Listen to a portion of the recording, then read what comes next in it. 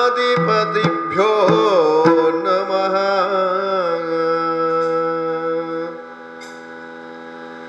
ಗಜಮುಖದ ಬಗೆ ಗಣಪಗೆ ಚಲ್ವತ್ರಿ ಜಗವಂದಿತ ನಿಗಾರತಿ ಎತ್ತಿರೆ.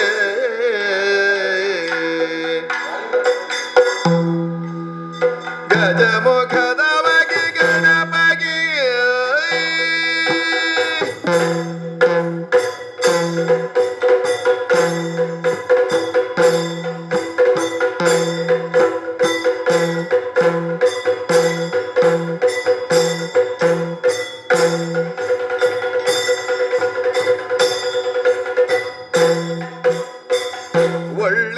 ಒಳ್ಳಿತಾದವಾಲು ತೆಂಗಿನಕಾಯಿ ಕಡಲೆಯ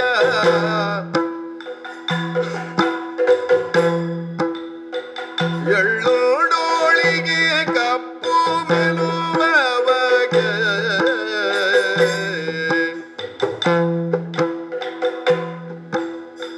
ಬೆಳ್ಳಿಯ ಬುಡಿಗೆಜ್ಜೆಗಳ ಗಟ್ಟಿ ಕುಣಿಯುವ ಡೊಳ್ಳಿನ ಗಣಪಗಾರತಿ ಎತ್ತಿರೆ ಆರತಿ ಎತ್ತಿರೆ.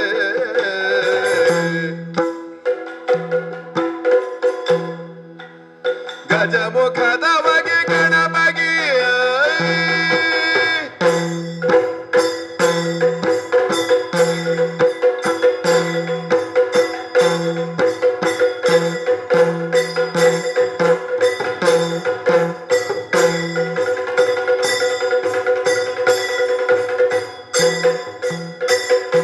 ದೇವತೆಗಳ ಕೈಯ ಕಪವ ಗುಂಬಾಗಿ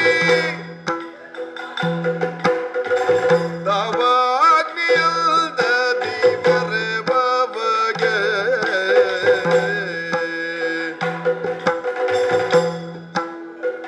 ಅವಾವ ಮನದಲ್ಲಿ ನೆನಸಿದಿಷ್ಟಾರ್ಥವ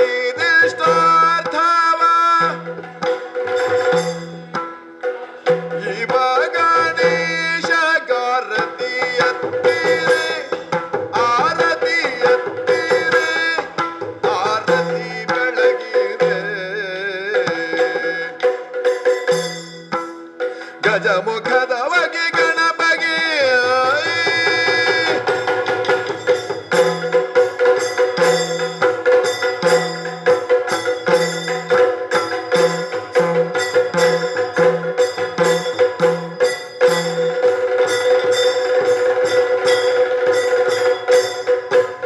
ಪರದೊಳು ಪರಶುಪಾಶಾಂಕುಶಧಾರಿಗೆ ಹರುಷದಿ ಭಕ್ತರ ಪುರೆಬವಗೆ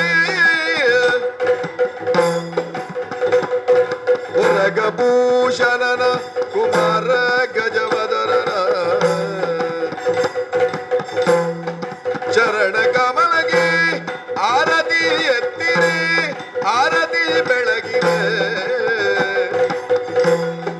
ಗಜಮುಖದ ಬಗೆ ಗಣಪಗೆ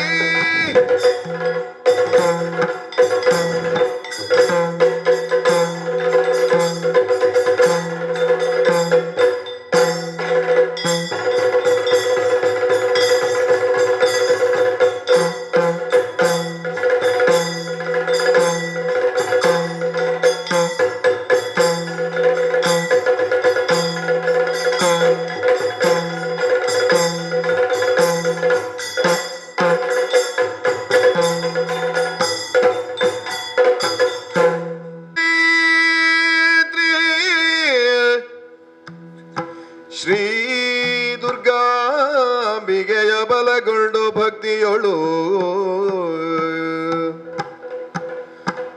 ಭಕ್ತಿಯೊಳಂಬಿಗಾ ಸುತ ವಿಘ್ನರಾಜನ ಪಿರಿದು ಸಂಸ್ತುತಿಸಿ ಅಂಬುನಿಧಿಯ ಆತ್ಮಜಿಗೆ ಕೈ ಮುಗಿದು ಅಂಬುಜಾಸನ ವಾಣಿಯರ ಪಾದಾಂಬುಜಗೆ ಒಡಮಡುತ್ತ ವರ್ಣಿಪೆನಿ ಕಥಾಮೃತವ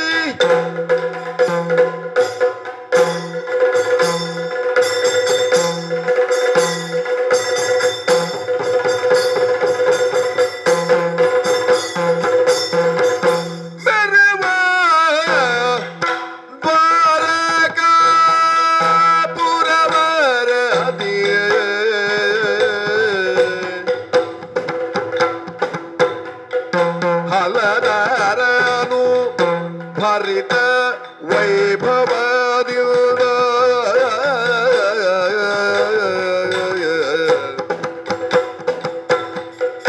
ಭರಿತ ವೈಭವದಿಂದ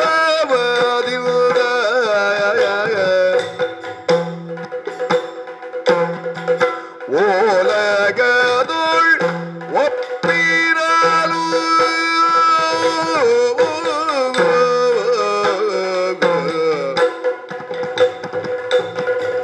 ತೇಜ ವೇಸ್ಪುರಿಸೆ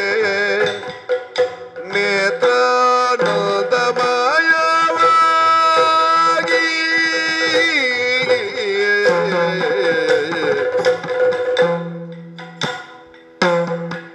ಮೆರವ ದ್ವಾರಕಾ ಪುರವರದಿ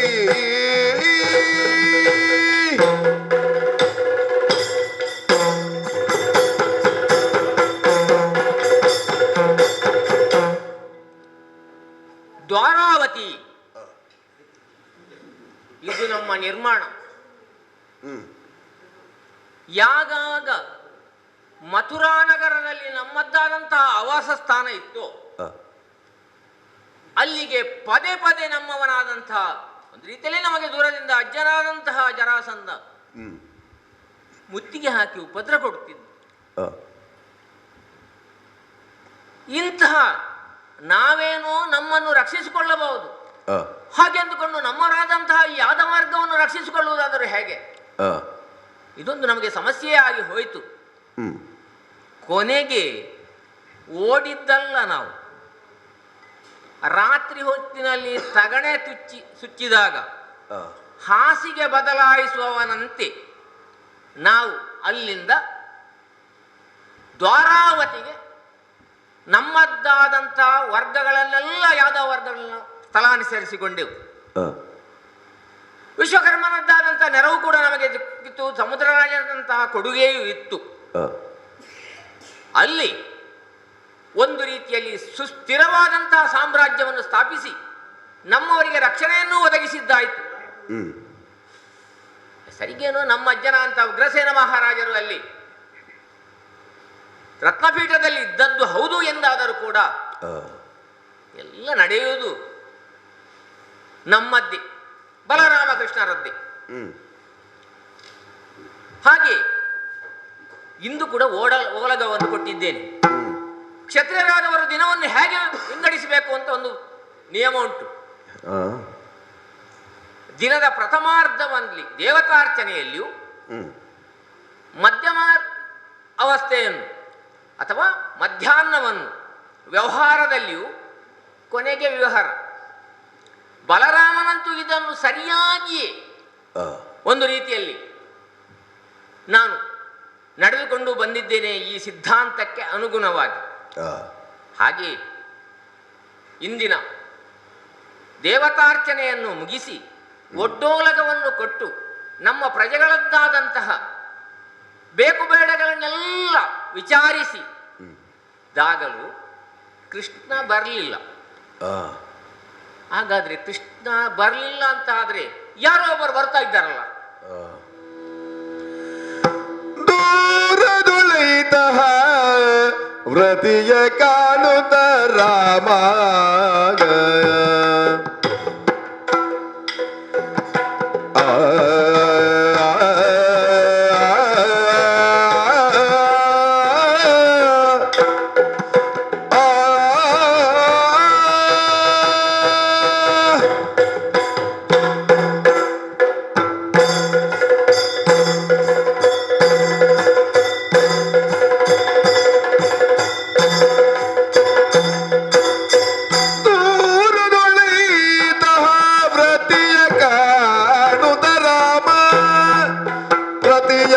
ಕಾಣುತ್ತ ರಾಮ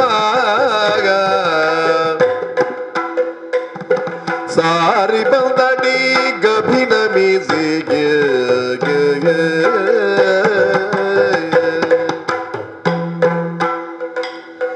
ಭೂರಿ ದೋಷದಿ ಪೀಠವಿತ್ತು ಪೂಜಿಸುತ್ತಾಗ ಭೂರಿ ದೋಷದಿ ಪೀಠವಿತ್ತು ಪೂಜಿಸುತ್ತಾಗ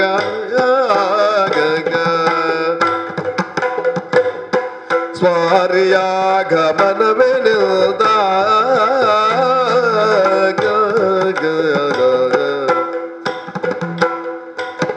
ಭೂರಿ ದೋಷದಿ ಪೀಠವಿತ್ತು ಪೂಜಿಸುತ್ತಾಗ ಸ್ವಾರಿಯಾಗಮನವೇ ನಿಲ್ದ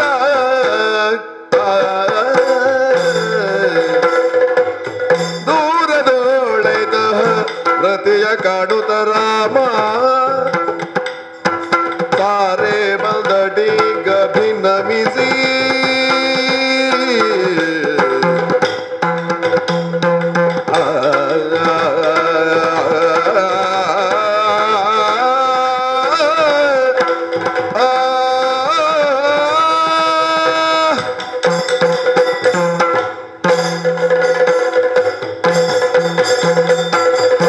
ಪೂರ್ವಾಚಲದಲ್ಲಿ ಉದಯಿಸುವ ಸೂರ್ಯನಂತೆ ತೇಜಪುಂಜವೆಂದು ಅಲ್ಲಿಂದ ಹೊಳೆಯಿತು.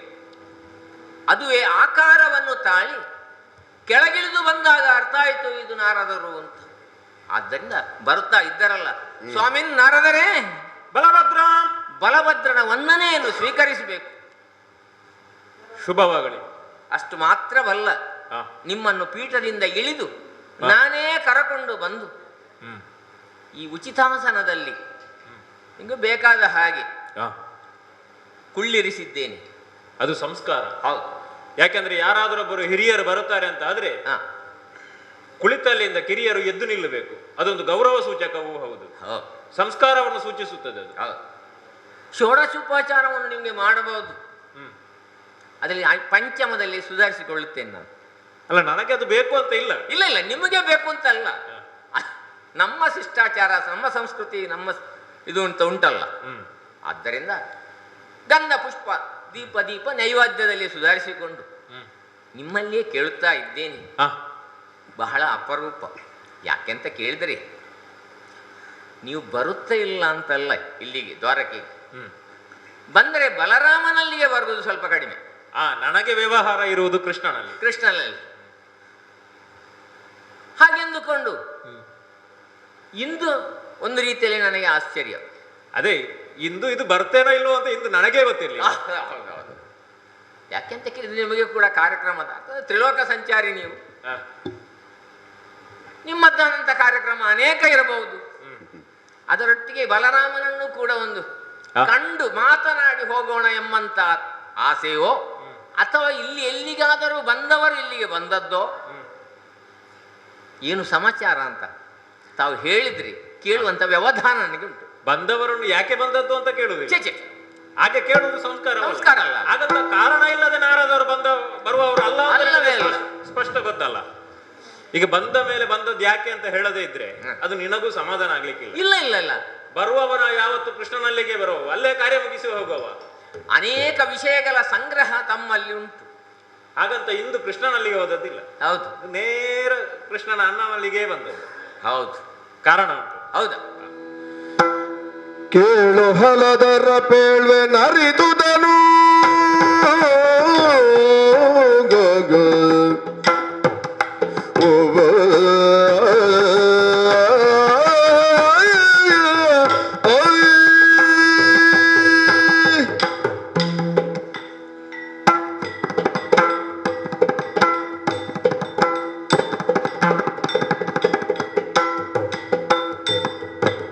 ಕೇಳು ಹಲದರ ಪೇಳ್ವೆ ನರಿದುದನು ಶ್ರೀಕೃಷ್ಣ ನೀ ಜಗಪಾಲನಿಗೆ ಅವತಾರ ಗೈದಿಹನು ಶ್ರೀಕೃಷ್ಣ ನೀ ಜಗಪಾಲನಿಗೆ ಅವತಾರ ಗೈದಿಹನು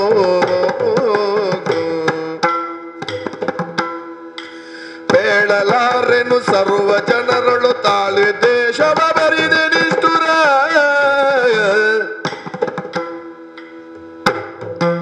ಬೇಡಲಾರೆನು ಸರ್ವ ಜನರಳು ತಾಳಿ ದೇಶವ ಬರಿದೆ ನಿಷ್ಠುರ ವ್ಯಾಳಶಯನಿಗೆ ಯೋಗ್ಯವೇ ನೀ ಪೇಳುದಯಲಿ ಬುದ್ಧಿಯ ಕೇಳು ಹಲದರ ಪೇಳ್ವೆ ನರಿದುದನು ಶ್ರೀಕೃಷ್ಣ ನೀ ಜಗಪಾಲನಿಗೆ ಅವತಾರ ಗೈದಿಹನು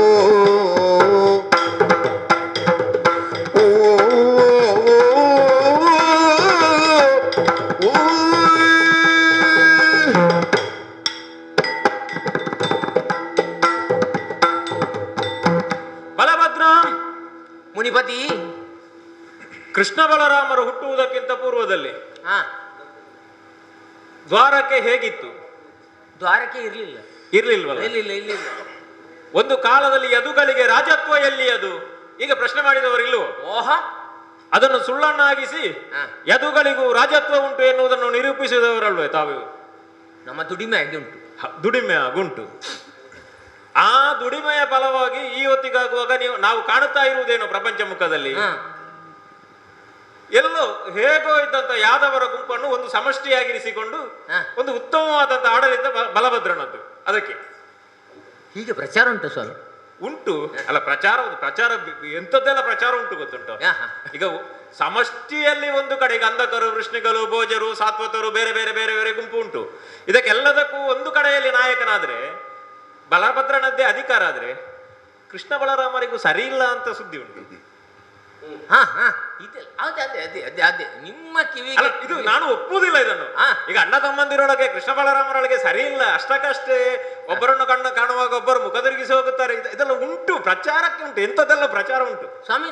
ಅದರೊಟ್ಟಿಗೆ ನಾನು ನಿಮ್ಮೊಟ್ಟಿಗೆ ಮತ್ತೊಂದನ್ನು ಕೇಳುತ್ತಾ ಇದ್ದೇನೆ. ಈ ಅಧಿಕಾರದಲ್ಲಿ ವರ್ತಮಾನದಲ್ಲಿ ಅಧಿಕಾರ ಪೀಠದಲ್ಲಿರುವವನು ನಾನು, ಸ್ವಯಂ ಘೋಷಿತ, ವಿದ್ಯುಕ್ತ ಅಲ್ಲ. ಸರಿ, ಹಾಗೆಂದು ಅಧಿಕಾರ ದಾಹಕ್ಕೆ ಬೇಕಾಗಿ ಒಳಗೆ ಆಗಿನಿಲ್ವಲ್ಲ. ಈಗ ಜನ್ಮತ ಅರಸು ಮಕ್ಕಳಾಗಿ ಹುಟ್ಟಿ ಚಕ್ರವರ್ತಿಗಳಾಗಿಯೇ ಹುಟ್ಟಿ ಚಕ್ರವರ್ತಿಗಳ ಮನೆತನದಲ್ಲೇ ಮಕ್ಕಳಾಗಿ ಬೆಳೆದು ಅವರೇ ರಾಜರಾದರೆ ಅದು ದೊಡ್ಡ ವಿಷಯವ? ಅದು ಪರಂಪರೆಯಿಂದ ವಿಸ್ತಾರ. ಈಗ ತಂದೆಯಿಂದ ಪಿತ್ರಾರ್ಜಿತ ಬಂದಂತಹ ಸೊತ್ತಲ್ವ ಅದನ್ನು ಮಗ ಅನುಭವಿಸುವುದು. ಖಂಡಿತವಾಗಿಯೂ ಇದು ಎಂಥದೂ ಇಲ್ಲದೆ ಎಲ್ಲೋ ಒಂದು ಕಡೆ ಯಾರು ಶಾಪ ಕೊಟ್ಟದ್ದು, ಶಾಸನ ಮಾಡಿದ್ದು, ಎಂಥದೂ ಇರ್ಲಿ, ನಾಡ ಭಾಷೆಯಲ್ಲಿ ಅಪ್ಪನ ಗಂಟು ಅಂತಲೇ ಹೇಳುವುದು ಅದಕ್ಕೆ. ಎಂಥದೂ ಇರ್ಲಿ, ಅಂತೂ ಒಂದು ಅಧಿಕಾರ ಎನ್ನುವಂಥದ್ದು ಬಂತಲ್ಲ, ಆ ಅಧಿಕಾರವನ್ನು ಪಾಲಿಸಿಕೊಂಡು ಈ ಹೊತ್ತಿಗಾಗುವಾಗ ಒಂದು ಉತ್ತಮವಾದಂತಹ ಆಡಳಿತ ಬಲಭದ್ರನದ್ದು, ವ್ಯವಸ್ಥಿತವಾದದ್ದು. ಹೌದು, ಪ್ರಚಾರ ಎಂಥದ್ದು ಇಲ್ಲ, ಅದು ದೊಡ್ಡ ವಿಷಯ. ಕೃಷ್ಣನನ್ನು ನಿಮ್ಮ ಹುಟ್ಟಿನ ನಾಮಕರಣದ ಸಂದರ್ಭದಲ್ಲಿ ಗರ್ಗಾಚಾರ್ಯರು ಬಂದಿದ್ರಂತೆ. ಹೌದು, ಹೌದಲ್ಲ? ಗರ್ಗಾಚಾರ್ಯರು ಬಂದಂತಹ ಹೊತ್ತಿಗೆ ನಿನ್ನನ್ನು ಕಂಡು ಹೆಸರನ್ನು ಸೂಚಿಸಿದವಾಗ ಬಲವೊಂದು ಮರ್ಯಾದೆಯನ್ನು ಸೂಚಿಸಿ ರಾಮನ ಆ ಗುಣವನ್ನು ಹೊಂದಿಸಿ ಅದರಲ್ಲಿ ಮೈಗೂಡಿಸಿ ಅದನ್ನು ಹೊಂದಿಸಿ ಅದಕ್ಕೆ ಒಂದು ವಿಶಿಷ್ಟವಾದಂತಹ ಬಲವನ್ನು ಸೂಚಿಸಿ ಬಲರಾಮ ಎನ್ನುವಂತಹ ಹೆಸರನ್ನು ಗರ್ಗಾಚಾರ್ಯರು ಸೂಚಿಸಿದರಂತೆ. ಜಾತಕರ್ಮಗಳನ್ನು ಕೂಡ ಅವರೇ ಮಾಡಿದ್ದು. ಮತ್ತೊಂದು ತೊಟ್ಟಿಲನ್ನು ನೋಡಿದವಾಗ ಅವರೇ ನೋಡಿದರಂತೆ. ಇವ ಒಮ್ಮೆ ಶ್ವೇತವರ್ಣದಿಂದ ಇದ್ದ, ಮತ್ತೊಮ್ಮೆ ಪೀತವರ್ಣನಾದ, ಈಗ ಕೃಷ್ಣವರ್ಣದಲ್ಲಿದ್ದಾನೆ. ಅದನ್ನೇ ಹೇಳಿದರಂತೆ. ಇನ್ನು ಇವ ಕೃಷ್ಣ ಆದೀತು. ಈಗ ಗರ್ಗಾಚಾರ್ಯರು ಹೇಳಿದ್ದದು. ಹಾಗಾದ್ರೆ ಈ ಮೂರು ಅವಸ್ಥೆಗಳು, ಶ್ವೇತವರ್ಣವೋ, ಪೀತವರ್ಣವೋ, ಈಗ ಕೃಷ್ಣವರ್ಣವೋ, ಇದು ಯಾರಲ್ಲಿ ಕಾಣಬಹುದಾಗುತ್ತದೆ ನಾವು? ಅದು ಇರುವುದು ಒಬ್ಬನಲ್ಲೇ ಅಲ್ವಾ, ವೈಕುಂಠಾಧೀಶನಾದಂತ ಶ್ರೀಮನ್ನಾರಾಯಣನಲ್ಲಿ. ಆದುದರಿಂದಲೇ ಕೃಷ್ಣ ಜಗ ಪಾಲನೆಗೆ, ಕೃಷ್ಣನದ್ದು ಅವತಾರ ಅವತಾರ ಅಂತ ಕರೆದಿದ್ದಾರೆ. ಈಗ ಅವರು ಹೇಳಿದ ಮೇಲೆ ಉಳಿದವರು ಒಪ್ಪಿಕೊಳ್ಬೇಕೋ ಬೇಡ? ಈಗ ನಾವೆಲ್ಲ ಕೃಷ್ಣ ಶ್ರೀಮನ್ನಾರಾಯಣ ಭೂಲೋಕದಲ್ಲಿ ಅವತಾರವನ್ನು ಎತ್ತಬೇಕು ಎನ್ನುವ ಹಾಗೆ ದೇವತೆಗಳ ಮುಂದೆ ಕ್ಷೀರವಾರದಿಯಲ್ಲಿ ನಿಂತು ನಾವು ಕೂಡ ಕೈ ಮುಗಿದವರು. ಅದರಲ್ಲಿ ನಾನು ಒಬ್ಬ, ಆ ಗುಂಪಿನಲ್ಲಿ ನೀವೊಬ್ಬ, ನಾನು ಒಬ್ಬ. ಭೂದೇವಿಯನ್ನು ಮುಂದಿಟ್ಟುಕೊಂಡು ಹಿಂದಿಂದ ಬಂದದ್ದು. ಹೌದೌದು, ಆ ಗುಂಪಿನಲ್ಲಿ ನಾನು ಒಬ್ಬ. ಹಾಗಾದ್ರೆ ಕೃಷ್ಣ ಜಗದ ಪಾಲನೆಗೆ ಬೇಕಾಗಿ ಅವತಾರವನ್ನೇ ಇದ್ದವ ಎನ್ನುವುದರಲ್ಲಿ ಅನುಮಾನವೇ ಇಲ್ಲ. ಈಗ ನೀನು ಅದನ್ನು ಒಪ್ಪುತ್ತೀಯಲ್ಲ. ಯಾವಾತನು ಜಗತ್ತಿನ ಪಾಲನೆಗೆ ಬೇಕಾಗಿ ಅವತಾರವನ್ನೆತ್ತಿ ಜಗತ್ತಿನ ಪಾಲನೆಯನ್ನು ಮಾಡುವುದಕ್ಕೆ ತೊಡಗಿದ್ದಾನೋ ಅಂತವರು ನಡೆಯುವಾಗ ಇಲ್ಲಿ ಎಡಬಾರದು. ಅವರ ನಡೆ ನುಡಿ ಎಲ್ಲವೂ ಶುದ್ಧವಾಗಿರ್ಬೇಕು, ಆದರ್ಶವಾಗಿರ್ಬೇಕು, ಮತ್ತೊಬ್ಬರಿಗೆ ಆದರ್ಶವಾಗಿರ್ಬೇಕು. ಈಗ ಸಾಮಾನ್ಯ ಜನರು ಎಡವಿದರೆ ಅವನ ಸ್ವಭಾವವೇ ಹಾಗೆ, ಎಡವುವವರವರು. ಆದರೆ ಯಾರು ಪ್ರಪಂಚದಲ್ಲಿ ಯೋಗ್ಯತಾವಂತರಿದ್ದಾರೆ ಅವರು ಬದುಕಿನಲ್ಲಿ ಬಹಳ ಎಚ್ಚರವನ್ನು ವಹಿಸಬೇಕು. ನಾವು ನಡೆಯುವಾಗ, ನಾವು ನುಡಿಯುವಾಗ ನಮ್ಮ ಮೇಲೆ ಮತ್ತೊಬ್ಬರ ಆರೋಪವನ್ನು ಮಾಡಬಾರದು ಎನ್ನುವಂತ ಸ್ವಯಂ ಪ್ರಜ್ಞೆ ಅವರಲ್ಲಿ ಬೇಕು. ತಮ್ಮ ಜೀವನದಲ್ಲಿ ಏರುವಿಕೆಯನ್ನು ಕಂಡವರು ಪತನವನ್ನು ಹೊಂದುವುದಂತಹ ಭೀತಿ ಇರಬೇಕು ಅವರಿಗೆ. ಹೌದಲ್ಲ? ಶುಭ್ರವಾದಂತಹ ಬಟ್ಟೆಯಲ್ಲಿ, ಬಿಳಿಯ ಬಟ್ಟೆಯಲ್ಲಿ ಒಂದು ಕಪ್ಪು ಚುಕ್ಕೆ ಆದ್ರೂ ಅದೆದ್ದು ಕಾಣುತ್ತದೆ. ಅದು ಗುಣಗ್ರಾಹಿಗಳಿಗಲ್ಲ. ಅಲ್ಲ, ಗುಣಗ್ರಹ ಇಂತ ಒಂದುಂಟು ವರ್ಗ, ಎಂತ ಗೊತ್ತಿಲ್ಲ, ಅವ್ರ ಗುಣವನ್ನು ಮಾತ್ರ ನೋಡುವುದು.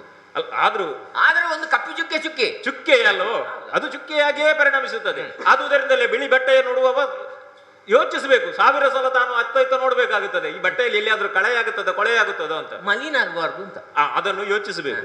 ಯಾವಾತನು ಜಗದ ಪಾಲನೆಗೆ ಬೇಕಾಗಿ ಅವತಾರವನ್ನು ಎತ್ತಿದನು, ಯಾವಾತನನ್ನು ನಾವು ದೇವರು ಅಂತ ನಾವು ಕೊಂಡಾಡುತ್ತಾ ಇದ್ದೇವೋ, ಯಾವಾತರು ದೇವನಾಗಿ ತನ್ನ ಲೀಲಾ ಮತ್ತು ವಿಭೂತಿ ಮತ್ತವಾದಂತಹ ಮಹಿಮೆಗಳನ್ನೆಲ್ಲ ಜಗತ್ಮುಖಕ್ಕೆ ತೋರಿಸಿಕೊಂಡನು, ಅವನು ಹೀಗೆ ಮಾಡುವುದು ಅಂತ ಪ್ರಶ್ನೆ ಹುಟ್ಟುತ್ತದೆ. ಈಗ ಒಮ್ಮೊಮ್ಮೆ ನಮಗೆ ಕಾಣುವುದಾಗೆ, ಮಾಡಿದರೆ ಏನು, ಅಲ್ಲ ಮಾಡಿದ್ದಾರೋ, ಅಲ್ಲ ಮಾಡಿದ್ದಾನೆ ಅನ್ನೋದ್ರಲ್ಲಿ ಅನುಮಾನ ಇಲ್ಲ. ಈಗ ದೇವರು ಅಂದ ಮೇಲೆ ಅವ ಹುಟ್ಟಿದ್ದು ಮಾನವನಾಗಿ ಯಾವುದು ಅಲ್ವೋ? ಮಾನವ ಸಹಜವಾದಂತಹ ಗುಣಗಳು ಅವತಾರಣದ ಹಿಂದೆ ತಂದೆಗೆ ಮಗನಾಗಿದ್ದಾನೆ, ತಾಯಿಗೂ ಮಗನಾಗಿದ್ದಾನೆ, ಬಂಧುಗಳಿಗೆ ಅಣ್ಣನಿಗೆ ತಮ್ಮನಾಗಿದ್ದಾನೆ, ಹೆಂಡತಿಗೆ ಗಂಡನಾಗಿದ್ದಾನೆ, ಮಕ್ಕಳಿಗೆ ತಂದೆಯಾಗಿದ್ದಾನೆ. ಈ ಸ್ವಭಾವದ ಬಂಧು ಜನರಲ್ಲಿ ಒಂದು ಬಾಂಧವ್ಯದ ಬೆಸುಗೆ ಅವನಲ್ಲಿ ಉಂಟಲ್ಲ. ಖಂಡಿತವಾಗಿ ಪ್ರಾಕೃತ ದೇಹಧಾರಿಯಾಗೆ ಕೃಷ್ಣ ಹುಟ್ಟಿದ್ದು ಅಂತಲ್ಲ, ದೇವರ ಆಗಿದ್ದರೂ ಕೂಡ ಆ ಬಂಧುತ್ವದ ಭಾವದ ಜೊತೆಯೇ ಅಲ್ವ ಅದು ಬೆಸೆದುಕೊಂಡೇ ಬಂದದ್ದಲ್ಲ. ಯಾಕೆ ತಾಯಿ ಅಂತ ಹೇಳಲು ದೇವಕಿಯನ್ನು ಒಪ್ಲಿಲ್ಲವ? ಹೌದಲ್ಲ, ತಂದೆಯನ್ನು ಒಪ್ಪಿದ್ದುಂಟಲ್ಲ.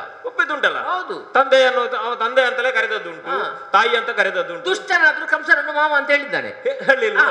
ಅದು ವಿಷಯ. ಹಾಗಾದ್ರೆ ಬಂಧುಗಳು ಬಂಧು ಭಾವವನ್ನೇ ಜೊತೆಗೂಡಿಸಿಕೊಂಡೇ ಅವ ಬಂದಿದ್ದಾನೆ. ಹೌದು, ಜೊತೆಯಾಗೇ ಇದ್ದಾನೆ.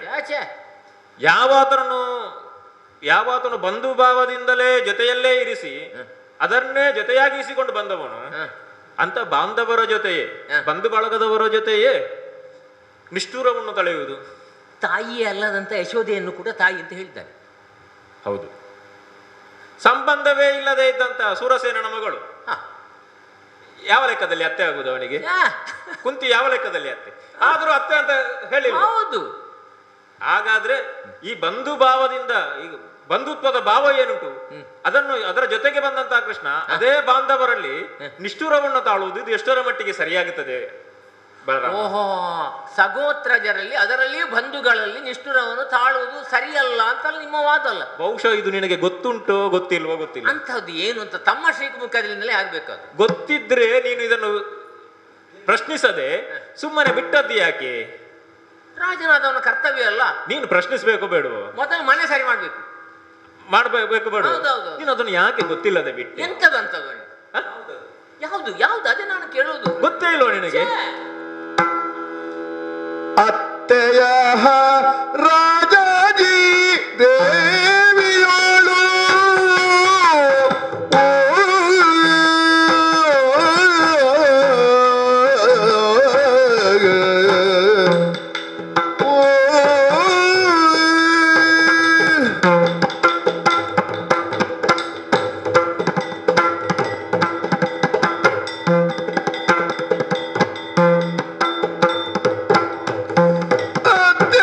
ರಾಜ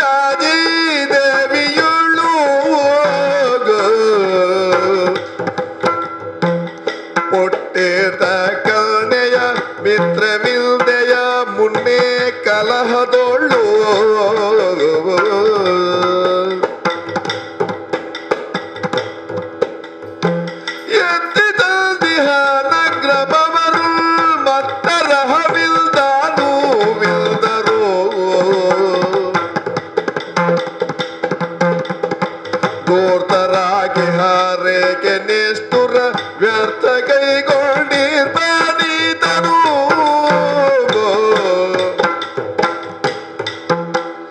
ಅತ್ತೆಯ ರಾಜಾಜಿ ದೇವಿಯೊಳು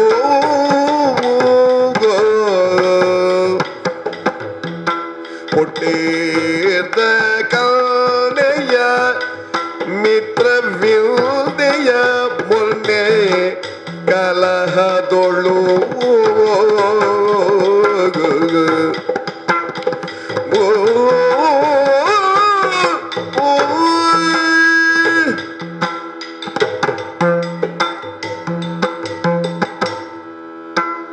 ಸ್ವಜಾತಿ ಬಾಂಧವರು ಅಂದ್ರೆ ತನ್ನ ಬಾಂಧವರು ಅಂತ ಅನಿಸಿಕೊಂಡವರು. ಈಗ ವಸುದೇವನಿಗೆ ತಂಗಿಯರು ಎಷ್ಟು ಮಂದಿಗಳು, ನಿಮ್ಗೆ ಅತ್ತೆಯರು ಎಷ್ಟು ಮಂದಿ?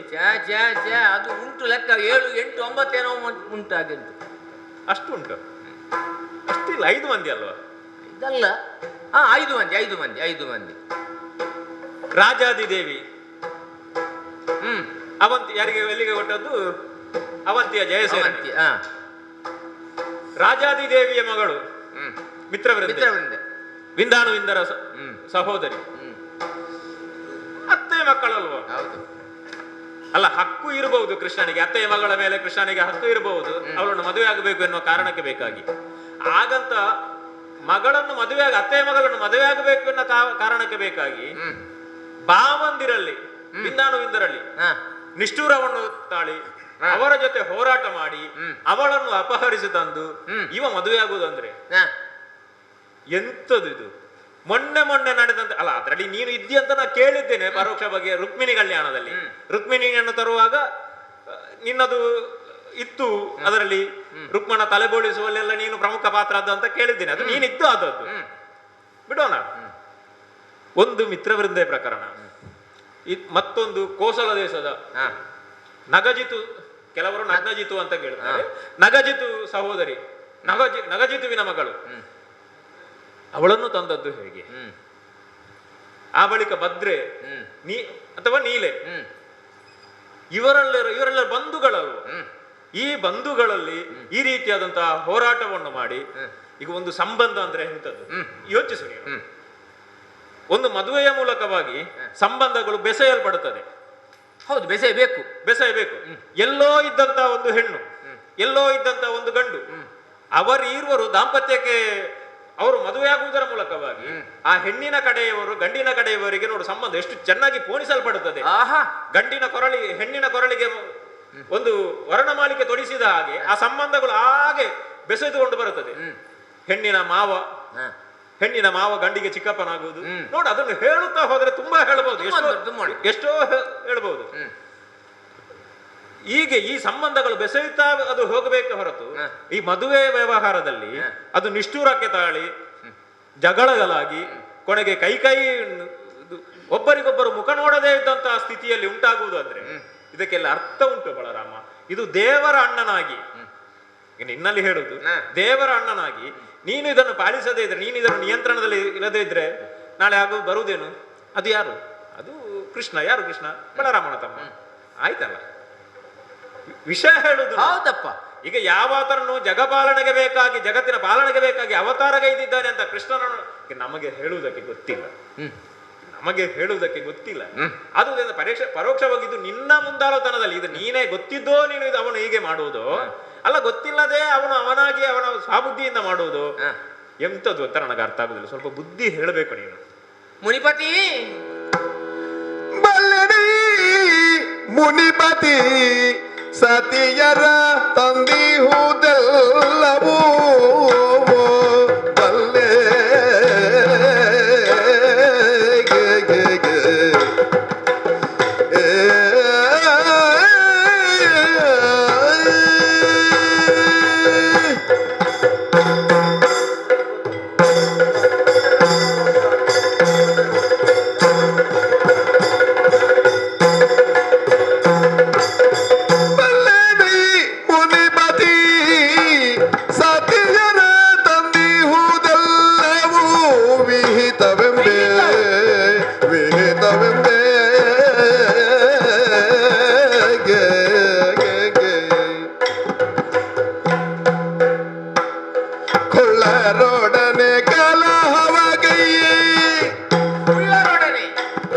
ಕೊಲ್ಲಾರೊಡನೆ ಕಲಹವಗೈವೆ ನಿಷ್ಠುರವಲ್ಲವೆಂದನು ರಾಮನು.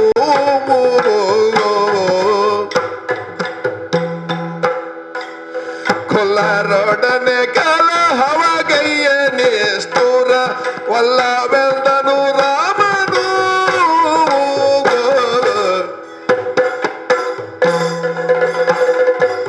ಬಲ್ಲಿರಿ ಮುನಿಪತಿ ಸತಿಯರ ತಂದಿಹು ದೆಲ್ಲವೂ ವಿಹಿತವೆಂಬೇ.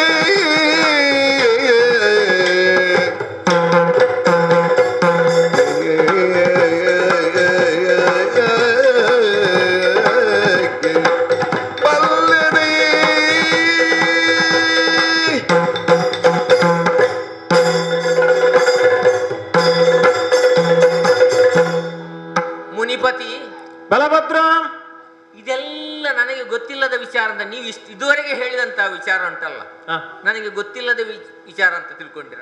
ಗೊತ್ತುಂಟು. ಈಗ ಮದುವೆ ಎಷ್ಟೆಂತ ಸಂಬಂಧದ ಕಲ್ಪನೆಯನ್ನೆಲ್ಲ ನೀವು ಹೇಳಿದ್ದೀರಿ.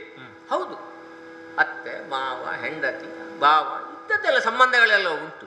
ಅದರೊಟ್ಟಿಗೆ ಮದುವೆ ಎಂಬಂತಹ ಒಂದು ವಿಧಿ ಉಂಟಲ್ಲ, ಅದು ಪವಿತ್ರವಾದಂತಹ ಬಂಧನ. ಹೌದು, ಎಲ್ಲಿಂದ ಉಂಟು, ಎಷ್ಟು ವಿಸ್ತಾರವಾಗಿ ಉಂಟದು. ಅದರದ್ದಾದ ವಿಧಿವಿಧಾನಗಳು, ಅದರದ್ದಾದಂತಹ ಒಂದಕ್ಕೊಂದು ಸೇರಿಕೊಂಡಿರುವಂತಹ ಕೆಲವು ಕರ್ಮಗಳು. ಮೊದಲಾಗಿ ಒಂದು ಬಾಂಧವ್ಯಕ್ಕೆ ನಾವು ಸೇತು ಆಗಬೇಕು, ನೆಂಟಸ್ತಿಕೆಗೆ ಹೋಗುವುದು, ಆಮೇಲೆ ಒಪ್ಪಿದ ಮೇಲೆ ಮುಹೂರ್ತ ನಿಗದಿ ಮಾಡುವುದು ನೋಡಿ, ಆಮೇಲೆ ಆಮಂತ್ರಣ ಅಲ್ವಾ. ಹೌದು, ಇದೆಲ್ಲ ಒಂದು ಇದಲ್ಲ, ಇದರಲ್ಲೇ ಗಲಾಟೆ ಶುರುವಾಗುವುದು. ಮೊದಲು ಆಮಂತ್ರಣ ನನಗೆ ಕೊಡ್ಲಿಲ್ಲ ಅಂತ ಒಬ್ಬ, ಆಮಂತ್ರಣ ತಡವಾಗಿ ಕೊಟ್ಟಂತ ಮತ್ತೊಬ್ಬ, ದಾರಿಯಲ್ಲಿ ಕೊಟ್ಟ ಅಂತ ಮಗದೊಬ್ಬ. ಅಲ್ಲ ಮದುವೆ ಅದು ನೀನು ಮದುವೆ ವಿಷಯ ಮಾತಾಡ್ತೀಯ, ಅದು ಎಲ್ಲಿವರೆಗೆ ಬರ್ತದೆ ಅಂತಂದ್ರೆ ಊಟಕ್ಕೆ ಪದಾರ್ಥಕ್ಕೆ ಉಪ್ಪು ಕಡಿಮೆ ಆಗಿದೆ ಅಂತ ಹೇಳಿ ಗಲಾಟೆ ಮಾಡಿ ಹೋದವರು ಇರ್ತಾರೆ. ಅಲ್ಲ ಊಟಕ್ಕೆಲ್ಲ ಸಾರಿಗೆ ತೆಳುವಾಗಿದೆ ಅಂತ ಹೇಳಿ, ಅಲ್ಲ ಅದು ಎಂತದ್ದು ಉಂಟು, ಅದು ಹೇಳಿ ಪ್ರಯೋಜನ ಇಲ್ಲ. ಹೋಳಿಗೆ ಗಟ್ಟಿಯಾಗಿದೆ ಅಂತ ಕೂಡ ಅದನ್ನು ಈಗೆಂತ ಹೇಳುವಂತ. ಒಟ್ಟಾರೆ ಮದುವೆ ಅಂತ ಹೇಳಿದ್ರೆ ಅರ್ಥವೇ ಗಲಾಟೆ, ಕೊನೆಗೆ ಅದು ಸುಖಾಂತದಲ್ಲಿ ಅಂತ್ಯವಾಗುವುದು. ಅದು ಸಂಬಂಧದಲ್ಲಿ ಆಗಿ ಹೋಗುತ್ತದೆ, ಅದು ದೊಡ್ಡ ವಿಷಯ ಅಲ್ಲ. ಈಗ ನೀವು ಹೇಳಿದಂತಹ ಇದು ವಿಂದಾನ್ವಿಂದರ ವಿಷಯ ಎಲ್ಲ ಉಂಟು, ಗೊತ್ತುಂಟು. ಇಲ್ಲ, ಅವರನ್ನು ನಾನು ಒಳ್ಳೆಯವರಂತ ಹೇಳೋದಿಲ್ಲ. ಈಗ ನಾವು ಹೇಳಿದಂತಹ ವಿಂದಾನವೆಂದರೆ ಶಿಶುಪಾಲ ಇರಬಹುದು, ದಮಘೋಷ, ದಂತವಕ್ರ, ಇವರಷ್ಟು ತೆಗೆದಾಕಿದವರ ಪ್ರಪಂಚದಲ್ಲಿ ಮತ್ತೊಬ್ಬರಿಲ್ಲ. ಈಗ ರುಕ್ಮಿಣಿ ಪ್ರಕರಣವನ್ನು, ಸ್ವಯಂವರದ ಒಂದು ಪ್ರಕರಣವನ್ನೇ ತಕೊಳ್ಳೋಣ ನೀವು. ಅಲ್ಲಿ ಯಾರು ಅಂತ ನಿಮಗೆ ಒಳಿತ ಅಂದ್ರೆ ಸಜ್ಜನರು ಅಂತ ಯಾರಾದ್ರೂ ಇದ್ದಾರಲ್ಲ. ಭೀಮಕ ಏನ್ ನಡೀತದೆ ಒಂದು, ಅವನದು ನಡೆಯುವುದಿಲ್ಲ. ಒಂದದು ಪ್ರಧಾನವಾಗಿರುವಂತಹ ವಧು ಇಲ್ಲಿಗೆ ಎಂಥದ್ದು ಒಂದೇ ಓಲೆ ಬರಲಿಲ್ಲ. ಹೌದಂತೆ, ಅದು ನನಗೆ ಗೊತ್ತಿಲ್ಲ. ಅದೇ ಮತ್ತೆ ಕೊನೆಗೆ ಅವಳೇ ಹೇಳಿದ್ದುಂಟು, ದೇವ ದೇವ ಮುರಾನಿ ನೀನು ಭಾವನನ್ನು ಕೊಲ್ಲುವುದು ನೀತಿ ಅಂತ ಹೇಳಿದ್ಲು. ಅದು ಅದಕ್ಕೆ ಕೊಲ್ಲುವುದು ಬೇಡ, ಕೊಲ್ಲುವುದು ಬೇಡ ಅಂತ ಮೊದಲೇ ಮದುವೆ ದಿವಸ ಕೊಲ್ಲುವುದು ಬೇಡ. ನಾನು ಕೊಲ್ಲಿಕ್ಕೆ ಹೋಗ್ಲಿಲ್ಲ, ಅದು ಇವಳು ಹೆದರಿದ್ಲು, ಹೊಸ ಮದುಮಗಳಲ್ವಾ ಹೀಗೆ. ಅಲ್ಲ, ಅದು ಒಳ್ಳೇದಾಯ್ತು. ಆದ್ರೂ ಅವರನ್ನು ಜೀವಂತ ಕೊಂದದ್ದೇ ಅಲ್ವಾ. ಈಗ ಇನ್ನು ಊರಿಗೆ ಹೋಗೋದಿಲ್ಲ ಅಂತ ಅವ ಅಲ್ಲಿ ಎಲ್ಲೋ ಭೋಜ ಕಟಕದಲ್ಲಿ ಎಲ್ಲೋ ಇದ್ದಾನಂತೆ. ರುಕ್ಮಿ ನಿಮ್ಗೆ ಗೊತ್ತಿರುವಂತಹ ವಿಚಾರ. ಕೊನೆಗೆ ಅಂಬರದ 4 ಹೂವು ನೀವು ಕೂಡ ಎಸೆದಿದ್ದೀರಿ ಕೃಷ್ಣನಿಗೆ, ಅದು ರುಕ್ಮಿಣಿ ಕಲ್ಯಾಣಕ್ಕೆ ಅಲ್ಲ. ಇಂಥದ್ದೆಲ್ಲವನ್ನೂ ನಾನು ಕಂಡಿದ್ದೇನೆ. ನಿನಗೆ ಗೊತ್ತುಂಟು, ಆ ಕುಳ್ಳರೊಡನೆ ಕಲಹವನ್ನು ಬೇಕಾದಂತ ಅನಿವಾರ್ಯತೆ ನಮಗುಂಟು. ಆದ್ರೆ ಹಾಗಾದ್ರೆ ಪ್ರಚಾರಕ್ಕೆ ಎಂತದ್ದು ಉಂಟು, ಒಂದು ಹೆಣ್ಣಿಗೆ ಬೇಕಾಗಿ ಕೃಷ್ಣ ಹೀಗೆ ಮಾಡುತ್ತಾನೆ ಅಂತ. ಹೆಣ್ಣಿನ ವಿಷಯ ಅಲ್ಲ ಅಲ್ಲಿ, ಕೇವಲ ಹೆಣ್ಣು. ಅವರೆಲ್ಲರೂ ತಮ್ಮದ್ದಂತ ಮನವನ್ನು ಕೃಷ್ಣನಿಗೆ ಕೊಟ್ಟಿದ್ದರು, ಆ ಮೂಲಕ ವಿವಾಹ ಏರ್ಪಟ್ಟಿದೆ, ಅದು ವಿಷಯವಲ್ಲ. ಇದು ಎಲ್ಲ ನಾನು ಕೇಳಿದಂತಹ ವಿಚಾರ. ನೀವು ಲೋಕ ಸಂಗ್ರಹವನ್ನು ಮಾಡಿದರು, ಇದಕ್ಕಿಂತ ಮಿಗಿಲಾದ, ಇದಕ್ಕಿಂತ ಹೊರತಾದಂತಹ ಏನಾದರೂ ವಿಷಯ ಉಂಟಾ? ಈಗ ನನಗೆ ಸ್ಪಷ್ಟ ಆಯ್ತು. ಅಲ್ಲ, ಊರಿನಲ್ಲಿ ಪ್ರಚಾರ ಉಂಟು, ಎಂತದ್ದು ಗೊತ್ತುಂಟು, ಕೃಷ್ಣ ಬಲರಾಮರಿಗೆ ಸರಿ ಈಗ ಸ್ಪಷ್ಟ ಆಯ್ತಲ್ಲ, ಯಾವತ್ತಿದ್ರು ತಮ್ಮನನ್ನು ಅಣ್ಣ ಬಿಟ್ಟು ಕೊಡುವುದಿಲ್ಲ ಅಂತ ಸ್ಪಷ್ಟ. ಪ್ರಶ್ನೆ ಇಲ್ಲ. ಯಾಕೆಂತ ಕೇಳಿದ್ರಿ, ಎಲ್ಲಿಯವರೆಗೆ ಆತನದ್ದಾದಂತಹ ಗುರುತರವಾದಂತಹ ಅಪರಾಧವು ನನ್ನ ಕಣ್ಣ ಮುಂದೆ ಬರ್ತದೋ, ಅಪರಾಧ ಅಂತ ಹೇಳಿದ್ರೆ ಅದು ಆರೋಪಿ ಅಂತಲ್ಲ, ಸರಿ, ಅಪರಾಧಿಯಾಗಿ ಕಂಗೊಳಿಸ್ತಾನು. ಆರೋಪಿಯಾಗಿ ಆತ ದೃಢೀಕರಿಸಲ್ಪಡ್ತದೆ, ಅಲ್ಲಿವರೆಗೆ ಆತ ನನ್ನ ತಮ್ಮ. ನಾನು ಅದನ್ನು ಒಪ್ಲಿಲ್ಲ. ಈಗ ಕೃಷ್ಣ ಬಲರಾಮರಿಗೆ ಸರಿ ಇಲ್ಲ ಅಷ್ಟಕ್ಕಷ್ಟ ಎನ್ನುವಂತ ಮಾತುಂಟಲ್ಲ, ನಾನು ಅದನ್ನು ಒಪ್ಲಿಲ್ಲ. ಈಗ ನಿನ್ನ ಮಾತಿನಿಂದ ಅದು ಸ್ಪಷ್ಟ ಆಯ್ತು. ಈಗ ಎಲ್ಲ ಬಲ್ಲೆನೈ ಮುನಿಪತಿ ಸತಿಯರದು ಅಂದ್ರೆ ಗೊತ್ತಿದ್ದೇ ಇದೆಲ್ಲ ಆದದ್ದು ಅಂತ ಆಯ್ತು. ಸರಿ, ದುಷ್ಟರ ಜೊತೆ ಹೋರಾಟವನ್ನು ಮಾಡಿ ತಂದದ್ದು ಅವರಿಗೆ ಒಂದು ಪಾಠ ಕಲಿಸುವುದಕ್ಕೆ ಬೇಕಾಗಿ, ಅಥವಾ ಹೆಣ್ಣಿನ ಮನಸ್ಸು ಈಗ ಮದುವೆ ಆಗಬೇಕು ಎನ್ನುವಲ್ಲಿ ಪ್ರಾಮುಖ್ಯ ವಿಚಾರ, ಹೆಣ್ಣಿನ ಮನಸ್ಸು ಏನು ಎನ್ನುವಂಥದ್ದು ಬಹಳ ಮುಖ್ಯ ಆಗುತ್ತೆ. ಈಗ ರುಕ್ಮಿಣಿಯನ್ನು ತರುವಲ್ಲಿಯೂ ಅವಳು ಪತ್ರ ಬರೆದು ಕೃಷ್ಣನನ್ನೇ ಮದುವೆ ಆಗಬೇಕು ಎನ್ನುವ ಹಾಗೆ ಹೊರಟದ್ದು. ಮಿತ್ರವೃಂದೆಯೂ ಹೇಳಿದ್ದು ಅದನ್ನೇ ಅಂತೆ, ಕೃಷ್ಣ ಇಲ್ಲ ಅಂತ ಆದ್ರೆ ನಾ ಬದುಕುವುದಿಲ್ಲ ಅಂತ ಹೇಳಿದಂತೆ. ಮತ್ತೆ ನಗಜಿತು ಮಗಳಾದಂತ ಭದ್ರೆ ಇವರೆಲ್ಲರೂ ಹೇಳಿದ್ದು ಹಾಗೆ, ನಾವು ಕೃಷ್ಣನಿಲ್ಲದೆ ಬದುಕುವುದಕ್ಕಿಲ್ಲ, ಕೃಷ್ಣನೇ ಬೇಕು ನಮಗೆ ಎಂಬಲ್ಲಿ ಹೆಣ್ಣಿನ ಮನಸ್ಸು, ಹೆಣ್ಣಿನಗೆ ಪ್ರಾಧಾನ್ಯತೆಯನ್ನು ಕೊಟ್ಟು ತಂದುದ್ರಲ್ಲಿ ಅನುಮಾನ ಇಲ್ಲ. ಹೌದು, ಒಳ್ಳೇದು. ಈಗ ಸ್ಪಷ್ಟ ಆಯ್ತು ಅಲ್ಲ, ಪ್ರಚಾರ ಉಂಟು ಈಗ. ಯಾವುದು ಬಲರಾಮ ಮಾತಾಡಿದ್ರೆ ಅದು ಲೆಕ್ಕಕ್ಕಿಲ್ಲ, ಮಧ್ಯಾಹ್ನ ನಂತರ ಮಾತಾಡಿದ್ರೆ ಲೆಕ್ಕಕ್ಕಿಲ್ಲ. ಅದೇ ನಾನು ಹೇಳಿದ್ದೇನೆ, ದಿನವನ್ನು 3 ವಿಭಾಗಗಳನ್ನಾಗಿಸಿ ನಾನು ಇರುವ ಸಿದ್ಧಾಂತಕ್ಕೆ ಇಂದು ಕೂಡ ಬದ್ಧನಾಗಿ ಇದ್ದೇನೆ ಅಂತ. ಕಣ್ಣು ಕೆಂಪಾಗುತ್ತದೆ ಮಧ್ಯಾಹ್ನ ನಂತರ, ಬಲರಾಮ ಸರಿ ಅಲ್ಲ, ಅದು ಗೊತ್ತಿಲ್ಲ. ಹೌದಪ್ಪ, ಅದು ನೀನೇ ಹೇಳಬೇಕು ಎಂತದ್ದು ಅಂತ, ನನಗೆ ಗೊತ್ತಿಲ್ಲ. ಆದರೂ ಒಂದು ವಿಷಯ ಉಂಟು, ನಿನ್ನ ಅನುಜನ ಗುಣ ಗೊತ್ತಿಲ್ಲ ನಿನಗೆ. ಏನು? ಉರುತರ ತಪವನ ಚರಿಸಿ ಸತ್ರಾಜಿತ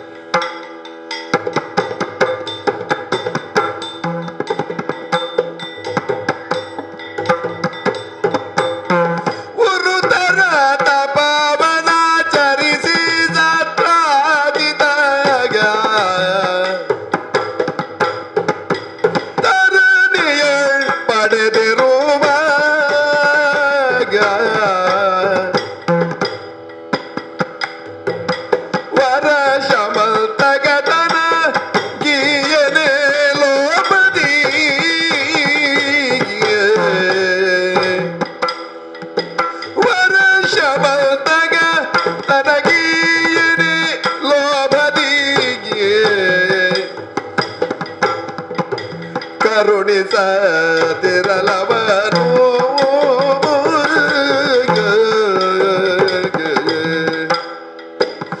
ಗುರುತರ ತಪವನಾಚರಿಸಿ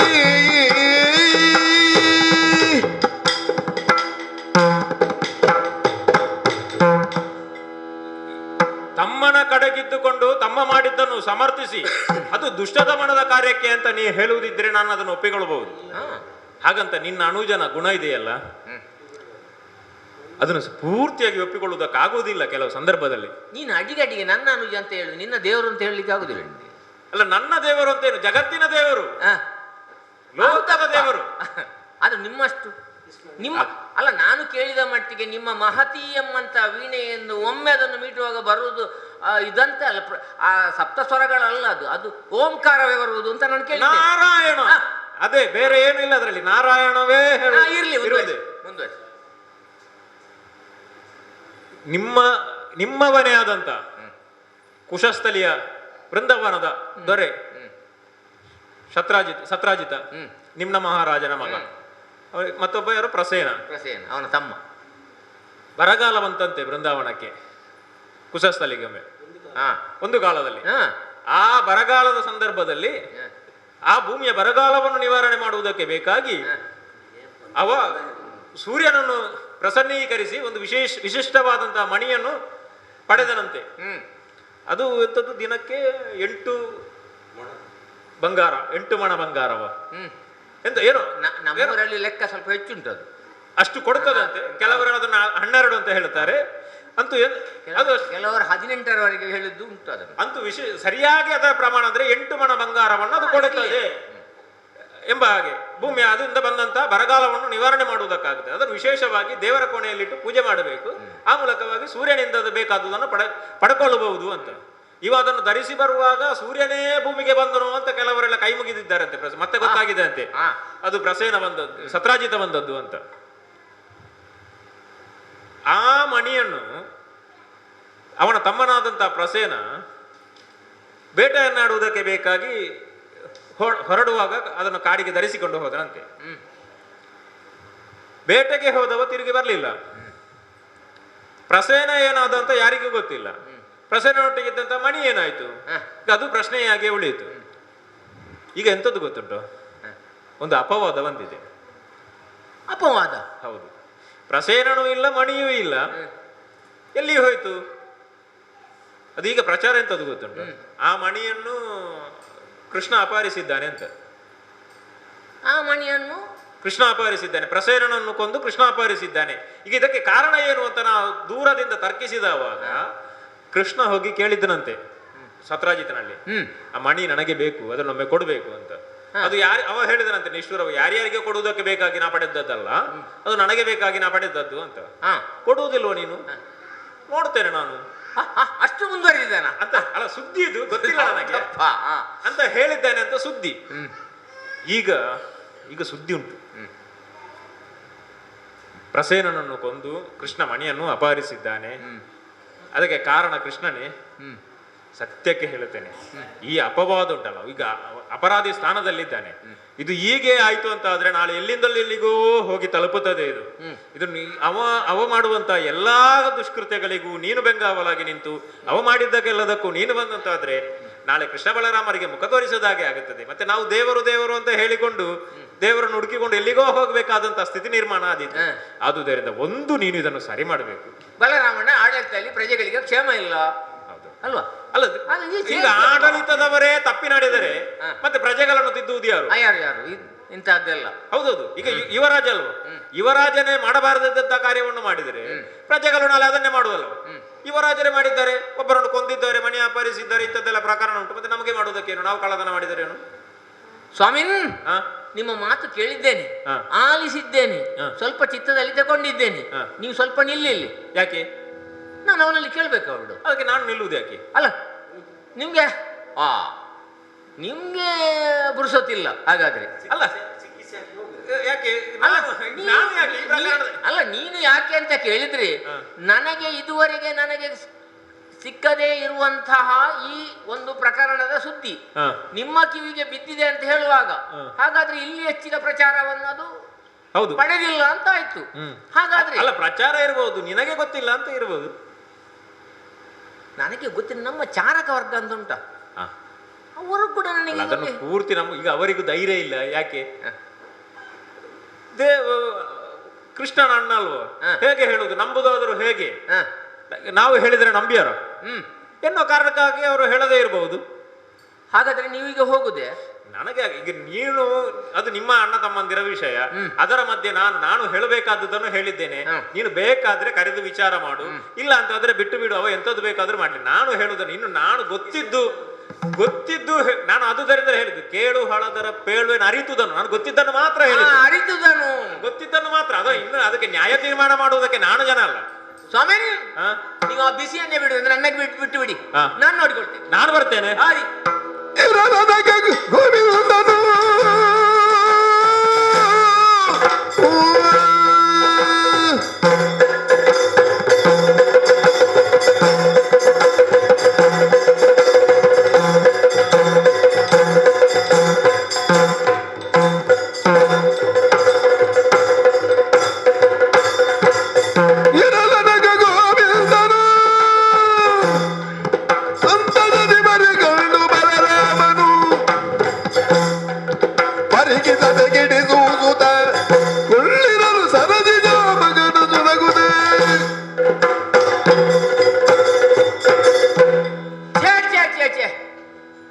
ಬಲರಾಮನ ಜೀವನದಲ್ಲಿ ಇಂತಹ ಒಂದು ಅಪಕೀರ್ತಿಯನ್ನು ಹತ್ತುದೇ ಇಲ್ಲ.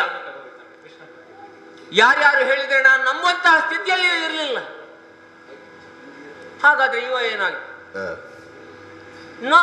ಸಾಕ್ಷಾತ್ ಋಷಿಗಳಿಗೆ ಅರಸು ಎನಿಸಿಕೊಂಡಂತಹ ಆ ನಾರದರೇ ಬಂದು ಹೇಳಿದಂತಹ ಮಾತು, ಇದನ್ನು ನಂಬದೇ ಇರಲಿಕ್ಕೂ ಆಗುವುದಿಲ್ಲ. ಏನು ಮಾಡೋಣ? ಕೃಷ್ಣ ಎಲ್ಲಿದ್ದಾನೆ ಅಂತ ಕೇಳಲಿದ್ದವಾಗ ಕೃಷ್ಣ ಇದುವರೆಗೆ ಬರ್ಲಿಲ್ಲ. ಏನು ಮಾಡುದು, ಏನು ಮಾಡುದು? ಅರುಹ ಬೇಹುದು ದಯೆಯಲಿ ಅಣ್ಣ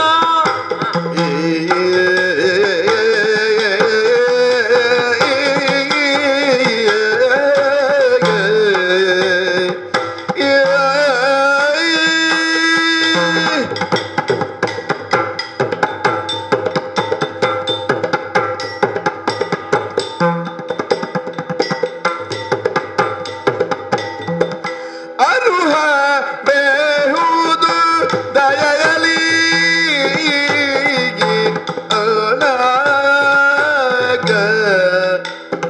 ಅಣ್ಣ ಕಥೆಯ ಕಳೆದಿರುವ ಕಾರಣ ಬರೆಯಲಿ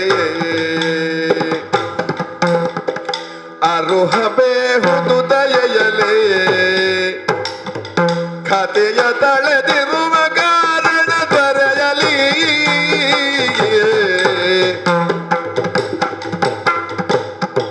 ಚರಣ ಸೇವಕನೆಂದುದ ಚರಣ ಸೇವಕನೆಂದುದ ಕೈ ಮುಗಿಯುತ್ತಿರುವ ಶ್ರೀಶನ ಕಾಣುತ್ತ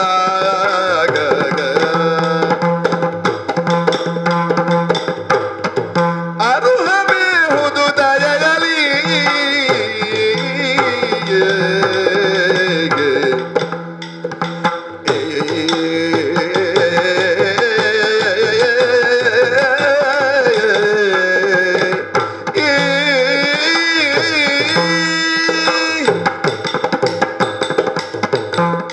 ಅಣ್ಣ ಬಾಯಿ ಮುಚ್ಚಿ ನೀನು ಮಾತಾಡುವುದೇ ಬೇಡ.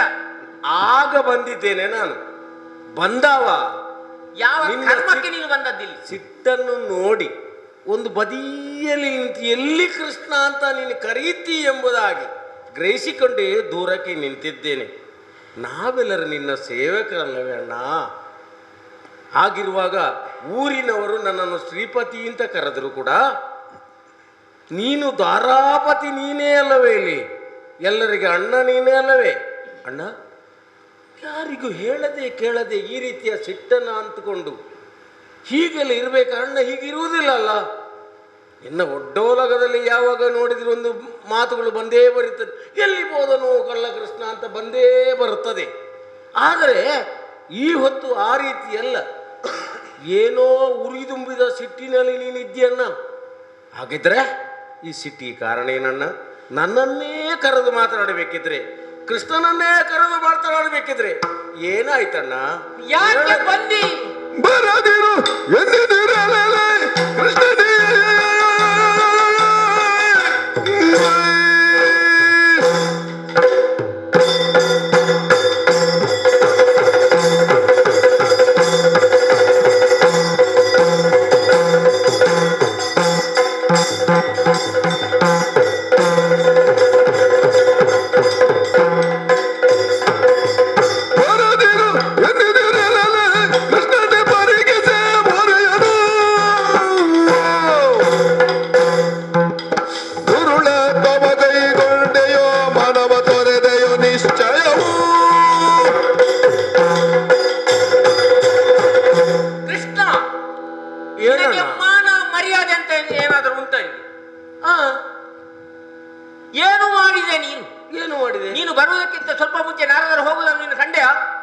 ನಾರದರನ್ನು ನಾನು ಕಾಣಲಿಲ್ಲ. ನಾರದರು ಬಂದ್ರ ಆಯ್ತು, ಮುಗಿದ ಹಾಗೆ ಪ್ರಸಂಗವೇ. ನಾರದರು ಬಂದ್ರ ನಿನ್ನ ಭಕ್ತ ಅಂತ ಲೋಕದಲ್ಲಿ ಎಲ್ಲ ಹೇಳಿಕೊಂಡು ಬರ್ತಾ ಇದ್ದಾರಲ್ಲ ಅವರು, ಅವರೇ ಹೇಳಿದಂತ ಕೆಲವೆಲ್ಲ ಮಾತುಗಳನ್ನು ಕೇಳಿ ನನಗೆ ಸಿಟ್ಟು ಬಂದದ್ದು. ಈಗ ಅದು ನನ್ನಲ್ಲಿ ನಾನು ನಿನ್ನಲ್ಲಿ ಕೇಳುದು, ನೀನು ಮೂಢತ್ವವನ್ನು ಯಾಕೆ ಕೈಗೊಂಡೆ ಅಂತ. ಅಲ್ಲ, ನನ್ನಲ್ಲಿ ಬರದೆ ನಿನ್ನಲ್ಲಿಗೆ ಬಂದು ಹೇಳಬೇಕಾದ್ರೆ ಬರುವಂತ ಗಹನವಾದಂತಹ ವಿಚಾರ ಇರುವುದಿಲ್ಲದೆ ನನ್ನಲ್ಲಿ ಬಂದೆ. ಹೌದವರು ಹೌದು, ನನ್ನಲ್ಲಿ ಹೇಳದೆ ನಿನ್ನಲ್ಲಿ ಹೇಳುವಂತ ಮಾತುಂಟು. ನಿನ್ನಲ್ಲಿ ಹೇಳುವಂತ ವಿಚಾರವನ್ನು ನಿನ್ನಲ್ಲಿ ಹೇಳುತ್ತಾ ಇದ್ದಾರಲ್ಲ, ಈಗ ಇವತ್ತು ನನ್ನಲ್ಲಿ ಹೇಳುವಂತ ವಿಚಾರಕ್ಕಾಗಿ ಇಲ್ಲಿ ಅವರು ಬಂದದ್ದು. ನಾನು ನಿನ್ನಲ್ಲಿ ಕೇಳಿದ್ದು ಯಾಕೆ ನಮ್ಮ ವಂಶದಲ್ಲಿ ಹುಟ್ಟಿ ಸತ್ಯ ಮಾರಾಯ, ಅದನ್ನೇ ನಾನು ಹೇಳುವುದು. ಯಾಕೆ ನಮ್ಮ ವಂಶದಲ್ಲಿ ನೀನು ಹುಟ್ಟಿದ್ದಿ ಎಂಬುದೇ ಅರ್ಥವಾಗುತ್ತಾ ಇಲ್ಲ. ನಿನಗೆ ಗೊತ್ತುಂಟು, ಯಾದವರು ನಾವು ರಾಜತ್ವವನ್ನು ಕಳ್ಕೊಂಡಂತಹ ಸ್ಥಿತಿಯಲ್ಲಿದ್ದವರು ನಾವು. ಅದಕ್ಕಾಗಿ ನೀನು ಮತ್ತು ನಾನು ಕೂಡಿಯೆಲ್ಲ ದುಡಿದದ್ದು. ಆ ಜರಾಸಂಧನಲ್ಲಿ ದೀರ್ಘವಾದಂತಹ ಹೋರಾಟವನ್ನು ಮಾಡಿದ್ದು ಯಾಕೆ ಬೇಕು? ದ್ವಾರಾವತಿಯ ನಿರ್ಮಾಣ ಮಾಡಿ ಆಯ್ತು. ಒಂದು ರೀತಿಯಲ್ಲಿ ಸ್ಥಾನ ಮಾನ ಘನತೆ ಗೌರವ ಏನುಂಟು ಅದು ನಮ್ಗೆ ಬೇಕು ಎಂಬ ನೆಲೆಯಲ್ಲಿ ಅಲ್ವಾ. ವರ್ತಮಾನದಲ್ಲಿ ನಿಮಗೆ ಗೊತ್ತುಂಟು, ರತ್ನಪೀಠದಲ್ಲಿ ನಾನು ಕುಳಿತುಕೊಂಡಿದ್ದೇನೆ. ಪ್ರಜೆಗಳ ಯೋಗಕ್ಷೇಮವನ್ನು ವಿಚಾರಿಸುವಂತಹ ಹೊಣೆಗಾರಿಕೆ ನನಗುಂಟು. ಪ್ರಜೆಗಳ ಕ್ಷೇಮದ ಹೊಣೆಗಾರಿಕೆಯೂ ನನಗುಂಟು. ಅಣ್ಣ, ಎಲ್ಲವನ್ನೂ ಅರಿತಂತಹ ನೀನು ಪ್ರಜೆಗಳಿಗೆ ಅಹಿತವಾದಂತಹ ಕಾರ್ಯವನ್ನು ಯಾಕೆ ಮಾಡಿದೆ ಅಣ್ಣ? ಅದನ್ನೇ ನಾನು ಕೇಳಲಿಕ್ಕೆ ನಿನ್ನಲ್ಲಿ ತಂದದ್ದು. ಅಣ್ಣ, ನಮ್ಮ ದ್ವಾರಕೆಯ ಸುತ್ತು ನೀರು ಆವರಿಸಿಕೊಂಡಿದ್ರು ಕೂಡ ನಿನಗೆ ಈ ರೀತಿಯ ಬಿಸಿ ಯಾಕಣ್ಣ? ಅದಲ್ವಾ, ಸುತ್ತ ನೀರು ಆವರಿಸಿಯು ನೀರೊಳಗಿರ್ದು ಬೆಮರ್ತನು ಈ ಬಲರಾಮಂ. ಅಣ್ಣ, ಯಾಕೆ ಜನ ಮನಸ್ಸಿದೆ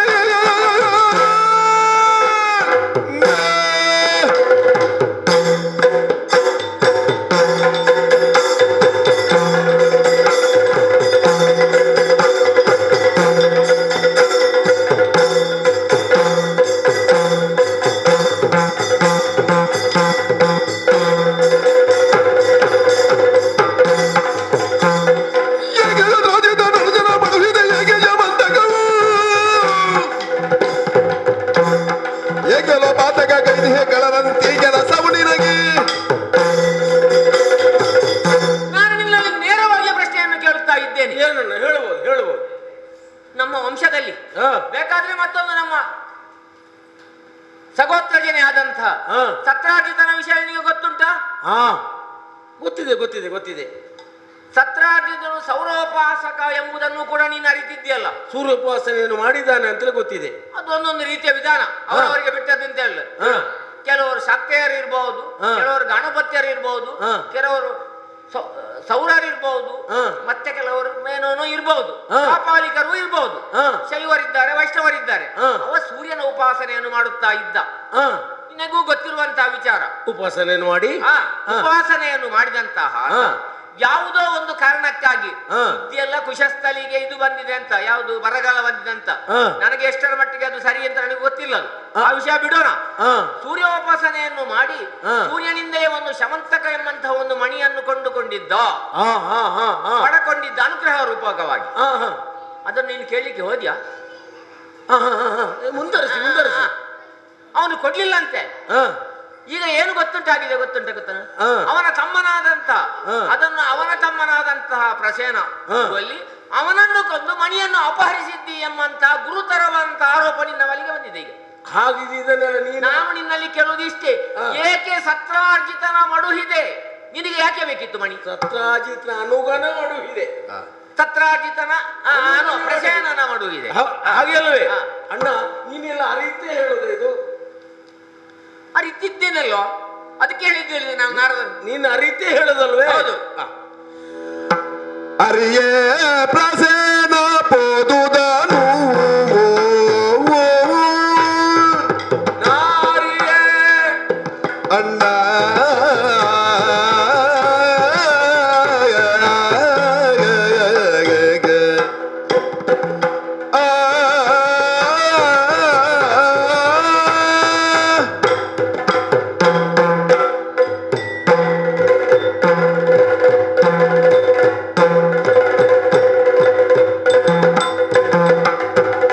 ಅರಿಯೇ ಪ್ರಾಸೀನ ಪೋದುದನು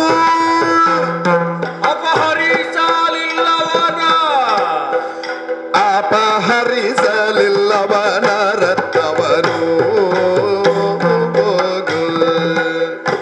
ಬರಿದೇಕೆ ಅಪವಾದ ಬರೆದೇ ತಗಪವಾದ ಬೇಳೆಂದುಳು ದೋಷ ಇರದು ಕೋಪವಿದೆ ತಗ್ರಜ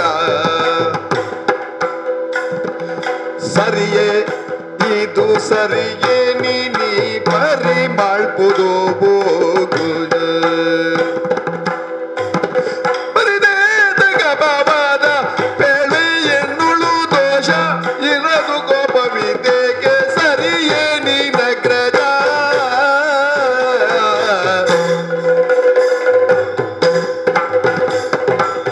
ಅರಿಯೇ ಪ್ರಸೇನ ಪೋದುದ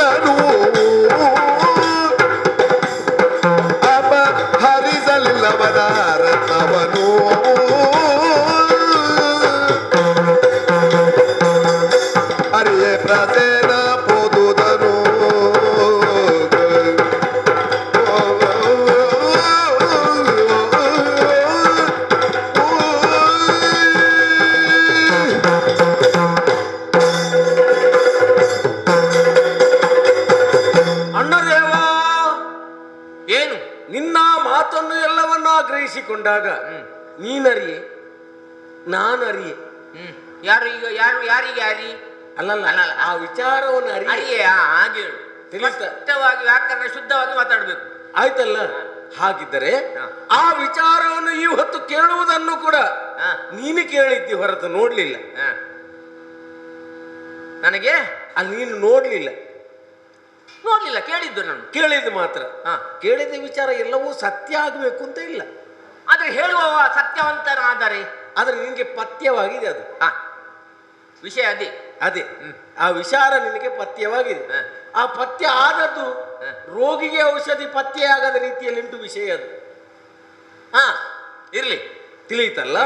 ಅಪರಾಧ ಸ್ಥಾನದಲ್ಲಿ ಈ ಕೃಷ್ಣನನ್ನು ನಿಲ್ಲಿಸಿ ನೀವು ವಿಚಾರ ಮಾಡ್ತೀತಿ ಎಂಬಾಗ ನೀನು ಹೇಳಿದ್ದೆಲ್ಲವೂ ಒಂದು ಮಟ್ಟಿಗೆ ಸತ್ಯ. ಅದು ಪ್ರಸೇನದ ಸಂಗತಿ, ಸಮಂತಕರ್ತವನ್ನು ಪಡೆದಂಥ ಸಂಗತಿ, ನಾನು ಕೇಳಲಿಕ್ಕೆ ಹೋದಂಥ ಸಂಗತಿ. ನಾನು ಹೋದದ್ದು ಆ ರೀತಿಯಲ್ಲಿ ಅಲ್ಲ. ಪ್ರಸೇನನ ಅಲ್ಲ, ಅವನ ಅಣ್ಣನ ಬಳಿ ಹೋಗಬೇಕು ಅಂತ ಇದ್ರೆ ಅಲ್ಲಿ ಒಂದು ಸ್ತ್ರೀರತ್ನ ಇತ್ತು ಅಂತ ನಾನು ಹೋದದ್ದು. ಸರಿಯಾಗಿ ಅರ್ಥ ಮಾಡಿಕೊಂಡ್ರೆ ಆ ಶ್ರೀರತ್ನವನ್ನು ಕೊಡುವ ರೀತಿಯಲ್ಲಿ ನಾನು ವಿಚಾರವಾಗಿ ನಾನು ಅವನಲ್ಲಿ ಕೊಂಕು ಮಾತಾಡಿದ್ದೆ ಅಂತ ಅವ ತಿಳ್ಕೊಂಡ. ತಿಳಿಯುತ್ತಲ್ಲ. ಇರ್ಲಿ. ಸತ್ರಾಜಿತನ ಮಗಳಾದಂತ ಸತ್ಯಭಾಮೆಯ ಆ ಶ್ರೀರತ್ನವನ್ನು ನೋಡಿ ಆ ಕಡೆಗೆ ಹೋದೆ ಹೊರತು ಆವಾಗ ಶ್ರೀರತ್ನದಲ್ಲಿ ಅಲ್ಲ ಈ ರತ್ನವು ಸಮಂತಕ ರತ್ನವು ಎಂಬ ದ್ವಂದ್ವದಲ್ಲಿ ಆ ಕಡೆಯಲ್ಲಿ ಆತನು ಇದ್ದ ಎಂಬುದಾಗಿ ನನಗೆ ಅರ್ಥವಾಯಿತು. ನನ್ನನ್ನು ನಿನ್ನ ತಮ್ಮ ಅಂತ ಲಕ್ಷ್ಯವೇ ಹರಿಸಲಿಲ್ಲ ಅಣ್ಣ ಅವತ್ತಿನಲ್ಲಿ.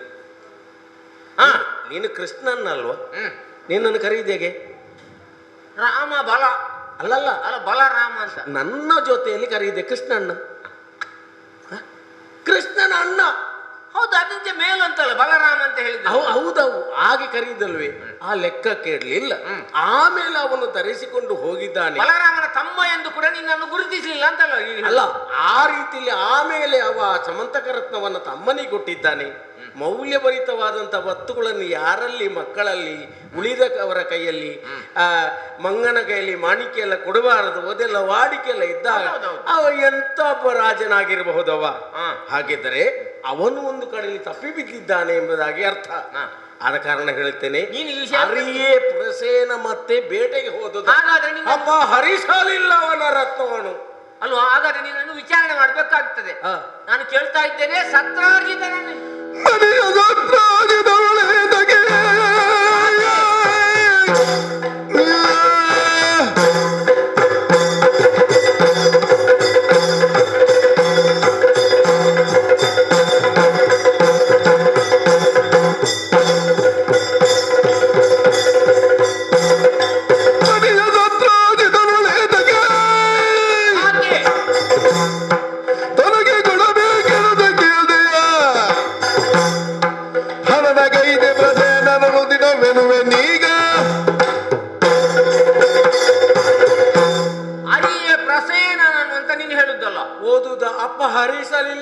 ಹರಿಸಲಿಲ್ಲವನ ರತ್ನವನು ಅಂತ ನಿನ್ನ ವಾದ. ಸಮರ್ಥನೆ. ಯಾವ ಎರಡು ರತ್ನವನ್ನು ಅಪಹರಿಸಲಿಲ್ಲ. ನಾನು ನಿನ್ನಲ್ಲಿ ಒಂದು ಮಾತನ್ನು ಕೇಳುದು, ಸತ್ರಾಜಿತನಲ್ಲಿಯೇ ನೀನು ಹೋದದ್ದೌದಾ? ಹೌದು. ಅವನಲ್ಲಿ ಆ ಮಣಿಯ ಇದ್ದುದನ್ನು ನಿನಗೆ ಒತ್ತುದದ್ದು ಕೂಡ ಸಹಜವ, ಹೌದಾ? ಮಣಿಯನ್ನಷ್ಟು ಲಕ್ಷ ಹರಿಸದೆ ಅವನಲ್ಲಿದ್ದ ಆ ರತ್ನವನ್ನು ಆ ಮಣಿಯನ್ನು ಮಾತ್ರ ಹೇಳಿದೆ ಅಲ್ಲ ಅಲ್ವಾ? ನೀನು ರತ್ನವನ್ನು ಕೊಡು ಅಂತ ಕೇಳಿದ್ದಿ ಅಂತ ಸುದ್ದಿ ಮೊದಲೇ ಇತ್ತು. ಉದ್ದೇಶ ಏನೋ ಇರ್ಬೋದು, ಅದು ಬೇರೆ ವಿಷಯ. ಅದು ಅವ ಕೊಡದಿರದಾಗ ನೀನವನಿಂದ ಮುನಿಸಿಕೊಂಡು ಬಂದಿದ್ದು ಹೌದಾ? ಅಂದ್ರೆ ಅಪೇಕ್ಷೆ ಪಟ್ಟದನ್ನೊಬ್ಬ ಕೊಡದೆ ಹೋದರೆ ಒಂದು ರೀತಿಯ ಮುಖವನ್ನು ಬಾಡಿಸಿಕೊಂಡು ಬಂದಿದ್ದೇನೆ. ಹೌದು. ಒಲಿದು ಬಂದದ್ದು ಬರದೇ ಇದ್ದರೆ ಮುನಿದು ಬರಸೆಳೆದು ತಂದದ್ದಾದರೂ ತರಬೇಕು ಎಂಬಂತ ಸಂಕಲ್ಪವನ್ನು ನೀನು ಹೊಂದಿದ್ಯೋ ಏನು? ಅವಗ್ರಹಿಸಿರ್ಬಹುದು. ಆ ಸಂದರ್ಭದಲ್ಲಿ ಇರಬಹುದು, ಅವಗ್ರಹಿಸಿರ್ಬಹುದು. ಯಾಕೆ ಕೇಳಿದ್ದು? ನನಗೆ ಅದು ವಿಷಯವೇ. ಹೌದೇ? ಆಗಿದ್ದರೆ ಈ ಹೊತ್ತು ನಾನು ಹೇಳುವಂತ ಮಾತಿನಲ್ಲಿ ಯಾವುದಲ್ಲಿ ನಿನಗೆ ಅರ್ಥಪೂರ್ಣವಾಗಿ ಸಿಗುವುದಿಲ್ಲ. ನಿಲ್ಲು, ಅವತಾರ ಮಾಡಬೇಡ, ನೀನು ಹಾರಬೇಡ. ಯಾವುದಕ್ಕೂ ಅರ್ಥಪೂರ್ಣವಾಗಿ ಸಿಗುವುದಿಲ್ಲ. ನಿನ್ನನ್ನು ಕೂಡ ನಂಬಿಕೊಂಡು ನಾನು ಈವರೆಗೆ ಬದುಕಿದವ ನಾನು. ನಮ್ಗೆ ಜನ್ಮದಾತಾರರು ಯಾರು? ಓಹೋ, ಹಾಗೆ ಇದ್ದಾರಲ್ಲ, ಯಾರು? ವಸುದೇವ ಆದಿಗಳು. ಜನಕ ಜನನಿಯರಾನೆ ಕೇಳು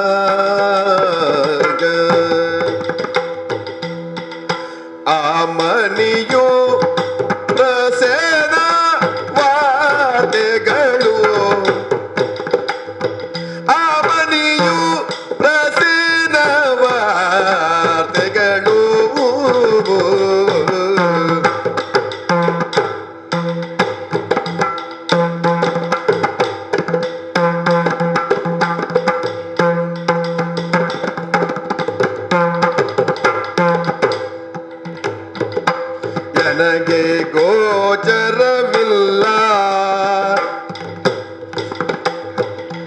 ದುರುಳ ಕೃತ್ಯಗಳಿಗೆ ಮನವ ಕೊಡೆ ನಾ ಮನವ ಕೊಡೆಗೆ ಎಲ್ದಿಗಾದರೂ ಎನಿಸ ಬೇಡನು ಮನ ವಕ್ರಜ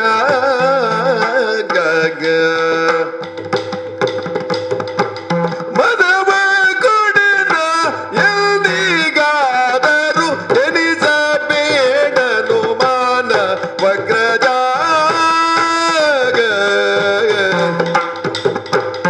ನನಗೆ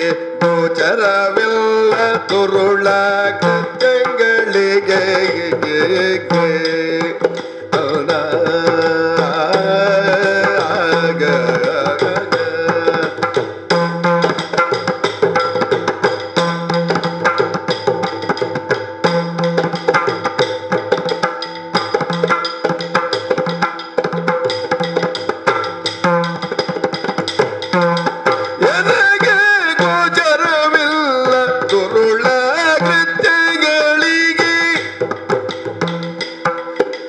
ಮನವ ಕೊಡೆನ ಎಂದಿಗಾದರೂ ಎನಿಸಬೇಡನು ಮಾನ ಮನದೊಳಗ ಜನಿಗೆ ಜನಗ ಜನನಿಯರಾಣೆ ಕೇಳು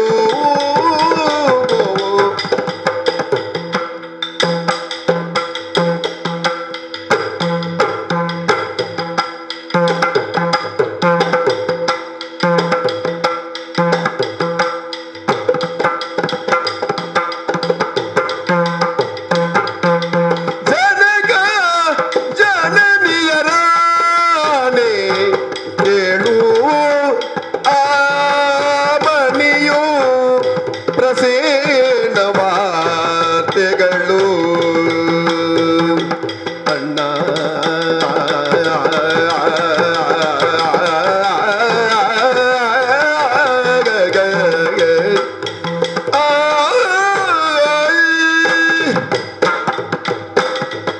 ಅಣ್ಣ, ತಮ್ಮ, ಬಾಲ್ಯದಲ್ಲೇ ನಮ್ಮ ಜೀವನವನ್ನು ಒಂದೇ ರೀತಿಯ ಸಮಾನಾಂತರವಾಗಿ ನಾವು ಸಾಗಿಸಿಕೊಂಡು ಬಂದವರು. ಆವಾಗ ಯಾವುದೇ ಒಂದು ರೀತಿಯ ಕಷ್ಟ ನಷ್ಟಗಳಲ್ಲಿ ಕೂಡ ಇಬ್ಬರು ಪಾಲ್ಗೊಂಡವರು ತಾನೆ. ಈಗ ಪ್ರೌಢಾವಸ್ಥೆಗೆ ಬಂದು ಯಾವುದೇ ಧರಕೆಯ ಅಧಿಪತ್ಯವನ್ನು ನೀನು ವಹಿಸಿದ್ರು ಕೂಡ, ಯುವರಾಜನಾಗಿ ಕೃಷ್ಣನಾಗಿ ಇದ್ರೂ ಕೂಡ, ಈಗ ಆಗುವ ಎಲ್ಲ ಯಾವತ್ತಲ ಬಗ್ಗೆ ನೀನು ಅಷ್ಟೇ ಗಮನ ಹರಿಸುವುದಿಲ್ಲವ ಎಂಬುದಾಗಿ ಆಶ್ಚರ್ಯ ಆಗುತ್ತಾ ಇದೆ. ಈ ಗಮನ ಹರಿಸಿದ್ದೊಂದು ಒಳ್ಳೆಯದಾಯಿತು ಅಂತ ಹೇಳ್ತಾ ಇದ್ದೇನೆ. ನಿನ್ನಲ್ಲಿ ಯಾವ ರೀತಿಯ ಮಾತಲ್ಲಿ ನಾನು ಹೇಳಿದ್ರು ಕೂಡ ನನ್ನಲ್ಲಿ ವಿಶ್ವಾಸವನ್ನೇ ಬರುವುದಿಲ್ಲ ನಿನಗೆ. ಅಪಾರದ ಅಷ್ಟು ತೀವ್ರತೆ ಉಂಟು. ಆದರೆ ತೀವ್ರತೆ ಉಂಟು ಅಂತ ನಿನಗೆ ಗೊತ್ತಾಗುವುದು ಅಂತ ಇದ್ರೆ ನಾನು ಆಗ ಹೇಳಿದ ಹಾಗೆ ಯಾವುದೇ ವಿಚಾರಗಳು ನಿನಗೆ ಪತ್ತೆ ಆಗುವುದಿಲ್ಲ ಮಾತು ಅಂತ ಆದ್ರೆ ತಪ್ಪು ಮಾಡಿದವ ನನ್ನ ತಮ್ಮನಲ್ಲೋ, ಪ್ರಜೆಗಳಿಗೆ ಹೇಗೆ ಮುಖ ತೋರಿಸಬೇಕು? ಸತ್ಯವಾಗಿ ಹೇಳ್ತಾ ಇದ್ದೆ ನನ್ನ ಈ ಕೃಷ್ಣನು ಯಾವಾಗ ಕಪಟ ನಾಟಕ ಸೂತ್ರಧಾರಿ ಎಂಬುದೇ ಉಳಿದವರು ಹೇಳಿದ್ರು ಕೂಡ ನಿನ್ನಲ್ಲದ ಕಪಟ ಆದಿತಣ್ಣ. ವಾಸ್ತವ ಪ್ರಪಂಚಕ್ಕೆ ಬೇಕಾದಂತ ವ್ಯವಹಾರಬದ್ಧವಾಗಿ ನಡೆಯಬೇಕಾದುದು ನಮ್ಮ ಧರ್ಮ. ದೇವತ್ವ ಒಂದು ನೆಲೆಯಲ್ಲಿ, ಮಾನುಷ ಪ್ರಪಂಚ ಮತ್ತೊಂದು ನೆಲೆಯಲ್ಲಿ. ಇದನ್ನು ನೀನು ಅರ್ಥೈಸಿಕೊಳ್ಳಬೇಕು. ಹಾಗಿದ್ರೆ ನಿನ್ನಲ್ಲಿ ಈ ವಿಚಾರ ಬರಬೇಕು ಅಂತ ಇದ್ರು ಕೂಡ ದೇವನಾದವನ ಮೇಲೆ ಕೂಡ ಅಲ್ಲ, ನನ್ನಂತವನ ಮೇಲೆ ಕೂಡ ಈ ರೀತಿ ಅಪವಾದ ಬರುತ್ತದೆ ಎಂಬಾಗ ಅದನ್ನು ತಿಳಿಯಾಗಿ ಅದನ್ನು ವಿಚಾರಿಸುವುದು ಒಳ್ಳೆಯದು ಎಂಬುದಾಗಿ ಬಂದದ್ದು ಒಳ್ಳೇದಾಯಿತು ಅಂತ ಹೇಳ್ತಾ ಇದ್ದೇನೆ ನಾನು. ಹಾಗಿದ್ರೆ ಸ್ವೀಕರಿಸಬೇಕಾದ ಸರಿಯಾಗಿ ಆಗಿ ಹೇಳ್ತಾ ಇದ್ದೇನೆ. ಏನು? ನಮ್ಮ ಜನನಿ ಜನಕರ ಆಣೆಯಾಗಿ ಹೇಳ್ತಾ ಇದ್ದೇನೆ. ಪ್ರಸೇನನ ಮಣಿಯೇ ಆಗಲಿ, ಸತ್ರಾಜಿತನೇ ಆಗಲಿ, ಯಾವುದೇ ಆಗಲಿ ಈ ದೋಷ ಕರ್ಮಗಳನ್ನು ಕೊಂದು ಮಣಿಯನ್ನು ಪಡೆಯುವಷ್ಟು ಅಷ್ಟು ನೀಚನೇ ಕೃಷ್ಣ. ಅವನನ್ನು ಪಡಿಬೇಕು ಅಂತ ಇದ್ರೆ ಯಾರು ಅವರಿಗೆ ಹೇಳಿರ್ಬೇಕು ಒಂದ ಆ ಮಣಿಯನ್ನು ಪಡೆದಿದ್ದಾನೆ ಎಂಬುದಾಗಿ ಕಿವಿಯಿಂದ ಕಿವಿಗೆ ಬರುವಾಗ ಒಂದು ಮಾತಿಗೆ ಸೇರಿಕೊಂಡದು ಈ ರೀತಿಯಲ್ಲಿ ಕೃಷ್ಣನೇ ಕಳ್ಳ ಎಂಬ ಒಂದು ಮಾತನ್ನು ಜೊತೆಗೆ ಸೇರಿಸಿಕೊಂಡು ಈ ರೀತಿ ಅಪವಾದವನ್ನು ಮಾಡಿದ್ದಾನೆ ಎಂಬುದಕ್ಕೆ ನೀ ಬಂದಿರಬೇಕಣ್ಣ. ಸತ್ಯವಾಗಿ ಆದ್ರೆ ಹೇಳ್ತಾ ಇದ್ದೇನೆ, ನಿನ್ನ ಎರಡೂ ಪಾದಗಳನ್ನು ಮುಟ್ಟಿ ಹೇಳ್ತಾ ಇದ್ದೇನೆ ಅಣ್ಣ, ಈ ಅಪರಾಧವನ್ನ ಈ ಕೃಷ್ಣ ಎಸಗಲಿಲ್ಲ. ಸ್ವಲ್ಪ ಸಮಾಧಾನ ಆಯ್ತು. ಹಾಗಾದ್ರೆ ನಿನ್ನಲ್ಲಿ ವಂಚನೆ ಇಲ್ವಲ್ಲ?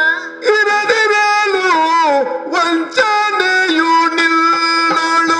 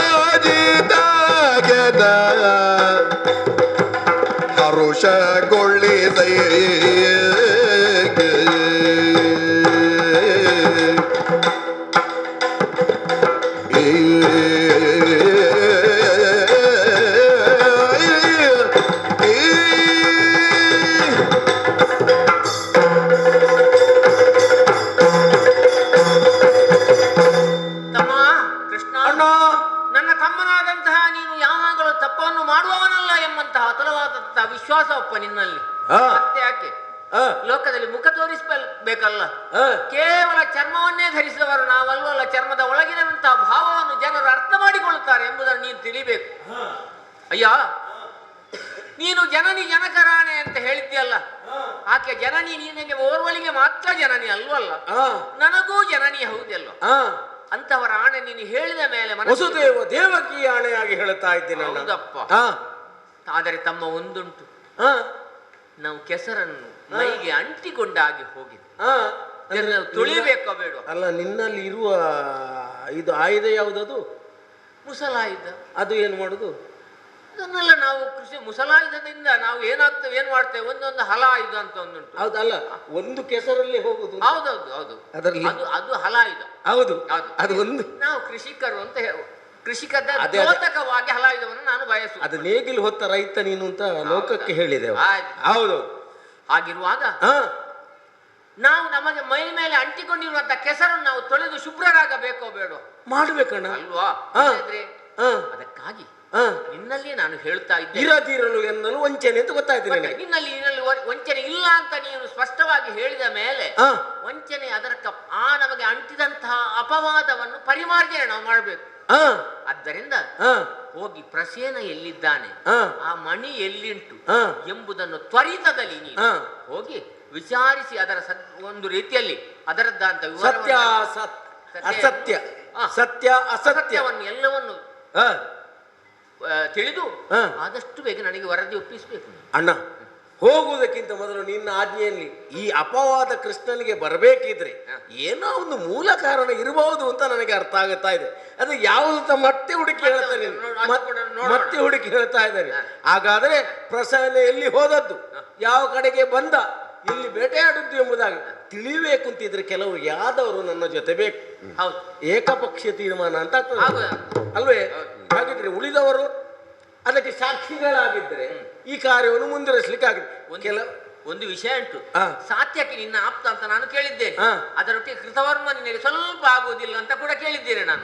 ಅದನ್ನ ಇಬ್ಬರನ್ನು ಕರ್ಕೊಂಡು ಹೋಗ್ಬೇಕು ನೀನು, ಯಾಕಂತ ಕೇಳಿದ್ರೆ ನಾವು ಪರಿಶುದ್ಧರಾಗಬೇಕು. ಅದಕ್ಕೆ ಆಗಿದ್ರೆ ಹಿತಮಿತವಾದಂತಹ ಪರಿವಾರದೊಟ್ಟಿಗೆ ಹೋದ್ರೆ ಒಳ್ಳೆ. ಪ್ರಸೇನ ಯಾವ ಕಡೆಗೆ ಹೋದ್ದು ಆ ತಳವನ್ನು ಅರಸುತ್ತಾ ಆ ಕಡೆಗೆ ಹೋಗ್ತಾನೆ, ಆ ಕಡೆ ಹೋಗ್ತಾನೆ.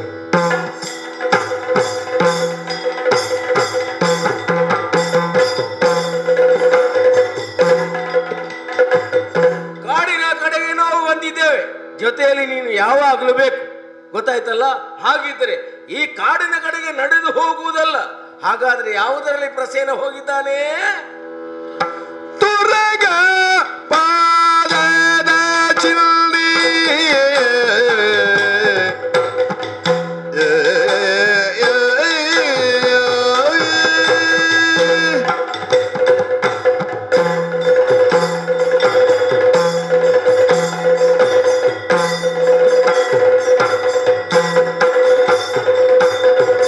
ತುರಗ ಪಾದದ ಚಿಲ್ಲಿ ಅರಸೂತೈ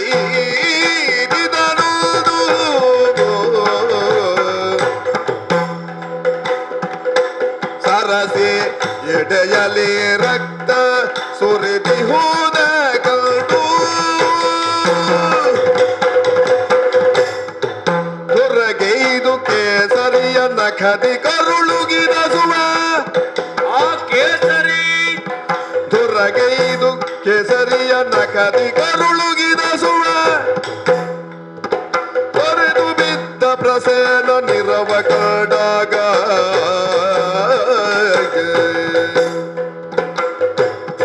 ತುರಗಪಾದದ ಚಿಲ್ಲೆಯರ ಸುತೈದಿದ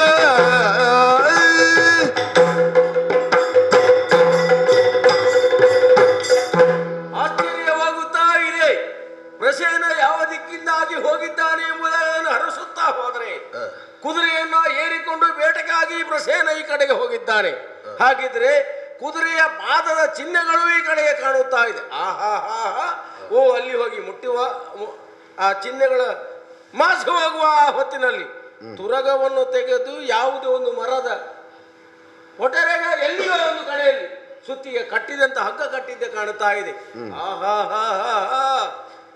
ಆ ಯಾವುದೇ ತುರಗವನ್ನ ಒಂದು ಕೇಸರಿ ಬಂದು ಕೇಸರಿಯ ನಖದಿಂದ ಸಿಗಿದು ಬಗೆದು ತಿಂದ ರೀತಿಯಲ್ಲಿ ಕಾಣುತ್ತಾ ಇದೆ. ತುರಗವನ್ನೂ ತಿಂದಾಗಿದೆ, ಈತನನ್ನೂ ತಿಂದಾಗಿದೆ. ಹಾಗಿದ್ರೆ ಕೇಸರಿ ಇದನ್ನು ತಿಂದು ಮುಂದೆ ಸಾಗಿದೆ ಅಂತ ಗೊತ್ತಾಗುತ್ತಾ ಇದೆ.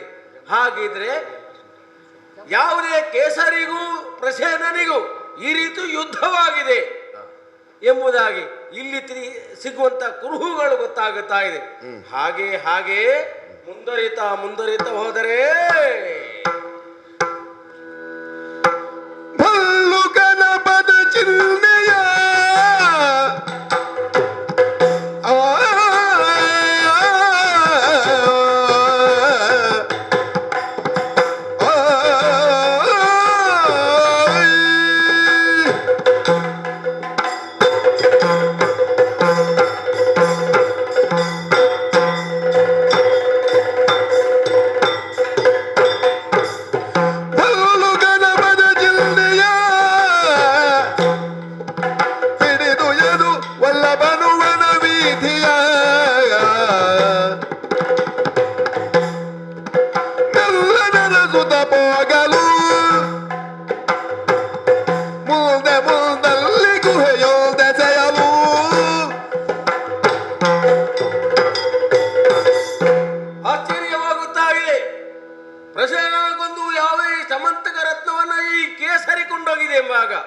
ಆ ಕಡೆಯಿಂದ ಬಲ್ಲುಕನ ಪದ ಚಿಹ್ನೆ ಕಾಣುತ್ತಾ ಇದೆ, ಅರ್ಥಾತ್ ಕರಡಿಯ ಪದ ಚಿಹ್ನೆ ಕಾಣುತ್ತಾ ಇದೆ. ಸ್ವಲ್ಪ ಮುಂದಕ್ಕೆ ಮುಂದಕ್ಕೆ ನೋಡುತ್ತಾ ಹೋದರೆ ಬಲ್ಲುಕವು ಯಾವುದೇ ಸಿಂಹವು ಜೊತೆಯಾಗಿ ಯುದ್ಧ ಮಾಡಿದ್ದು ಕಾಣುತ್ತಾ ಇದೆ. ಆ ಸಿಂಹದ ಮಾಂಸವು ಅಲ್ಲಿ ಅಲ್ಲಿ ಅಲ್ಲಿ ಅಲ್ಲಿ ಅಲ್ಲಿ ಯುದ್ಧದನ್ನು ಕಾಣುತ್ತಾ ಇದ್ದೇವೆ. ಮತ್ತೆ ನೋಡುತ್ತಾ ನೋಡುತ್ತಾ ಹೋದಾಗ ಬರೇ ಬಲ್ಲುಕನ ಪದಚಿಹ್ನೆ ಕಾಣುತ್ತಾ ಇದೆ. ಆ ಬಲ್ಲುಕನ ಪದಚಿಹ್ನೆ ಎಲ್ಲಿವರೆಗೆ ಇದೆ ಎಂಬುದಾಗಿ ಹರಸುತ್ತಾ ಹರಸುತ್ತಾ ಹರಸುತ್ತಾ ಮುಂದಕ್ಕೆ ಸಾಗಿದಾಗ ದೂರದಲ್ಲಿ ಯಾವುದೋ ಒಂದು ಗುಹೆ ಕಾಣುತ್ತಾ ಇದೆ. ಆ ಗುಹೆ ಒಳಗೆ ಬಲ್ಲೂಕನು ಈ ಕೇಸರಿಯನ್ನು ಕೊಂದು ಈ ಸಮಂತಕವನ್ನು ಕೊಂಡು ಹೋಗಿರಬಹುದು ಎಂಬುದಾಗಿ ಅರ್ಥವಾಗುತ್ತಾ ಇದೆ. ಉಳಿದ ಅವರು ನಮ್ಮವರು ಎಲ್ಲರೂ ಕೂಡ ಈ ರೀತಿಯ ಕುರುಹುಗಳನ್ನು ನೋಡಿದರಲ್ಲ, ಹೌದು ಹೌದು ಎಂಬುದಾಗಿ ಗೊತ್ತಾಗುತ್ತಾ ಇದೆ. ಒಬ್ಬಾತ ಸತ್ತಿದ್ದಾನೆ, ಸಿಂಹ ಸತ್ತಿದೆ, ಬಲ್ಲೂಕಕ್ಕೂ ಸಿಂಹಕ್ಕೂ ಯಾವುದೋ ಯುದ್ಧ ಆಗಿದೆ. ಇಲ್ಲಿ ಎಲ್ಲಿ ಹರಸಿದ್ರು ಕೂಡ ಆ ಸಮಂತಕ ರತ್ನವು ಇಲ್ಲ ಅಂತ ಆಗುವಾಗ ಏನು ಮಾಡೋದು? ಹಾ ಹಾ ಹಾ ಹಾ ಬರಬರುತ್ತು ಗುಹೆ ಹತ್ತಿರಕ್ಕೆ ಬಂದಾಗ ಇದರ ಒಳಗೆ ಇರಬಹುದು, ಕರಡಿ ಎಲ್ಲ ಗುಹೆ ಒಳಗೆ ಎಲ್ಲ ತನ್ನ ವಾಸವನ್ನು ಇಟ್ಟುಕೊಳ್ಳುತ್ತದೆ ಎಂಬುದಾಗಿ ಹೇಳಿದ್ದೇವೆ. ಹಾಗಿದ್ರೆ ಈ ಗುಹೆ ಒಳಗೆ ಇರಬಹುದು ಅಂತಾದರೆ ನಾನು ಒಬ್ಬನೇ ಹೋಗುದು ಸರಿಯಾ, ಉಳಿದವರನ್ನು ಕರ್ಕೊಂಡು ಹೋಗುದು ಸರಿಯಾ? ಹಾಗಾದ್ರೆ ಉಳಿದ ವೀರರೇ, ನನ್ನ ಜೊತೆಯಲ್ಲಿ ಬಂದಂತ ಎಲ್ಲರೂ ಕೂಡ ಕೇಳಬೇಕಾಗಿದೆ. ನೀವು ಎಲ್ಲರೂ ಕೂಡ ಗುಹೆಯ ಹೊರಗೆ ನಿಂತುಕೊಂಡು ನಾನು ಎಷ್ಟು ಸಮಯ ಅಲ್ಲಿ ಹೋಗಿ ಬಂದು ಈ ವಿಚಾರವನ್ನು ತಿಳಿದುಕೊಳ್ಳಲಿಕ್ಕೆ ನನಗೆ ಅವಕಾಶ ಆಗುತ್ತದೆ ಅಂತ ಹೇಳಲಿಕ್ಕೆ ಆಗುವುದಿಲ್ಲ. ಆದ ಕಾರಣ ಎಲ್ಲಾ ರೀತಿಯ ರಕ್ಷಣೆಗೂ ಒಂದು ರೀತಿ ಆಯಿತು, ನೀವು ಇಲ್ಲಿಯ ವಿಚಾರವನ್ನು ತಿಳಿಲಿಕ್ಕೆ ಬೇಕಾಗಿ ಆಯಿತು. ಆದ ಕಾರಣ ಗುಹೆ ಹೊರಗಿರಿ, ನಾನು ಗುಹೆ ಒಳಗೆ ಮೆಲ್ಲಗೆ ಮೆಲ್ಲಗೆ ಮೆಲ್ಲಗೆ ಕತ್ತಲು ಆವರಿಸಿದೆ. ಹಾಗಾದ್ರೆ ಈ ಗುಹೆ ಒಳಗೆ ಹೋಗುತ್ತಾ ಇದೆ, ಬೆಳಕು ಕಾಣುತ್ತಾ ಇದೆ, ಬೆಳಕು ಕಾಣುತ್ತಾ ಇದೆ. ಶರದ ಋತು ಪೂರ್ಣಿಮೆಯ ಶರದ ಋತು ಪೂರ್ಣಿಮೆಯ ಉದಯ ಚಂದಿರ ಕಾಂತಿ,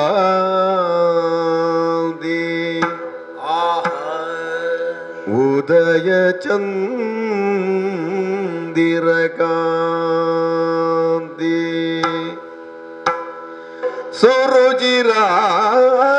ಸುರುಚಿರಾನನದಿಂದ ಶೋಭಿಸುತ್ತ ಎಂತ ಸ್ವಭಾಗು ಸುರುಚಿರಾನನದಿಂದ ಶೋಭಿಸುತ್ತ ಅದು ವಿಭವದಿಂದ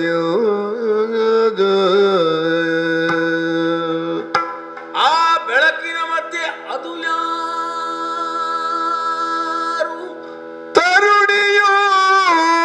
ತರುಣಿಯೋರ್ವಳೆ ಕುಳಿತು ಬಾಲಕನ ತೊಟ್ಟಿಲೋ ಆ ಬಾಲಕನ ತೊಟ್ಟಿಲನ್ನು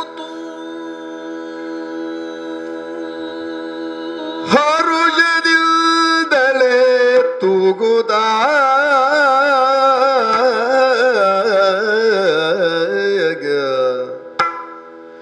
ಗಿರಿಜೆ ರಮೇ ವಾಣಿಯರ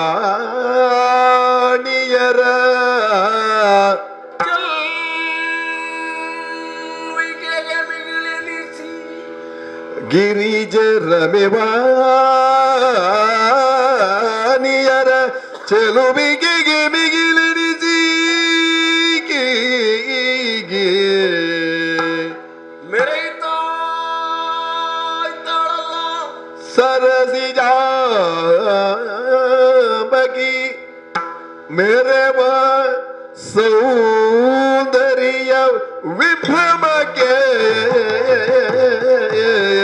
ಮೆರೆವ ಸೌಂದರ್ಯದ ವಿಭ್ರಮವೇ ಬೆರಗಾಗಿ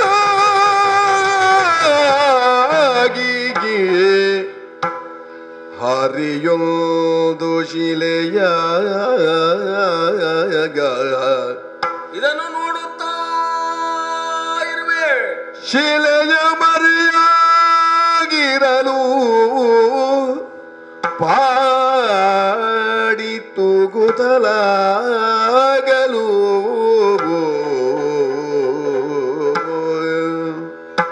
ಶರದ ಋತು ಪೂರ್ಣಿಮೆಯ ಉದಯ ಚೌದಿರ ಕಾಂತೆಗೆ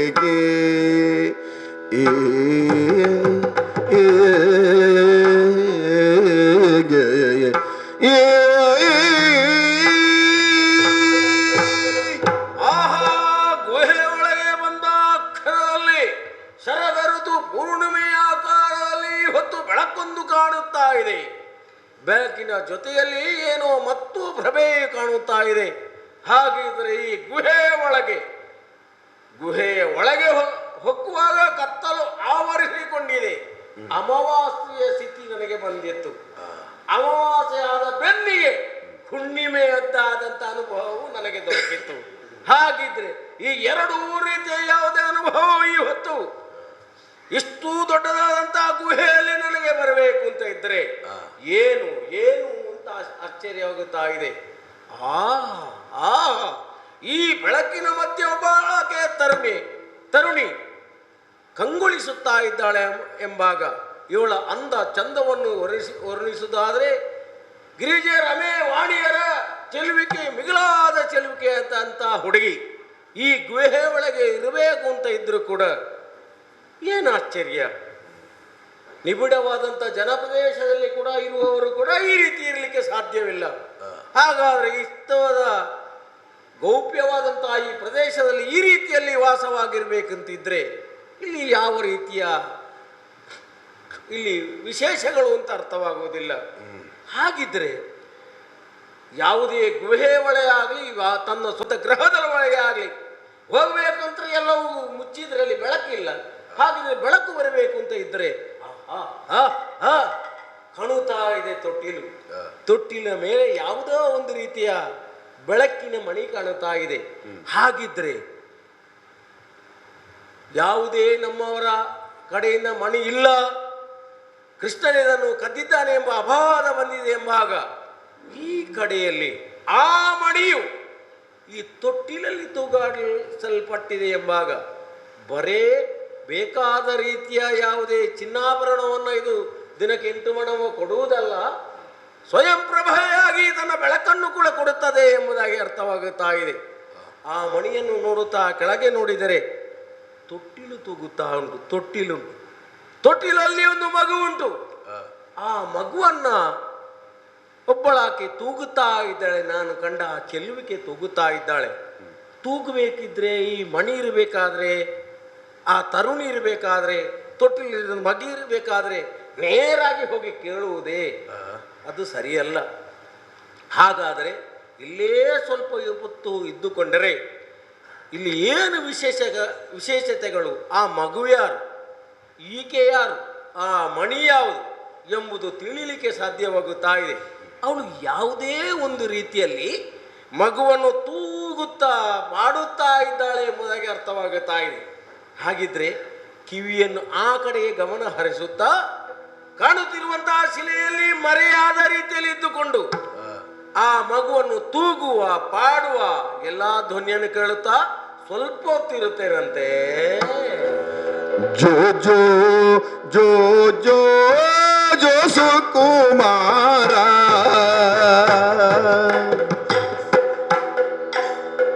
ಜೋ ಜೋ ಸದ್ಗುಣ ಧೀರ ಶೃಂಗಾರ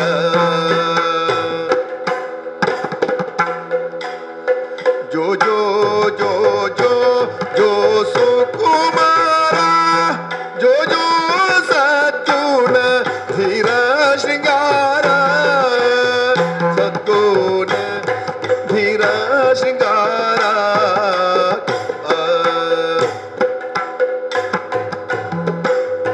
ಜೋ ಜೋ ಜಾಂಬವ ತರಳ ಪ್ರವೀರ ಯಾರೋ ಜಾಂಬವ ತರಳ ಜೋ ಜೋ ಜಾಂಬವ ತರಳ ಪ್ರವೀರ ಜೋ ಜೋ ಪಲ್ಲುಕ ರಾಜಾದಿರಾಜ ಜೋ ಜೋ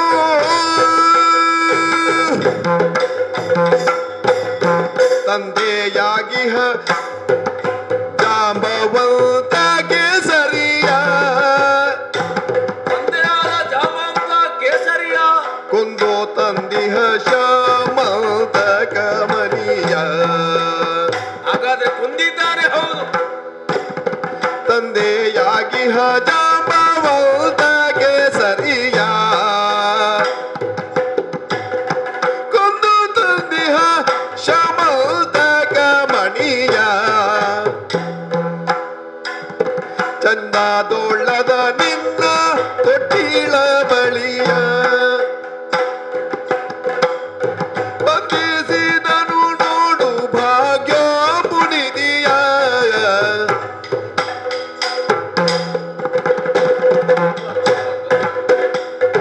ಜೋ ಜೋ ಜೋ ಜೋ ಸುಕುಮಾರ ಜೋ ಜೋ ಸದ್ಗುಣ ಧೀರ ಶೃಂಗಾರ ಜೋ ಜೋ ಜೋ ಜೋ ಜೋ ಜೋ ಜೋ ಜೋ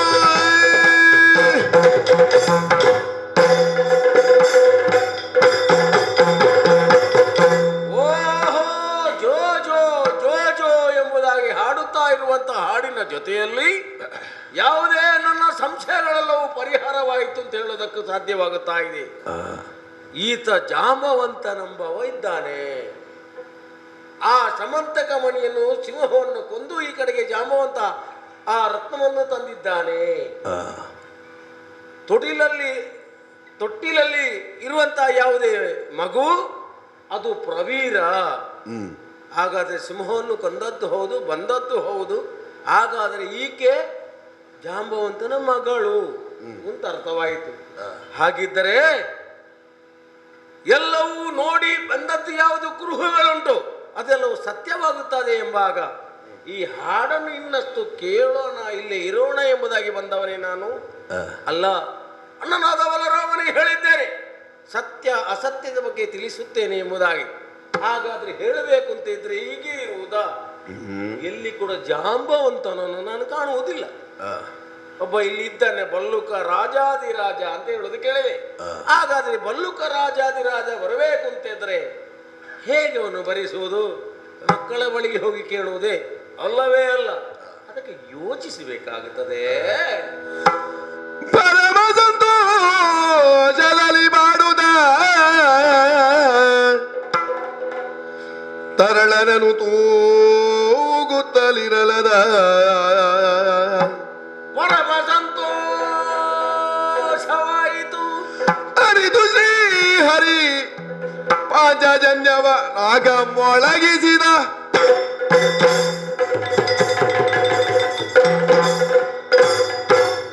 ಇಲ್ಲಿ ನೋಡಿದ ಯಾವುದೇ ದೃಶ್ಯಗಳು ಕೇಳಿದಂತಹ ವಿಚಾರಗಳು ಎಲ್ಲವೂ ಪುರ ಪರಮ ಸಂತೋಷವಾಯಿತು.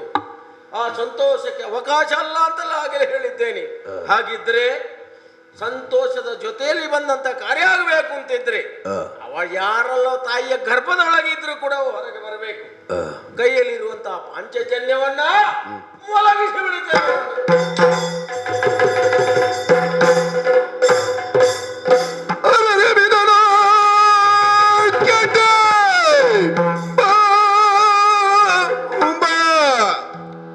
ಪರಮ ಭೀಕರವೇನಿದೆ ನಮೂ ಕೆರಳಿಯ ಬಡಿಗುತ್ತ ಜಾಂಬವ ಬಂದು ಪರಿಗಿಸುತ್ತ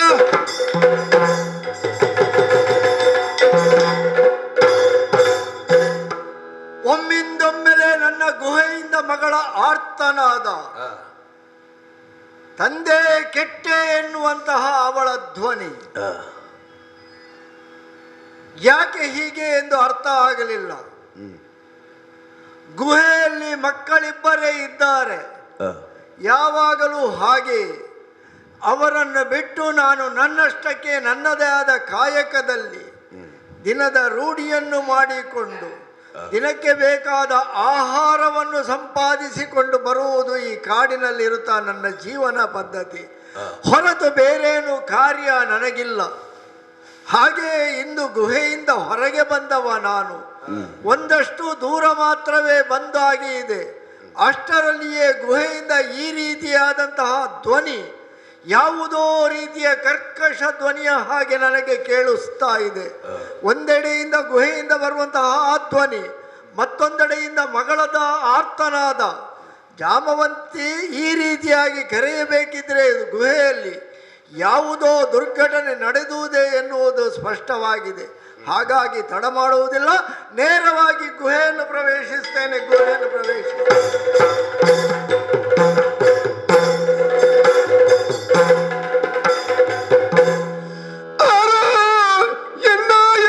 ಗುಹೆಯ ಸ್ವಾತಂತ್ರ್ಯದಿ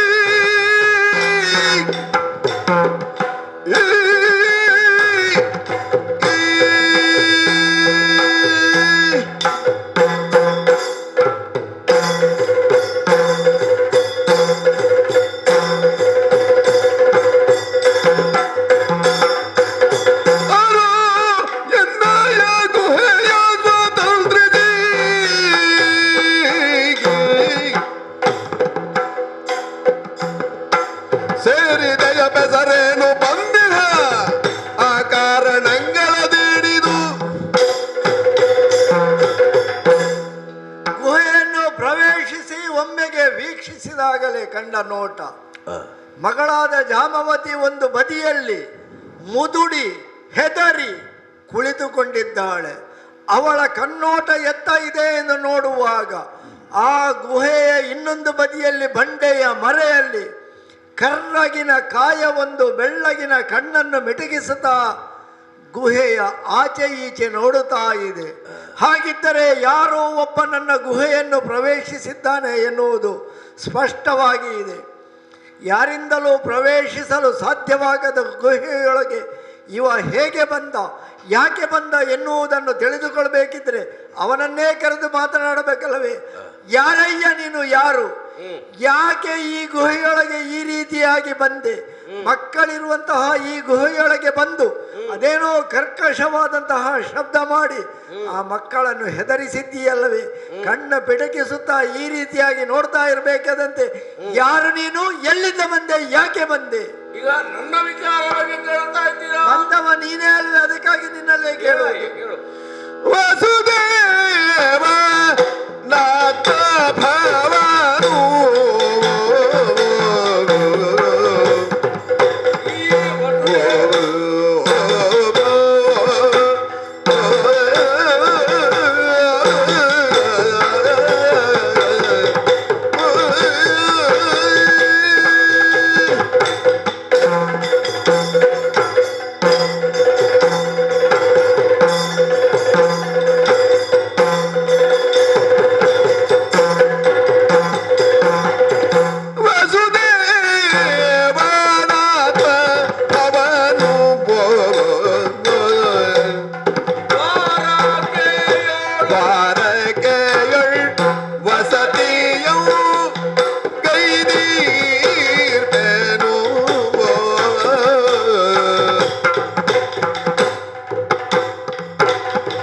ವಸುದೇವನಾತ್ಮ ಭವನು ದ್ವಾರಕೆಯೊಳ ಸತಿಯು ಗೈದೀರ್ಬೆನು.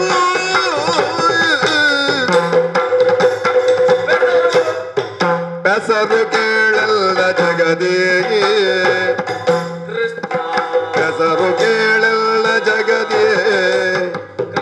ಕೃಷ್ಣ ಕೃಷ್ಣ ಶ್ರೀ ಕೃಷ್ಣನೆಂದು ಸಿರುವರು ಪ್ರಖ್ಯಾತದಿ.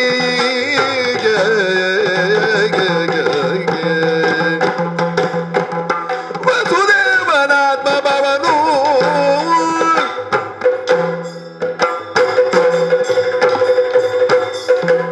ಅಯ್ಯ ಭಲ್ಲೂಕವೇ, ಏನೆಲ್ಲವೋ ಹುಡುಗ, ಕಣ್ಣೆತ್ತಿ ನೋಡಬೇಕು ಅಂತ ಇದ್ದರೆ ನೀನು ಆಗಾಗ ಅದು ಕಣ್ಣಿನ ಎದುರಂತದ್ದು ಇಟ್ಟುಕೊಂಡದ್ದು ಅಲ್ಲ, ನಿನ್ನ ಕಣ್ಣು ನಿಂತಲ್ಲಿ ನಿಲ್ಲುವುದಿಲ್ಲ, ಅದಕ್ಕೆ ಕೇಳಿದ್ದು. ಅಲ್ಲ, ಕಣ್ಣಿನ ಎದುರಿಗೆ ಅಂತ ಇಟ್ಟುಕೊಂಡದ್ದು ಇಟ್ಟುಕೊಂಡದ್ದಲ್ಲ, ಕಣ್ಣಿನ ರೆಪ್ಪೇ ಕೆಳಗಿಳಿದದ್ದು. ಅದು ಹಾಗೆ ಪ್ರಾಯ ಆಗಿದೆ ನೋಡು. ನಾನು ಎಲ್ಲಿ ದೃಷ್ಟಿ ಚಕ್ರವನ್ನು ಇಟ್ಟುಕೊಂಡಿದ್ದೆ ಅಂತ ಗ್ರಹಿಸಿದ್ದೆ ನಾನು. ಹಾಗಿದ್ರೆ ಕಣ್ಣಿನ ರೆಪ್ಪೆ ವಯಸ್ಸಾಗುತ್ತಾ ವಯಸ್ಸಾಗುತ್ತಾ ಅದು ಕೆಳಗಿಳಿದದನ್ನು ನೋಡಿದ್ದೇನೆ ನಾನು. ಈ ಗುಹೆ ಒಳಗೆ ಬಂದ ಮೇಲೆ ನನಗೆ ಆಶ್ಚರ್ಯ ಆದ್ದು ಕೆಲವೆಲ್ಲ ಉಂಟು. ಇದಕ್ಕೆ ನೀನು, ನನಗೆ ಅದಕ್ಕಿಂತ ಮೊದಲು ಆಶ್ಚರ್ಯ ಆದ, ಯಾರು ಪ್ರವೇಶಿಸಲಾರದ ಅಭೇದ್ಯ ಗುಹೆ ಇದು. ಸಾಮಾನ್ಯರಿಗೆ ಪ್ರವೇಶಿಸಲಿಕ್ಕೆ ಆಗುವುದಿಲ್ಲ. ಹಾಗಂತ ನೀನು ಅಸಾಮಾನ್ಯ ಅಂತ ನಾನು ಒಪ್ಪಿಕೊಳ್ಳುವುದಿಲ್ಲ. ಚೋಟುದ್ದ ಹುಡುಗ ನೀನು. ನಿನ್ನ ಪ್ರಶ್ನೆಯಲ್ಲಿ ಆರೋ, ಅದು ಆರೋ, ಅದು ಆಶ್ಚರ್ಯದಲ್ಲಿ ಕೇಳಿದ್ದು. ಆರೋ ಯಾಕೆಂತ ಹೇಳಿದ್ರೆ ಎಲ್ರಿಗೂ ಬರ್ಲಿಕ್ಕೆ ಆಗುವುದಿಲ್ಲ. ಅಲ್ಲ ಕೇಳು, ನಾನು ಹೇಳೋ ಶಬ್ದವನ್ನು ಇಲ್ಲ. ನೀನೇ ಆಲೋಚನೆ ಮಾಡು. ಎಲ್ರಿಗೆ ಬರ್ಲಿಕ್ಕೆ ಆಗುವುದಿದ್ರೆ ಪ್ರಾಯಕ್ಕೆ ಬಂದ ಹುಡುಗಿಯನ್ನು ಈ ರೀತಿಯಾಗಿ ಬಿಟ್ಟು ನಾನು ಎಲ್ಲೋ ಹೋಗ್ತಿದ್ದೆ. ಇರ್ಲಿ, ನಾನು ಹೇಳೋ ಶಬ್ದವನ್ನು ಅರ್ಥ ಮಾಡಿದ್ರೆ ಸಾಕು. ಆರೋ ಆರೋಣ ಅಲ್ಲ, ಯಾರು ಬಿಡದು ತಿಳಿತಾ? ಆರೋ ಅಂತ ಹೇಳಿದ್ರೆ ಪರಿಚಯ ಇಲ್ಲದವ ನೀನು. ಯಾರೋ ಅಲ್ಲಲ್ಲ, ಆರೋ ಅವರೋಹಣ ಅಲ್ಲ ಅಂತ ಅಭಿನಯ ಪೂರ್ವಕವಾಗಿ ಹಾಗೆ ಹಾಗೆ ತಿಳಿಬೇಕು. ಹಾಗಿದ್ರೆ ಆರೋ ಅಂತ ಹೇಳುವ ಶಬ್ದದಲ್ಲಿ ಆರೋ ಬರ್ಲಿಕ್ಕೆ ಸಾಧ್ಯ ಇಲ್ಲ ಅಂತ. ಹಾಗಿದ್ರೆ ಈ ಗುಹೆ ಒಳಗೆ ಬಂದ ಮೇಲೆ ಒಂದು ನೆಮ್ಮದಿ ಆಯ್ತು ನನಗೆ. ಏನು? ಕೆಲವು ಸಾಮ್ಯತೆಯನ್ನು ಕಂಡೆ ಮಾರಾಯ. ಯಾವುದನ್ನು ಕಂಡೆ? ನನ್ನ ಮೈ ಬಣ್ಣ ಸ್ವಲ್ಪ ಗುಹೆ ಒಳಗಿರುವಂತ ಸ್ವಲ್ಪ ಬಣ್ಣ, ನಿನ್ನ ಮೈ ಬಣ್ಣ, ನಿನ್ನ ಒಡನಾಟ ಇಲ್ಲಿದ್ದವರ ಮೈ ಬಣ್ಣ ಅಲ್ಲ, ಅದರ ನಡುವಿನಲ್ಲಿ ಬೆಳಕು, ಅಲ್ಲಿವರೆಗೆ ಕತ್ತಲು, ಇಲ್ಲಿ ಬೆಳಕು. ಈ ಮಧ್ಯೆಯಲ್ಲಿ ಕೂಡ ನನಗೆ ಸಂಬಂಧಪಟ್ಟ ಸಾಮ್ಯತೆಗಳು ಕೆಲವು ಸಿಗುತ್ತದಲ್ಲ ಅಂತ ಎಂಬುದಾಗಿ ಪ್ರಶ್ನೆ ಆಯ್ತು. ಈಗ ನೀನು ಈಗ ಸಂಬಂಧ ಹುಡುಕಿ ಬಂದವನು ಅಲ್ಲ, ಸಾಮ್ಯತೆ, ಬಣ್ಣ, ವರ್ಣಾಶ್ರಮ ಧರ್ಮ ಅಂತ ಹೇಳುವವರು ಎಷ್ಟೋ ಮಂದಿ ಇದ್ದಾರಲ್ಲ, ಅದು ಬೇರೆ ವಿಷಯಕ್ಕೆ. ಇಲ್ಲಿ ದೇಹ ವರ್ಣಗಳು ಒಂದೇ ರೀತಿ ಉಂಟು ಅಂತ, ದೇಹದ ಬಣ್ಣಗಳು ಒಂದೇ ರೀತಿಯಲ್ಲಿ ಉಂಟು. ಇಲ್ಲಿ ಪ್ರಾದೇಶಿಕವಾದಂತ ವಿಚಾರಗಳು ಕೂಡ ಉಂಟಲ್ಲ. ಬಣ್ಣ ಅಂತ ಹೇಳಲಿಕ್ಕೆ ಇದು ಹೇಳಿ ಕೇಳಿ ಕತ್ತಲ ಗುಹೆ, ಈಗ ಸ್ವಲ್ಪ ಬೆಳಕಿದೆ ಇಲ್ಲಿ ಅಷ್ಟೇ. ಅಲ್ಲ, ನಾನು ಹೇಳುದು ಯಾರೋ ಕೊಟ್ಟ ಗೋಡೆ ಕೊಟ್ಟ ಸುಣ್ಣ ಅಲ್ಲ ಅಂತ, ಇದು ಗುಹೆ ಅಂತ ಗೊತ್ತೇ ಉಂಟು ನನಗೆ. ಆ ಕ್ರಮವೇ ನಮ್ಗಿಲ್ಲಲ್ಲ. ಹಾಗಿದ್ರೆ ಗುಹೆ ಒಳಗೆ ಬಂದು ಆರೋ ಎನ್ನಯ್ಯ ಗುಹೆ ಸ್ವತಂತ್ರಾದಿ ಹೊಕ್ಕವ, ನಿನ್ನ ಪ್ರಶ್ನೆ ಅದು ಕೇಳಬೇಕಾದವ ನಾನು. ಇದು ಎನ್ನಯ್ಯ ಗುಹೆ, ಈಗ ಎಲ್ಲಿಂದ ಬಂದವ? ಬಂದವನೇ ಪರಿಚಯ ಹೇಳಬೇಕಲ್ಲ, ಅದು ಇದ್ದವನ ಪರಿಚಯ ಮತ್ತೆ ಕೇಳುವುದು ವಿಚಾರ ಅಲ್ವೇ? ಪರಿಚಯ ಕೇಳುದು ಯಾಕೆ ಗೊತ್ತಾ? ನಾನು ಒಮ್ಮೆ ಕೈ ಮೇಲೆ ಎತ್ತಿದ್ರೆ ಮತ್ತೆ ನಿನ್ನನ್ನು ಕೊಂಡೋಗಿ ಮುಟ್ಟಿಸ್ಬೇಕಲ್ಲ, ಅದಕ್ಕೆ ಪರಿಚಯ. ಎತ್ತಬೇಕಲ್ಲ ಕೈ ಇನ್ನು ಮೇಲೆ, ಅದಕ್ಕೆ ಕೈ ಇನ್ನು ಮೇಲೆ ಎತ್ತಬೇಕಷ್ಟೇ ಅಲ್ವ? ಅಲ್ಲ, ಮತ್ತೇನಾಗ್ತದೆ ನನ್ಗೆ ಗೊತ್ತಿಲ್ಲ. ಅಲ್ಲ, ವಿಚಾರವಂತವನಾಗಿದ್ರೆ ಕೈ ಮೇಲೆ ಮೊದಲು ಎತ್ತುವುದಿಲ್ಲ. ಅಲ್ಲ, ವಿಚಾರ ಕೇಳಿ ಮತ್ತೆ ಆದ ಕಾರಣ ಹೇಳ್ತಾ ಇದ್ದಾನೆ, ನಾನು ಇಲ್ಲಿಯವ ಅಂತ ಅಲ್ಲ, ಅದು ಗೊತ್ತಾಗ್ತದೆ. ದ್ವಾರಕೆ ಅಂತ ಉಂಟು, ಹತ್ತಿರದಲ್ಲಿ. ಹೌದೌದು, ಸರಿಯಾಗಿ ಕೇಳು. ಅಲ್ಲ, ಕೇಳಿದ್ದೇನೆ ನಾನು. ಅಲ್ಲ, ಕಣ್ಣಿನ ರೆಪ್ಪೆ ಅದನ್ನು ಮತ್ತೆ ಪುನಃ ಸರಿಯಾಗಿ ಕೇಳಬೇಕಾಗಿಲ್ಲ. ಅಲ್ಲ, ಯಾಕೆಂದ್ರೆ ಕಣ್ಣಿನ ರೆಪ್ಪೆ ಕೆಳಗಿಳಿದಿದೆ, ಕಿವಿಯ ಯಾವುದು ತಮಟೆಗಳು ಅಲ್ಲಿ ಮುಚ್ಚಿಕೊಳ್ಳುವುದಿಲ್ಲಲ್ಲ, ಅದು ಕಿವಿ ಸರಿ ಮಾತಾಡುವ ಮಾತ್ರ. ಕಣ್ಣಿನ ರೆಪ್ಪೆ ಕೆಳಗೆ ಇಳಿದ್ರು ಅದು ಪ್ರಾಯದ ಅನುಭವದ ದ್ಯೋತಕ ಅದು. ಆದ್ರೆ ಕಣ್ಣು ಸರಿಯಾಗಿ ಈ ಪ್ರಾಯದಲ್ಲೂ ನನ್ಗೆ ಕಾಣ್ತದೆ. ನನ್ನ ಪ್ರಾಯಕ್ಕಾಗುವಾಗ ನಿನ್ಗೆ ಅದು ಕಾಣ್ತದೆ ಇಲ್ವೋ ನನ್ಗೆ ಗೊತ್ತಿಲ್ಲ. ನಾನು ಹೇಳುದು ಅದಲ್ಲ ಹೇಳುದು, ಕಣ್ಣಿನ ರೆಪ್ಪೆ ಕೆಳಗೆ ಇಳಿದಾಗ ಕಿವಿಯ ತಮಟೆಗಳು ಉಂಟಲ್ಲ, ಅಲ್ಲಿ ಮುಚ್ಚಿಕೊಳ್ಳುವುದಿಲ್ಲಲ್ಲ. ಇಲ್ಲ ಇಲ್ಲ, ಸರಿ ಉಂಟದು, ಸರಿ ಉಂಟಲ್ಲ. ಅಲ್ಲ, ನನ್ನಷ್ಟು ಪ್ರಾಯ ಆಗುವಾಗ ನಿನ್ನದು ಹೇಗಾಗ್ತದೆ ಗೊತ್ತಿಲ್ಲ, ಅದು ಭವಿಷ್ಯತ್ತಿಗೆ ಬಿಡುವ. ಅದಕ್ಕೆ ಹೇಳಿದ್ದು ನಾನು ಎಲ್ಲವೂ ಹೀಗಾಗಿಯೂ ಇಷ್ಟು ಗಟ್ಟಿಯಾಗಿ ನೀನು ಇಷ್ಟು ಮಾತಾಡುವಾಗಲೇ ಗೊತ್ತಾಗ ಇವತ್ತು ನಿನ್ನೆ ಅಲ್ಲ ಅಂತ ಗೊತ್ತಾಗ್ತದೆ. ಇಷ್ಟು ನೀನು ಮಾತಾಡುವಾಗಲೇ ಅರ್ಥ ಆಗುತ್ತದೆ, ಇವತ್ತು ನಿನ್ನೆ ನೀನಲ್ಲ, ಗೊತ್ತಾಯ್ತಲ್ಲ. ಈಗ ನನ್ನ ಬಗ್ಗೆ ವಿಮರ್ಶೆ ಬೇಡ. ಹಾಗಿದ್ರೆ ವಸುದೇವ, ಈ ಭೂಮಿ ಅಂತ ಒಂದು ಉಂಟಲ್ಲ, ಅಲ್ಲಿ ದ್ವಾರಕೆ ಅಂತ ಉಂಟು. ಈ ಭೂಮಿ ನನಗೂ ಉಂಟು ನಿನಗೂ ಉಂಟು. ಅಲ್ಲ, ಅಲ್ಲಿ ದ್ವಾರಕೆ ಅಂತ ಉಂಟು, ಸಮುದ್ರ ಅಲ್ಲಿ ಹತ್ತಿರದಲ್ಲಿ ಕೇಳಿದ್ದೇನೆ ನಾನು. ವಸುದೇವ ದೇವಕಿಯರ ಸುತ ನನ್ನನ್ನು ಪ್ರೀತಿಯಿಂದ ಕೃಷ್ಣ ಎಂದು ಕರೀತಾ ಇದ್ದಾರೆ. ನಾನು ಕೃಷ್ಣ. ನೀನು ಮಾತಾಡುದೇ ಹೀಗೆ? ಏನು ಮಾತಾಡೋ ಒಟ್ಟಿಗೆ ಅಭಿನಯ ಉಂಟು. ಮತ್ತೆ ಸುದ್ದಿ ಇಲ್ಲದ ಮಾತು ಯಾಕೆ? ಬೈಲಿಲ್ಲ, ಬೈಲು ಹೊಡಿಲಿಕ್ಕೆ ಬಂದದ್ದು ನಾವು, ಮಾತಿಗೆ ಶ್ರುತಿ ಬೇಕಾದ್ರೆ. ಇಲ್ಲಿ ನಿನ್ನ ಅಭಿನಯ ನೋಡ್ಲಿಕ್ಕೆ ನಾನು ಮಾತ್ರ ಇರೋದು. ಅಲ್ಲಂದ್ರೆ ಅದು ಅಭ್ಯಾಸ ಅಂದ್ರೆ, ನನ್ನ ಕೈಯಲ್ಲಿ ಈಗ ತಾನೇ ಶಂಕ ಉದಿದೆ, ಯಾವಾಗ ಇದ್ದದ್ದೇ ಈ ಕೊಲಲು, ಗೊತ್ತಾಯ್ತಲ್ಲ. ಆದ ಕಾರಣ ಕೊಲಲು ಉಂಟು ಅಂತ ಅಭಿನಯ. ಅದನ್ನೇ ಓದಬಹುದಿತ್ತಲ್ಲ, ಈ ಶಂಕದ ಕರ್ಕಶ ಶಬ್ದ ಮಾಡಿ ಆ ಮಕ್ಕಳನ್ನು ಯಾಕೆ ಹೆದರಿಸ? ಅಲ್ಲ, ಶಂಕ ಈ ಕೊಲಲು ಊದುತ್ತಿದ್ರೆ ನೀನು ಮಲಗುತ್ತಿದ್ದಿ, ಶಂಕ ಉದ್ದಿದ್ದ ಕಾರಣ ಇದ್ದಿ, ಗೊತ್ತಾಗ್ಲಿಲ್ಲ. ಕೊಲಲೆಲ್ಲ ಅದು ಕೋಣನ ಮುಂದೆ ಎಂತ ಹೇಳುದು, ಎಂತ ಬರೆಸುದು, ಕಿನ್ನರಿ ನುಡಿಸಿದಂತ ಆದಿತ್ತು. ಶಂಕ ಓದಿದಾಗ ನಿನಗೆ ಸರಿಯಾಗಿ ಎಚ್ಚರ ಆಯ್ತು ಅಂತ ನನಗೆ ಅರ್ಥ ಆಗುತ್ತಾ ಇದೆ. ಆದ ಕಾರಣ ಕೃಷ್ಣ ಎಂದರೆ ನಾನು. ಈಗ ಕೃಷ್ಣ ಅಂತ ನೀನು ಹೇಳಬೇಕಿದ್ರೆ, ನೀನು ಇಲ್ಲಿಯವರೆಗೆ ಬರಬೇಕಿದ್ರೆ ಅದು ಕೇಳು.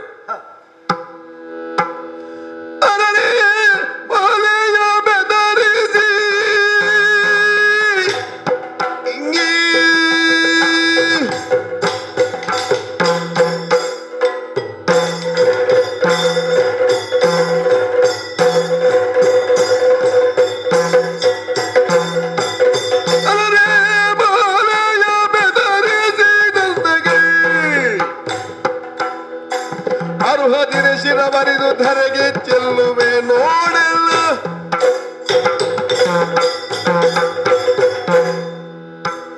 ಅಯ್ಯ ಹುಡುಗ, ಹಾ ಬಹಳ ಮಾತನಾಡುತ್ತಿ ನೀನು. ಮಾತನಾಡುವ ಚಪಲ ಜೋರು ಉಂಟಂತ ಗೊತ್ತಾಯ್ತು ನನಗೆ. ಅಲ್ಲ, ಮಾತನಾಡುವ ಚಪಲ ಅಂತ ಹೇಳಿ ಅಲ್ಲ, ಅದು ಕೆಲವು ವಿಚಾರವನ್ನು ಹೇಳದಿದ್ರೆ ಈಗಲೂ ಮೂಲೆ ಗುಂಪಾಗಿ ಉಂಟು ಕೆಲವು ಶಬ್ದಗಳು. ಆದ್ರೂ ನಾನು ಒಂದು ಪ್ರಶ್ನೆ ಕೇಳಿದ್ರೆ ನೀನು 10 ಉತ್ತರ ಹೇಳ್ತೀನಿ. ಯಾರು ನೀನು, ಎಲ್ಲಿಂದ ಬಂದವ ಅಂತ ಕೇಳಿದ್ದು, ಒಂದಷ್ಟು ವರ್ಣನೆ ಮಾಡಿ ಹೇಳಿದ್ದಿ. ಹೌದು, ದ್ವಾರಕೆ ಏನು ಕೃಷ್ಣ ಅಂತ ಕರೀತಾರೆ. ದ್ವಾರಕೆ ಕೇಳಿದ್ದೆ, ನಿನ್ಗೆ ಗೊತ್ತಿಲ್ಲಲ್ಲ. ಕೃಷ್ಣ ಕೇಳಲಿಲ್ಲ. ವಸುದೇವ ದೇವಕಿಯರು ಇರಬಹುದು, ಕೃಷ್ಣ ನೀನು ಆಗಿರಬಹುದು, ಅದರಲ್ಲಿ ನನಗೆ ಅತಿಶಯ ಏನು ಕಾಣುವುದಿಲ್ಲ. ಆದ್ರೂ ದ್ವಾರಕೆಯ ಕೃಷ್ಣ, ಯಾವಾಗಲೂ ಕೊಳಲೂದುವ ಕೃಷ್ಣ ಅಷ್ಟು ದೂರದಿಂದ ಇಲ್ಲಿ ಯಾಕೆ ಬಂದವ ಏನೋ ಬಂದಿ ನೀನು ಬಿಡುವ, ಏನೋ ದಾರಿ ತಪ್ಪಿಯೋ ಯಾವುದೋ ಹುಡುಕಾಟದಲ್ಲಿಯೋ ನೀನು ಬಂದಿರಬಹುದು. ಊದಿದ ಶಂಕವು ಯಾವುದು ಗೊತ್ತಾದು, ಅದು ಪಾಂಚಜನ್ಯ. ಹೌದಪ್ಪ, ನಿನ್ನ ಮಟ್ಟಿಗೆ ಅದು ದೊಡ್ಡದೇ ಇರಬಹುದು, ನನ್ಗೆ ಅದ್ರ ಗಣ್ಯವೇ ಇಲ್ಲ. ಪಾಂಚಜನ್ಯವಾಗಿರ್ಲಿ ಇನ್ನೊಂದು ಆಗಿರ್ಲಿ, ನನ್ಗದು ಗಣ್ಯ ಅಲ್ಲ. ಅಲ್ಲ, ಅದರ ಸ್ವರವೇ ಸರಿಯಾಗಿ ಕೇಳದಿದ್ರೆ ಪರೀಕ್ಷೆ ಮಾಡ್ಬೇಕಾಗ್ತದೆ ನಿನ್ನ. ಆದ್ರೆ ಆಶ್ಚರ್ಯ ಆದದ್ದು ಯಾಕೆ, ಏನು ಬಂದವ ಹೇಗೋ ಈ ಕಾಡಿನ ದಾರಿಯಲ್ಲಿ ಬಂದೆ, ದಾರಿ ತಪ್ಪಿಯೋ ಇನ್ನೊಂದು ಈ ಗುಹೆಯೊಳಗೆ ಬಂದೆ. ನೀನು ಗ್ರಹಿಸಿದ್ದು? ನಾನು ಗ್ರಹಿಸಿ. ಹೌದೌದು, ಗುಹೆಯೊಳಗೆ ಬಂದವ ನೀನು. ಹಾಗೆ ಇಲ್ಲಿರುವಂತಹ ಸಣ್ಣ ಹುಡುಗಿಯನ್ನು, ಸಣ್ಣ ಹುಡುಗನನ್ನು ನೋಡಿ ನಿನ್ನಷ್ಟಕ್ಕೆ ಹಿಂದೆ ಹೋಗಬಹುದಿತ್ತು. ಹಾಗೂ ಒಂದು ವೇಳೆ ನಿನಗೆ ಶಂಕ ಊದಬೇಕು ಅಂತ ಮನಸ್ಸಿದ್ರೆ ಗುಹೆಯ ಹೊರಗೆ ಹೋಗಿ ಊದಬಹುದಿತ್ತು. ಒಂದು ಜಾಗಟೆ ಕೂಡ ಇಟ್ಕೊಳ್ಬೇಕು. ಜಾಗಟೆ ಬೇಕಿದ್ರೆ ಎಲ್ಲವನ್ನು ವಾದ್ಯವನ್ನು ಊದು, ಒಟ್ಟು ಊದಬಹುದು ಅಂತ. ಆದ್ರೆ ಈ ಸಣ್ಣ ಹುಡುಗಿ ಇರುವಂತಹ, ಸಣ್ಣ ಮಗು ಮಲಗಿರುವಂತಹ ತೊಟ್ಟಿಲ ಬದಿಯಲ್ಲಿ ಈ ರೀತಿಯಾಗಿ ಕರ್ಕಶದ ಶಂಕ ಊದಿ ಅವರನ್ನು ಹೆದರಿಕೆ ಹುಟ್ಟಿಸುವಂತಹ ಕೆಲಸ ಯಾಕೆ ಮಾಡಿದೆ ಅಂತ ಹೇಳಿ. ನಿನ್ನ ಬಾಲೆಯನ್ನು ಬದರಿಸುವಂತಹ ವಿಚಾರಕ್ಕಾಗಿ ಬಂದವ ನಾನಲ್ಲ. ಆದ್ರೆ ಹಾಗಿದ್ರೆ ಬಂದ ಕಾರಣ ಕೇಳಯ್ಯ. ವರಸ ಬಂದ ಗಮನಿಯನು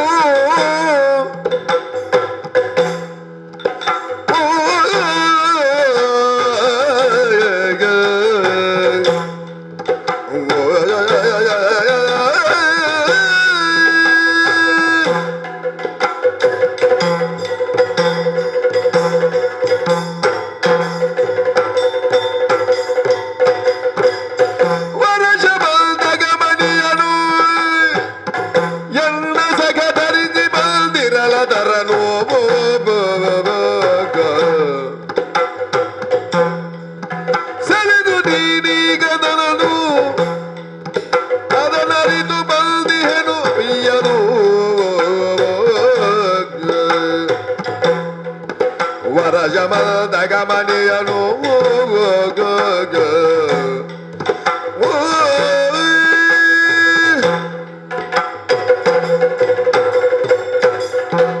ಅಯ್ಯ ಬಲ್ಲೂಕವೇ, ಹುಡುಗ ಈ ಕಡೆಗೆ ಬಂದಾಗ ಬರಬೇಕು ಅಂತಿದ್ರು ಕೂಡ ನನ್ನ ಊರಿಂದ ಈ ಕಡೆಗೆ ಬರಬೇಕು ಅಂತಿದ್ದ ಆ ಕಾರಣವೂ ಹಾಗೆ. ಹರಸುತ್ತಾ ಈ ಕಡೆಗೆ ಬಂದೆ. ಅಂದ್ರೆ ಏನನ್ನು ಅರಸಿಕೊಂಡು ಬಂದವ ನೀನು. ಗುರಿಯನ್ನು ತಲುಪಿದೆ ಅಂತ ನನಗೆ ಅರ್ಥವಾಯಿತು. ಯಾವ ಗುರಿ ನಿನ್ನದು? ಈ ಕಡೆಯಲ್ಲಿ ಬಂದಾಗ ಅಲ್ಲಿ ಆದಂತಹ ಎಲ್ಲ ಕುರುಹುಗಳನ್ನು ಗ್ರಹಿಸಿಕೊಂಡು ತುರಗ ಪದ ಚಿಹ್ನೆ ಅಂತ ನನ್ನ ಲೆಕ್ಕಾಚಾರ. ಆಮೇಲೆ ನಿನ್ನಲ್ಲಿಗೆ ಬರುವಾಗ ಬಲ್ಲೂಕದ ಪದ ಚಿಹ್ನೆ ಅಂತ ಲೆಕ್ಕಾಚಾರ. ಕಡೆಗೆ ಗುಹೆ ಕಡೆಗೆ ನೀನು ಈ ಕಡೆಗೆ ಬಲ್ಲೂಕ ಹಾದು ಹೋದ ಲೆಕ್ಕಾಚಾರ. ಇದನ್ನೆಲ್ಲ ಗ್ರಹಿಸಿಕೊಂಡಾಗ ಈ ಕಡೆಯಲ್ಲಿ ಊಹಾಪೋಹಗಳನ್ನು ಗ್ರಹಿಸಿಕೊಂಡು ಬಂದಾಗ ಹತ್ತೆದಾರಿ ಕೆಲಸ ಮಾಡಿ ಬಂದವ ನೀನು. ಅಲ್ಲ, ಅಗತ್ಯ ಉಂಟು ಅದು ಬರಬೇಕಂತ ಇದ್ರೆ. ಏನು ಅಗತ್ಯ? ನಮ್ಮ ಸಖ ನಮ್ಮ ಊರಲ್ಲಿ ಒಬ್ಬ ಇದ್ದವ, ಒಂದು ಮಣಿಯನ್ನು ಧರಿಸಿಕೊಂಡು ಬಂದಿದ್ದಾನೆ. ಎಲ್ಲಿಗೆ? ಕಾಡಿಗೆ ಬರುವಾಗ, ಮಗಬೇಟೆಗೆ ಅಂತ ಬರುವಾಗ, ಕಾಡಿಗೆ ಬರುವಾಗ ಮಣಿ ಹಿಡ್ಕೊಂಡು ಬಂದ. ಹೌದು. ಹಾಗಿದ್ರೆ ಈ ಕಡೆಗೆ ಬರುತ್ತಾ ಇದ್ದೇನೆ, ಬೆಳಕಿಲ್ಲದ ಕಡೆಯಲ್ಲಿ ಬೆಳಕುಂಟು ಅಂತ ಕಾಣುತ್ತಾ ಇದೆ. ಹಾಗಿದ್ರೆ ಆ ತೊಟ್ಟಿಲಲ್ಲಿ ತೂಗುವಂತ ತೂಗಿಸಲ್ಪಟ್ಟ ತೊಟ್ಟಿಲನ್ನು ತೂಗುವಂತ ಈ ಎರಡನ್ನು ಗ್ರಹಿಸಿದಾಗ, ಬೆಳಕು ಮತ್ತು ತೂಗುವುದು ಯಾರು ಏನು ಎಂಬುದಾಗಿ ಗ್ರಹಿಸಿಕೊಂಡಾಗ, ಈಗ ನನ್ನ ಶಂಕನಾದಕ್ಕೆ ಓಡಿ ಹೋದವಳು ಯಾರದು? ನನ್ನ ಮಗಳು ಜಾಂಬವತಿ. ಜಾಂಬವತಿಯ ಒಳ್ಳೆದಿದ್ದಾಳೆ, ಅದು ಮತ್ತಿನ ವಿಷಯ. ಹೌದಲ್ಲ. ನಿನ್ನ ಸ್ವಭಾವಕ್ಕೆ ಒಳ್ಳೇದಿದ್ದಾಳೆ ಅಂತ. ನನ್ನ ಮಗಳು ಅವಳು ಒಳ್ಳೇದಿರ್ಲಿ. ಇರ್ಲಿ, ಅವಳು ಈ ಕಡೆಯಿಂದ ಆ ಕಡೆಗೆ ಹೋಗುವಾಗ ಅದಕ್ಕಿಂತ ಮೊದಲು ಅವಳು ಹಾಡುವಂತ ಜೋಗುಳದಲ್ಲಿ, ಆದ್ರೂ ಅಷ್ಟು ಚಂದ ಜೋಗುಳ ಆಗುವಾಗ ಹೆದರಿಸಿದ್ಯಲ್ವಾ ನೀನು? ಜೋಗುಳದಲ್ಲಿ ಇರುವಂತ ವಿಚಾರಗಳೇ ಹೊತ್ತು ನನ್ನನ್ನು ಸಂಶಯವನ್ನು ಪೂರ್ಣ ಮಾಡಿದ್ದು ಕೊಟ್ಟ. ಯಾಕೆ ನಿನ್ಗೆ ಅದನ್ನು ಕೇಳಲಿಕ್ಕೆ ಆಗ್ಲಿಲ್ವಾ? ಅಲ್ಲಲ್ಲ, ಅಲ್ಲಿ ಹೇಳಿದ್ದೇನು, ಜಾಂಬವ, ತರಳ, ಪ್ರವೀರ, ಕೇಸರಿ. ಅವಳು ಹೇಳುವ ಪದ್ಯದಲ್ಲಿ ನೀನು ಎಲ್ಲವನ್ನು ಅರ್ಥೈಸಿಕೊಂಡೆ. ಅಲ್ಲಿ ನೋಡಿ ಬಂದಿದ್ದೇನೆ, ಇಲ್ಲಿ ಕೇಳುತ್ತಾ ಇದ್ದೇನೆ, ಇಲ್ಲಿರುವಂತ ಮಣಿಯನ್ನು ನೋಡಿದ್ದೇನೆ. ಹಾಗಿದ್ದರೆ ನಾಳೆ ಹೆಚ್ಚು ಹೇಳಿದ್ರೆ ಈ ಗುಹೆ ನನ್ನದು ಅಂತ ಹೇಳ್ತೀಯ. ಹೇಳಿ ನೀನು. ನಿನ್ನಲ್ಲೇ ಕೇಳೋದು, ಅಲ್ಲಿ ಬೆಳಕು ಕೊಡುವಂತ ಮಣಿ ನನ್ನ ಮಣಿ ಮಾತ್ರ ಅಂತ ಹೇಳ್ತೇನೆ. ಅದು ಯಾವುದು ಅಂತ ಹೇಳಲಿಕ್ಕೆ ನಿಮ್ಗೆ ಸಾಧ್ಯ ಉಂಟಾ? ನನಗೆ ಸಾಧ್ಯ ಇಲ್ಲದಿದ್ರೆ ನಿನ್ಗೆ ಸಾಧ್ಯ ಉಂಟಾ? ಅಲ್ಲ, ನನಗೆ ಸಾಧ್ಯ ಉಂಟು. ನನಗೆ ಅಗತ್ಯ ಇಲ್ಲ. ಅಲ್ಲ, ನಿನಗೆ ಒಟ್ಟು ಬೆಳಕು ಕೊಡುದು ಯಾವುದಾಗುತ್ತದೆ? ವಜ್ರದಿಂದಲೂ ಬೆಳಕು. ಅಲ್ಲ, ನಿನಗೆ ಮಣಿಯಾಗಿರ್ಬಹುದು, ನನಗೊಂದು ಹರಳು, ಅದು ಕಲ್ಲು. ಅದು ಯಾವುದು? ಕಲ್ಲು, ಹರಳು. ಇರ್ಲಿ. ಅಲ್ಲ, ಈ ಮಣಿಯಲ್ಲಿ ಇದು ಸಾಮಾನ್ಯವಾಗಿ ಸಿಕ್ಕಿದಂತ ಮಣಿ ಅಲ್ಲ ಅದು. ನೀನು ಹೇಳಿದಾಗೆ ಎಲ್ಲಿಯಾದ್ರೂ ಗಾಜಿನ ಪುಡಿ ಹಾಕಿದ ರಾಶಿಯಲ್ಲಿಯೂ ಉಳಿದದ್ದ ಕಡೆಯಲ್ಲಿ ಇದ್ದಂತ ಮಣಿಯನ್ನು ಹೆಕ್ಕಿ ತಂದದ್ದಲ್ಲ. ಸತತವಾಗಿ ಸುರಪಾಸನೆಯನ್ನು ಮಾಡಿ ಅದನ್ನು ಪಡೆದಂತ ಸಮಂತಕ ರತ್ನ ಅಂತ ಆ ಮಣಿಯ ಹೆಸರು. ನಿನ್ಗೆ ಅದರ ಬಗ್ಗೆ ಗೊತ್ತುಂಟು? ಈಗ ಗೊತ್ತಿದ್ದೇ ಬಂದದ್ದು. ಅದು ಗೊತ್ತಿದ್ದು ಬಂದ ಕಾರಣವೇ ಹೇಳ್ತಾ ಇದ್ದೇನೆ. ಆ ರತ್ನ ನಮ್ಮದು, ಗೊತ್ತಾಯ್ತಲ್ಲ? ಆ ರತ್ನ ನಿನ್ನದು, ನಮ್ಮವರದು. ಆ ರತ್ನವು ನಮ್ಮವರದು ಅಂತ ಆಗುವಾಗ ಅಪ್ಪಿ ತಪ್ಪಿ ನಿನ್ನ ಕೈಗೆ ಬಂದಿದೆ. ಗೊತ್ತಾಯ್ತಲ್ಲ? ಹೇಗೆ? ಅಪ್ಪಿ ತಪ್ಪಿ. ಅಪ್ಪಿ ತಪ್ಪಿ. ಹೌದೌದು. ಈಗ ನೀನೀಗ ನಮ್ಮವ ಧರಿಸಿದ್ದಾನೆ ಎಂಬ ನೀನು ಮಾತನಾಡುವಾಗ ಬಹಳ ಜಾಣ್ಮೆಯಿಂದ ಮಾತನಾಡುತ್ತಿ. ಮತ್ತೆ ಹೆಚ್ಚು ಮಾತಾಡ್ಲಿಕ್ಕೆ ಬಿಟ್ಟಿದ್ರೆ ಈ ಗುಹೆ ನಿನ್ನದು ಅಂತ ಹೇಳ್ತೀವಿ. ಅಲ್ಲಲ್ಲ, ಇಲ್ಲದಿದ್ರೆ ನೀನ್ ಯಾಕೆ ಇದನ್ನು ಪಡೆದಿ ಅಂತ ಕೇಳೋದಕ್ಕಿಂತ ಮೊದಲು ನಿನ್ನನ್ನು ನೋಡುವಾಗ ಆತನನ್ನು ಕೆಡಹಿ ನೀನು ತಂದವನಾಗಿದ್ರೆ ಯಾವುದು ಗೊತ್ತಾಯ್ತಲ್ಲ, ಆತನನ್ನು ಕೆಡಹಿದವ ನೀನು ಅಲ್ಲ ಹೌದು ಎಂಬ ಪ್ರಶ್ನೆ ಬರ್ತದಲ್ಲ. ಅದಕ್ಕೆ ನಾನು ಹೇಳೋದು, ಒಮ್ಮೆಲೆ ಅಪವಾದ ಹಾಕುವುದಲ್ಲ. ಅದಕ್ಕಾಗಿ ಹೇಳ್ತಾ ಇದ್ದೇನೆ, ಅಪ್ಪಿ ತಪ್ಪಿ ಕೈ ತಪ್ಪಿ ಬಾಯಿ ತಪ್ಪಿ ಕೆಲವು ಮಾತೆಲ್ಲ ಉಂಟಲ್ಲ, ಇದೆಲ್ಲ ಬಂದದ್ದಿದ್ರೆ ನಿನಗೆ ಸಿಕ್ಕಿರಬಹುದು, ಅಲ್ಲಿ ಜೋತಾಡಿಸಲ್ಪಡಬಹುದು. ಹಾಗಿದ್ದರೆ ನಮ್ಮವರ ಮಣಿಯನ್ನ ಪಡೆಯುವುದಕ್ಕೆ ಬೇಕಾಗಿ ಯಾಚನಾ ದೃಷ್ಟಿಯಲ್ಲಿ ಇನ್ನ ಇದರಲ್ಲಿ ಒಮ್ಮೆ ಏನು ಅಷ್ಟು ಸುಲಭದಿಂದ ಪಡೆದ ಮಣಿ ಅಂತ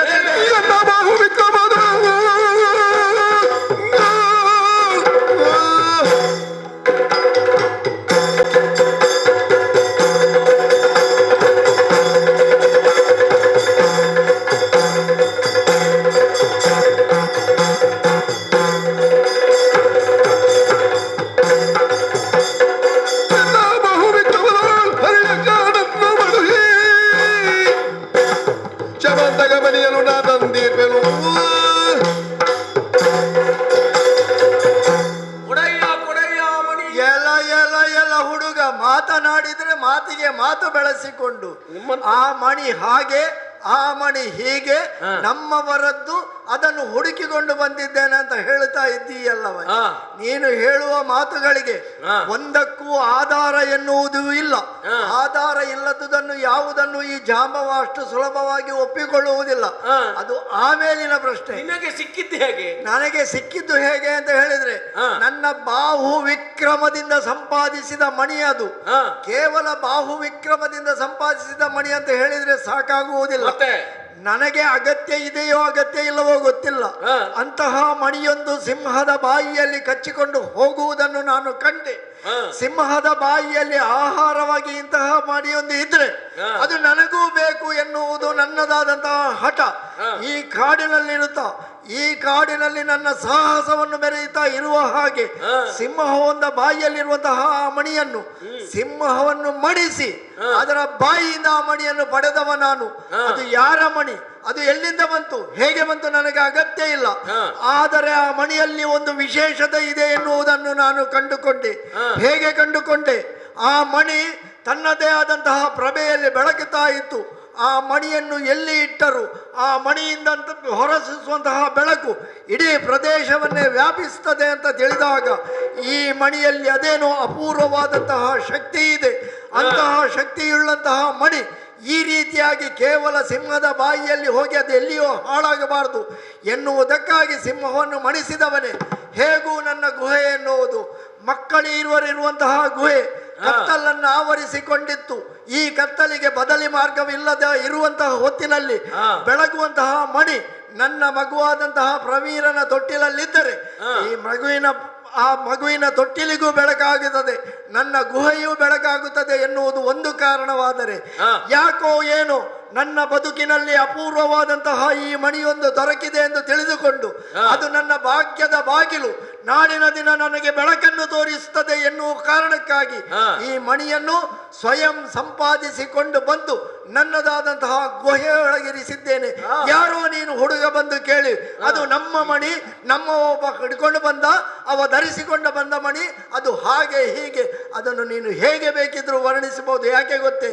ಕಳ್ಳನೊಬ್ಬ ಬಂದು ತನ್ನದಾದಂತಹ ಒಂದು ವಸ್ತುವನ್ನು, ಅಪೂರ್ವವಾದ ವಸ್ತುವನ್ನು ಕಂಡಾಗ ಈ ಗುಹೆಯೊಳಗೆ ಹೇಗೋ ಕಳ್ಳತನದೊಂದ ನೀನು ಬಂದವನೇ ಆ ಮಣಿಯನ್ನು ಕಂಡಾಗ ಆ ಮಣಿಯ ಬಗ್ಗೆ ಇಲ್ಲದಾದಂತಹ ಕಪೋಲ ಕಲ್ಪಿತವಾದಂತಹ ಮಾತುಗಳನ್ನು ಕಲ್ಪಿಸಿಕೊಂಡು ವರ್ಣಿಸಿಕೊಂಡು ಅದು ನಮ್ಮವರದ್ದು, ಅದು ಹಾಗೆ ಸಂಪಾದಿಸಿದ್ದು. ಏನು ಆಧಾರವಯ್ಯ, ಏನು ಆಧಾರ? ನನ್ನ ಮಣಿ ಇದು, ನನ್ನ ಗುಹೆಯೊಳಗಿದೆ, ನನ್ನ ಸ್ವಯಂ ಸಂಪಾದಕವಾದ ಮಣಿ. ಬಿಡೋದರ ಆಸೆಯನ್ನು ನೀನು. ಅಯ್ಯ, ನೀನು ಹೇಳುವುದರ ದೃಷ್ಟಿಯಲ್ಲಿ ಮೃಗ ಜಾತಿಗೆ ಸೇರಿದವ ನೀನು ಅಂತಾಗುವಾಗ ಅಲ್ವೇ? ಅದರಲ್ಲಿ ಅತಿಶಯ ಏನಿಲ್ಲ, ಮೃಗ ಜಾತಿಯವ ನಾನು. ಹೌದು. ಈ ಕಾಡಿನ ಒಳಗೆ, ನಮ್ಮ ನಾಡಿನೊಳಗೆ ಕ್ರಮ ಉಂಟು. ನಾಡನ್ನು ಆಳುವವ ಯಾರು? ದೊರೆ ಅನ್ನುವಂತಹ ಆಳ್ತಾರೆ ಅರಸು. ಕಾಡನ್ನು ಆಳುವ ಯಾರು? ಸ್ವಯಂ ಮೃಗೇಂದ್ರ. ಅವನಿಗೆ ವಿರುದ್ಧ ಮಾಡಿ ಅವನ ಬಾಯಿಯಿಂದ ನೀನು ತಂದಿದ್ದಿ. ಅವ ಮೃಗೇಂದ್ರ ಆಗಿರ್ಲಿ, ಇನ್ನೊಂದು ಆಗಿರ್ಲಿ, ಆದ್ರೆ ನನಗೆ ಲೆಕ್ಕ ಇಲ್ಲ. ಅವನನ್ನು ಮಣಿಸಿ ಹೇಳಿದ್ದು ಸಿಂಹನಾದವನಾದವ ಕಾಡಿನ ಮೃಗೇಂದ್ರ, ಅವ ರಾಜ ಅಂತ. ಅವನನ್ನು ಮಣಿಸಿದ್ದೇನೆ ಅಲ್ವಾ ನಾನು? ಹೌದು, ಮಣಿಸಿದ್ದಿ. ಮಣಿಸಿದ ಕೂಡ ತಂದ ಕೂಡಲೇ ಅಲ್ಲಿಂದ ತಂದದ್ದು ಕೂಡ ಒಂದು ರೀತಿಯಲ್ಲಿ ನಿನ್ನದಾದಂತ ನಾನು ಹೀಗೆ. ಅದರಲ್ಲಿ ಮಣಿಸುವಲ್ಲೂ ಇನ್ನೂ ಒಂದು ಅರ್ಥ ಇದೆ ಗೊತ್ತು. ಏನು? ನೀನು ಹೇಗೂ ಜಾಣ್ಮೆಯಿಂದ ಮಾತನಾಡುವ, ಒಂದಕ್ಕೊಂದು ಅರ್ಥ ಕಲ್ಪಿಸುವವ. ಈಗ ಅದನ್ನು ನಾನು ಮಣಿಸಿದ್ದೇನೆ ಅನ್ನುವಾಗ ಆ ಸಿಂಹಕ್ಕೆ, ಹರಿಯಕ್ಷಕ್ಕೆ ಆ ಮಣಿಯನ್ನು ಇಟ್ಟುಕೊಳ್ಳುವ ಯೋಗ ಇಲ್ಲ. ಹಾಗಿದ್ದರೆ ಆ ಮಣಿ ದೊರಕಿದ್ದರಿಂದ ಸಿಂಹಕ್ಕೆ ಏನಾಯಿತು? ಸಾವು ಬಂತು. ಹಾಗಿದ್ದರೆ ಸಿಂಹ ಬಯಸಿದ ಮಣಿ ಅದಕ್ಕೆ ಸಾವು ತಂದು ಕೊಟ್ಟಿದ್ದ ಅಂತ ಆದ್ರೆ ಆ ಮಣಿಯನ್ನು ನನ್ನ ಯೋಗ್ಯತೆಯಿಂದ ತಂದು ಇಲ್ಲಿ ನನ್ನ ಮಗುವಿನ ತೊಟ್ಟಿಲಿಗೆ ಕಟ್ಟಿದ್ದೇನೆ. ಅದು ನನ್ನ ಪ್ರಭುತ್ವ. ಅದು ನಿನ್ನ ಸಾಮರ್ಥ್ಯ ಹೌದು, ಎಲ್ಲ ಹೌದು. ಅಲ್ಲಿ ನೀನು ಸಾಮರ್ಥ್ಯದಿಂದ ಇದನ್ನು ಪಡೆದೆ ಅಂತ ಹೇಳಿದೆ. ಪಡೆದಿದ್ದೇನೆ. ನಾನು ನಿನ್ನಲ್ಲಿ ಯಾವ ರೀತಿಯಲ್ಲಿ ಕೇಳುತ್ತಾ ಇದ್ದೇನೆ ಗೊತ್ತಾ? ಅಲ್ಲ, ನೀನು ಹೇಳಿದ ಕಥೆಯನ್ನು ನಾನು ಯಾಕೆ ನಂಬಬೇಕು? ಕೇಳುವ ರೀತಿಯನ್ನು ನೀನು ಅರ್ಥೈಸಿಕೊಳ್ಬೇಕು. ಹೇಗೆ? ನಿನ್ನಲ್ಲಿ ನಾನು ಯಾವ ರೀತಿಯಲ್ಲಿ ಕೇಳುತ್ತೇನೆ? ಯಾವ ರೀತಿಯಲ್ಲಿ? ವಿಹಿತ ಮಣಿಯನು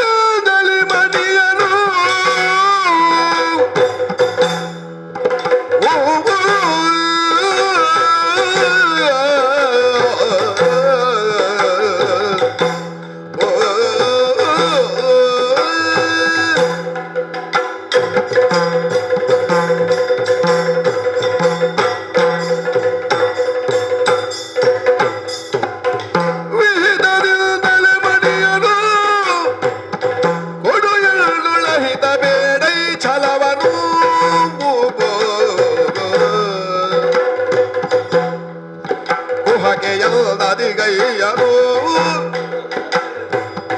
ಹೋಬಿಡಿ ಮೀರ ಸುತನೆಡೆಗೀಗಲು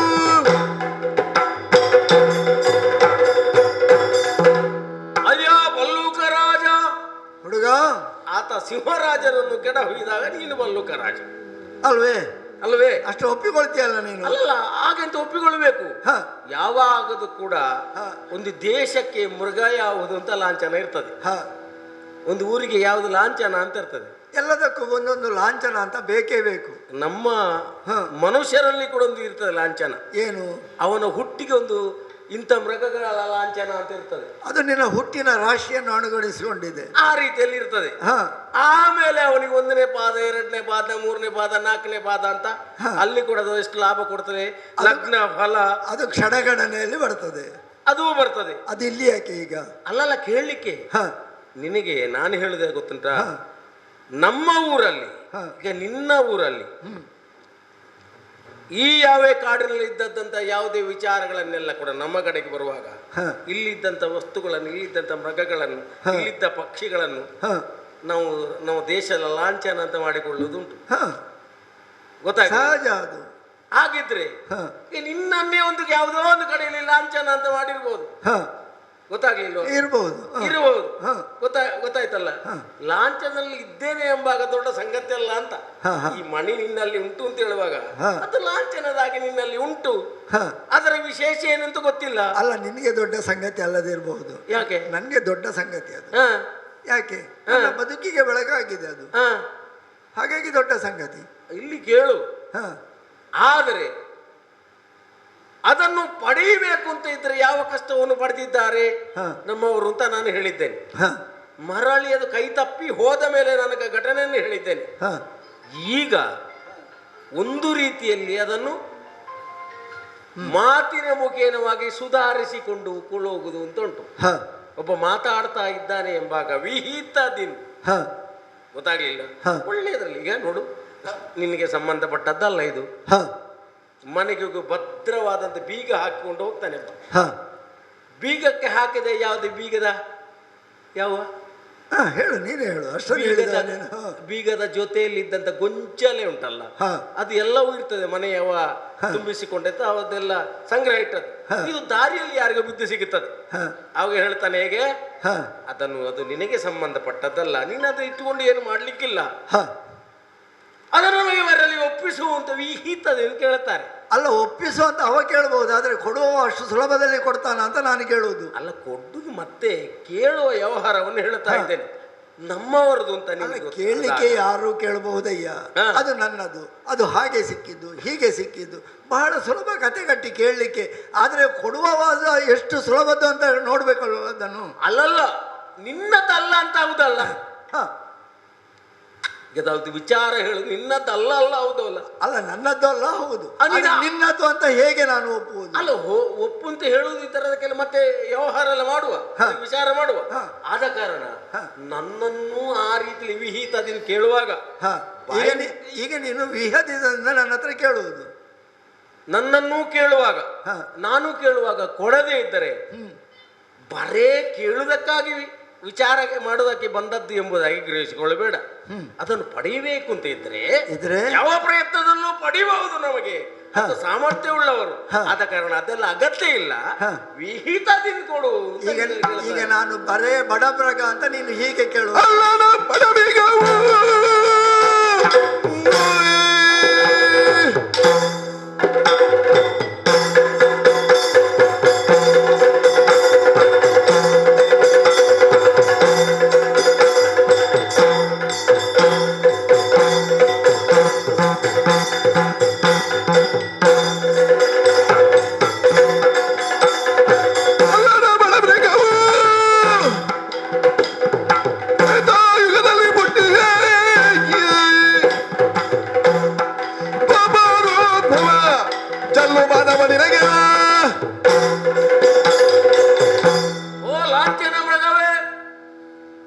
ಬಹಳ ಸುಂದರವಾಗಿ ಒಂದು ಮೃಗವನ್ನು ಮಾತನಾಡಿಸುತ್ತ, ಹೇಗೂ ಬಲ್ಲೂಕ ಜಾತಿಯದ್ದು, ಮರ್ಕಟಗಳಿಗೆ ಹತ್ತಿರದ್ದು, ಇದನ್ನು ಸುಲಭವಾಗಿ ಮಂಗೆ ಮಾಡಿ ಈ ಮಣಿಯನ್ನು ಹಾಗೆ ಹಿಡ್ಕೊಂಡು ಹೋಗಬಹುದಂತ ನೀನು ಭಾವಿಸಿ ಮಾತಾಡುದು.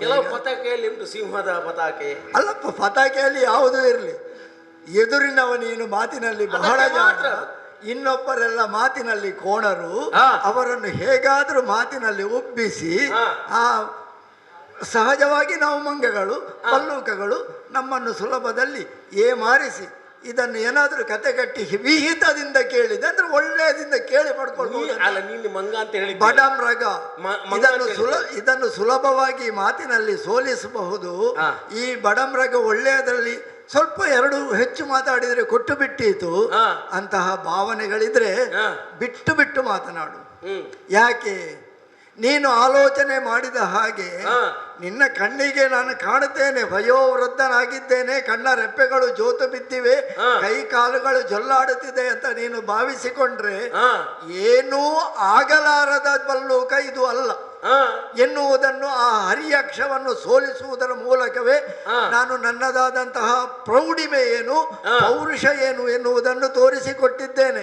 ನಾವಂತದ್ದನ್ನೆಲ್ಲ ಸೋಲಿಸುವುದೆಲ್ಲ ದೊಡ್ಡ ಹೊಂಡ ತೋಡಿ ಉಂಟಲ್ಲ ಊರಲ್ಲಿ, ಬೇಕಾದ ರೀತಿಯಲ್ಲಿ ಈಚಲು ಮರದ ಕೆಲವು ದಂಡುಗಳನ್ನು ಕತ್ತರಿಸಿ ಹಾಕಿ ನಿಮ್ಮಂತ ನಾಣೆಯಲ್ಲಿ ಹಿಡಿದೆಲ್ಲ ಉಂಟು. ಅಲ್ಲ, ಹಾಗೆ ಮಾಡಿದ್ರೆ ಹಾಗೆ ಮಾಡದಿದ್ರೆ ನಿಮಗೆ ಏನಾಗ್ತದೆ, ವಾಸನೆಯಲ್ಲಿ ಕೂತ್ಕೊಳ್ಳಿಕ್ಕೆ ಆಗುವುದಿಲ್ಲ. ಹಾಗಾಗಿ ನೀವು ಹರಿಯಕ್ಷರದಲ್ಲಿ ಈಚಲ ಮರದ ಅಡಿಯಲ್ಲಿ ಹೊಂಡ ತೋಡಿ ಹೂಳು ಬಿಡುವುದು. ಅದನ್ನು ಅಲ್ಲ, ಹೂಳು ಬಿಡುವುದಲ್ಲ, ಆ ಹೊಂಡಕ್ಕೆ ಬೀಳಿಸಿ ಅದನ್ನು, ಗೊತ್ತಾಯ್ತಲ್ಲ. ಕೆಲವೆಲ್ಲ ರೀತಿ ಉಂಟು. ದೊಡ್ಡದಾದ ಮೀನು ಹಿಡಿಬೇಕು, ಅದೇನು ಮಾಡಬೇಕು, ಅದೆಲ್ಲ ಮಾಡ್ತೇವೆ ನಾವು. ಅದೆಲ್ಲ ನಿಮ್ಮಲ್ಲಿ ಬುದ್ಧಿವಂತಿಕೆ ಬೇಕಾದಷ್ಟು ಮನುಷ್ಯ ಬುದ್ಧಿ ಅಂತ ಹೇಳೋದು. ಅದು ಕಪಟ ಬುದ್ಧಿ ಅಂತ ಹೇಳ್ತೇವೆ ನಾವು ಅದಕ್ಕೆ. ಹಾಗಂತಹ ಕಪಟ ಬುದ್ಧಿಗೆ ಸೋಲುವ ಬಡಬಲ್ಲೋಕ ಅಂತ ತಿಳಿದುಕೊಳ್ಬೇಡ. ನಾನು ನೀನು ನಿನ್ನೆ ಮೊನ್ನೆ ಹುಟ್ಟಿದ ಮೂರು ಮಾವಿನಕಾಯಿ ಉದ್ದದ ಹುಡುಗ ನೀನು. ನಾನು ನಿನ್ನೆ ಮೊನ್ನೆಯ ಹುಟ್ಟಿದವ ಬಿಡು, ನಿನ್ನೆ ಮೊನ್ನೆಯ ಯುಗದವನೇ ಅಲ್ಲ. ಅದೆಷ್ಟೋ ಯುಗಾಂತರದ ಹಿಂದೆ ತ್ರೇತೆಯಲ್ಲಿ ಹುಟ್ಟಿದಂತಹ ನಾನು. ಕೇವಲ ತ್ರೇತೆಯಲ್ಲಿ ಹುಟ್ಟಿದೆ ಅಂತ ಹೇಳಿದ್ರು ಸಾಕಾಗುವುದಿಲ್ಲ. ಸಾಕ್ಷಾತ್ ಬ್ರಹ್ಮನಿಗೆ, ಅರ್ಥಾತ್ ಸೃಷ್ಟಿಪ ಬ್ರಹ್ಮನಿಗೆಯೇ ಜಡತ್ವ ಬಂದಾಗ, ಒಂದೊಮ್ಮೆಗೆ ಅವನಿಗೆ ಜಡತ್ವದಿಂದ ತೂಕಡಿಕೆಯಾಗಿ ಆಕಳಿಕೆ ಬಂದಾಗ, ಆ ಆಕಳಿಕೆಯಿಂದ ಹೊರಹೊಮ್ಮಿದಂತಹ ನಾನು. ಅದಕ್ಕಾಗಿಯೇ ನನಗೆ ಜಾಂಬವ ಎನ್ನುವಂತಹ ಹೆಸರು. ಆ ಕಾಲದಿಂದ ಈ ಕಾಲದವರೆಗೆ ಬದುಕಿ ಬರುವ ನಡುವಿನಲ್ಲಿ ಅದೆಷ್ಟೋ ಸೇವೆಯನ್ನು ನನ್ನದಾದಂತಹ ಬದುಕಿನಲ್ಲಿ ಮಾಡಿ ತೋರಿಸಿದವ. ಆ ಸೇವೆಯನ್ನೆಲ್ಲ ಮುಗಿಸಿದ ನಂತರ ನನ್ನ ಬದುಕಿಗೊಂದು ಕೃತಾರ್ಥತೆ ಇರಲಿ, ಆ ಹಿಂದೆ ಮಾಡಿದಂತಹ ಸೇವೆಯ ನೆನಪುಗಳೆಲ್ಲವೂ ಯುಗಾಂತರದವರೆಗೆ ಮತ್ತೆ ಮರುಕಳಿಸಲಿ ಎನ್ನುವುದಕ್ಕೋಸ್ಕರ ಯಾವುದೋ ಒಂದು ನಿರೀಕ್ಷೆಯಲ್ಲಿ ನನ್ನ ಬದುಕನ್ನು ಸವೆಸಿಕೊಂಡು ಬಂದವ ನಾನು. ಹಾಗಾಗಿ ಅಷ್ಟು ಸುಲಭದಲ್ಲಿ ನೀನು ಹೇಳಿದ ಕೂಡಲೇ, ನೀನು ಕೇಳಿದ ಕೂಡಲೇ ವಿಹಿತದಿಂದ ಕೇಳ್ತೇನೆ, ಕೊಡು, ನನ್ನದಿದು, ನಮ್ಮವರು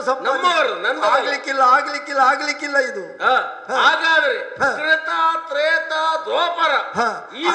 ಅಂತಹ ಅದೆಷ್ಟೋ ಚತುರ್ಯುಗಗಳು ಕಳೆದು ಹೋಗಿವೆ. ಹೌದು, ಈ ಕಾಣುವಂತಹ ಈ ಯುಗಗಳನ್ನೆಲ್ಲ ದಾಟಿ ಇದು ಈಗ 28ನೆಯ ಚತುರ್ಯುಗದ ದ್ವಾಪರದಲ್ಲಿ ನಾವಿದ್ದೇವೆ ಎನ್ನುವುದು ನೆನಪಿರ್ಲಿ ನಿನಗೆ. ಅದನ್ನೆಲ್ಲ ದಾಟಿ ಬಂದಿದ್ದೇನೆ ಅಂತ ಹೇಳ್ತಾ ಇದ್ದಿ.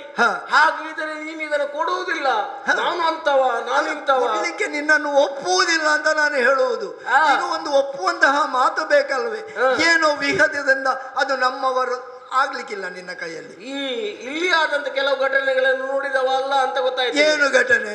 ಈ ಕಾಲಕ್ಕೆ ಬದಲಾಗುತ್ತಾ ಇದೆ ಎಂಬುದಾಗಿ ನೀನು ಕೂಡ ಗ್ರಹಿಸಿಕೊಳ್ಳಬೇಕು.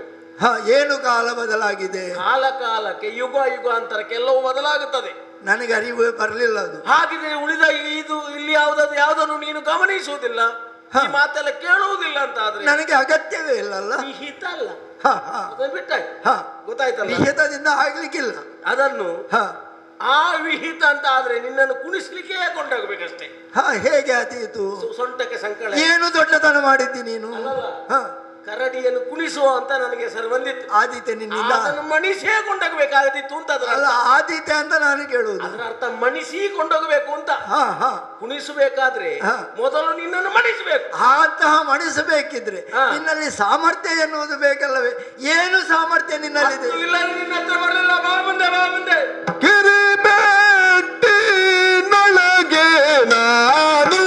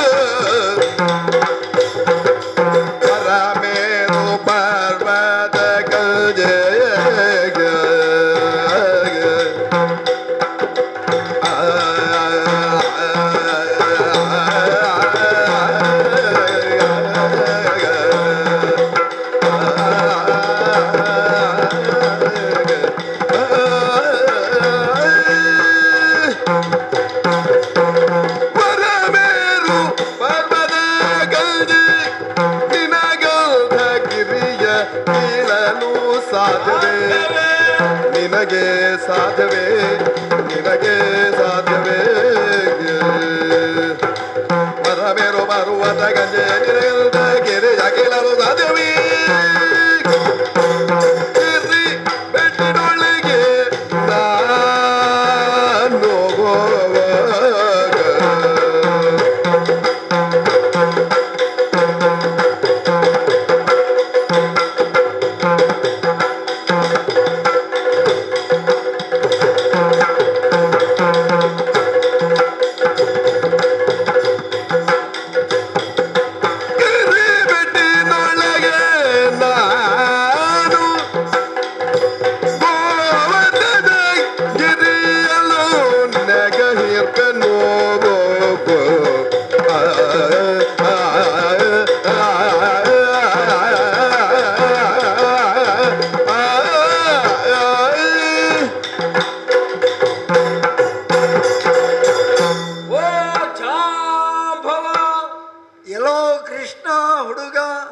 ಜಡವನ್ನು ಬಿಟ್ಟಾಗೆ ನೀನಿದ್ದಿ ಅಂದ್ರೆ ಜಡದಲ್ಲಿ ಹುಟ್ಟಿದವ ಅಂತ ಗೊತ್ತಾಯ್ತು. ಅವನಿಗೆ ಜಡತ್ವ ಬಂದಾಗ ನಾನು ಹುಟ್ಟಿದವ, ಆಮೇಲೆ ಹುಟ್ಟಿದವರು ಅವ್ರು ಮತ್ತೆಂತ ಆಗುದು ಹಾಗಂತ ಹೇಳಿ ನಾನು ಜಡದವ ಅಲ್ಲ. ಅಲ್ಲ, ಆಮೇಲೆ ಹುಟ್ಟಿದವರು ಅವ್ರೆಂತ ಆಗುದು? ಅಪ್ಪಮ್ಮನೇ ಜಡವಂತರಾದ್ರೆ ಮಕ್ಕಳೇನಾದ್ರೆ ಅದು ಅಪ್ಪಮ್ಮನಿಗೆ ಜಡವಂತ ಮಕ್ಕಳು ಹಾಗೆ ಆಗ್ಬೇಕಾಗಿಲ್ಲ. ಹಾಗಂತ ಹೇಳಿ ಅಪ್ಪ ಅಮ್ಮ ಒಳ್ಳೆಯವರಿದ್ರು ಮಕ್ಕಳು ದುಷ್ಟರಾದದ್ದು ಇದ್ದಾರೆ, ಅದನ್ನು ಬಿಡು ನೀನು. ಅದು ಇರ್ಲಿ, ಆದ್ರೂ ನಾನು ಹೇಳುವಾಗ ಅದು ಚರ್ಚೆಗೆ ವಿಷಯ ಆದ್ರೆ ವಿಷಯ ಉಂಟು ಎಷ್ಟು. ಹೌದಾ? ಆ ರೀತಿಯಲ್ಲಿ ಹೇಳುವಾಗ ಈಗ ನಾನು ಹೇಗೆ ಕೇಳಿದರೆ ಜಡವನ್ನು ಬಿಟ್ಟಿಂತ ಹೇಳೋದಕ್ಕೆ ನಾನು ಎರಡು ಅರ್ಥದಲ್ಲಿ ಹೇಳ್ತೇನೆ, ಬರೀ ಒಂದು ಅರ್ಥದಲ್ಲಿ ನೀವು ಮಾತಾಡೋದು ಸಾಲದು. ಅಂದ್ರೆ ಪ್ರಾಯ ಎಂಬ ಜಡವನ್ನು ಬಿಟ್ಟು ಎತ್ತು ನಿಂತಿದ್ದಿಂತ. ಇಲ್ಲಿ ಇನ್ನೂ ಒಂದು ಗೂಢಾರ್ಥ ಇದೆ. ಬ್ರಹ್ಮನ ಜಡತ್ವಕ್ಕೂ ಚೇತನ ಇದೆ, ಅದು ದಿವ್ಯ ರೂಪವನ್ನು ತಾಳುತ್ತದೆ, ಅದು ಭೂಮಿಯಲ್ಲಿ ಬದುಕಲ್ಯ ತನ್ನದಾದಂತಹ ಪ್ರೌಢಿಮೆಯನ್ನು ಮೆರೆಯುತ್ತದೆ. ಅಷ್ಟೊಂದು ಘನತರವಾದಂತಹ ಸೃಷ್ಟಿ ಬ್ರಹ್ಮನಿಗೆ ಸಾಮರ್ಥ್ಯ ಇದೆ ಎನ್ನುವುದನ್ನು ನನ್ನ ಮೂಲಕ ಬ್ರಹ್ಮ ತೋರಿಸಿಕೊಟ್ಟಿದ್ದಾನೆ. ಅದು ಪೂರ್ವದಲ್ಲಿ ಕೂಡ ಆಕೃತಿಗೆ ಬಂದದ್ದೊಂದು ಶಕ್ತಿ, ಆಕೃತಿಗೆ ಬರದೊಂದು ಶಕ್ತಿ. ಹರಿಹರರ ಹೌರಸ ಪುತ್ರ ಅಂತ ಶಾಸ್ತಾರ ಒಂದು ಶಕ್ತಿ ಉಂಟು, ಅದಕ್ಕೆ ಆಕೃತಿ ಇಲ್ಲ, ಅರೆ ಒಂದು ಗಾಳಿ ಮಾತ್ರ. ಅದು ಒಂದು ರೀತಿಯ ಸೃಷ್ಟಿಯಲ್ಲಿ, ಅದು ಅಂದ್ರೆ ಸೃಷ್ಟಿಯಲ್ಲಿ ಎಷ್ಟು ನಿಗೂಢತೆ ಇದೆ, ಎಷ್ಟು ಗೂಢತೆ ಇದೆ ಎನ್ನುವುದನ್ನು ಅರ್ಥೈಸಿಕೊಳ್ಳುವವರಿಗೆ ಮಾತ್ರ ಸೃಷ್ಟಿಯ ಅರ್ಥೈಸಿಕೊಳ್ಳಲಿಕ್ಕೆ ಸಾಧ್ಯ. ಅದು ಕೂಡ ಅದಕ್ಕೆ ಹೇಳುವುದು ಸೃಷ್ಟಿ ರಹಸ್ಯಗಳು ಅಂತ ಹೇಳಿಕೊಂಡು. ಅದು ಕೂಡ ಒಂದು ಕಾಲಕ್ಕೆ ಯಾವುದೇ ಸಚಿಯ ಮೇಲೆ ಅಜಮುಖಿ ಎಂಬ ಕೈ ಮಾಡಿದಾಗ ಅವರೆರಡು ಕರಗಳನ್ನು ಕತ್ತರಿಸಿದೆ ಶಕ್ತಿಗಳು, ಗೊತ್ತಾಯ್ತಲ್ಲ. ಅದು ಕಾಣುವ ವ್ಯಕ್ತ ರೂಪದಲ್ಲೇ ಇರಬೇಕು ಅಂತ ಇಲ್ಲ, ಅವ್ಯಕ್ತವಾಗಿ ಇರ್ತದೆ, ಹೇಗೂ ಇರಬಹುದು. ಈಗ ನನ್ನನ್ನು ಕಂಡು ಇಷ್ಟು ಕುಳ್ಳಾಗಿದ್ದಿ, ಇಷ್ಟು ಕರಿಯನಾಗಿದ್ದಿ, ನೀನು ಕಪ್ಪಾಗಿದ್ದು ನನ್ನನ್ನು ಕರಿಯ ಅಂತ ಹೇಳುದು.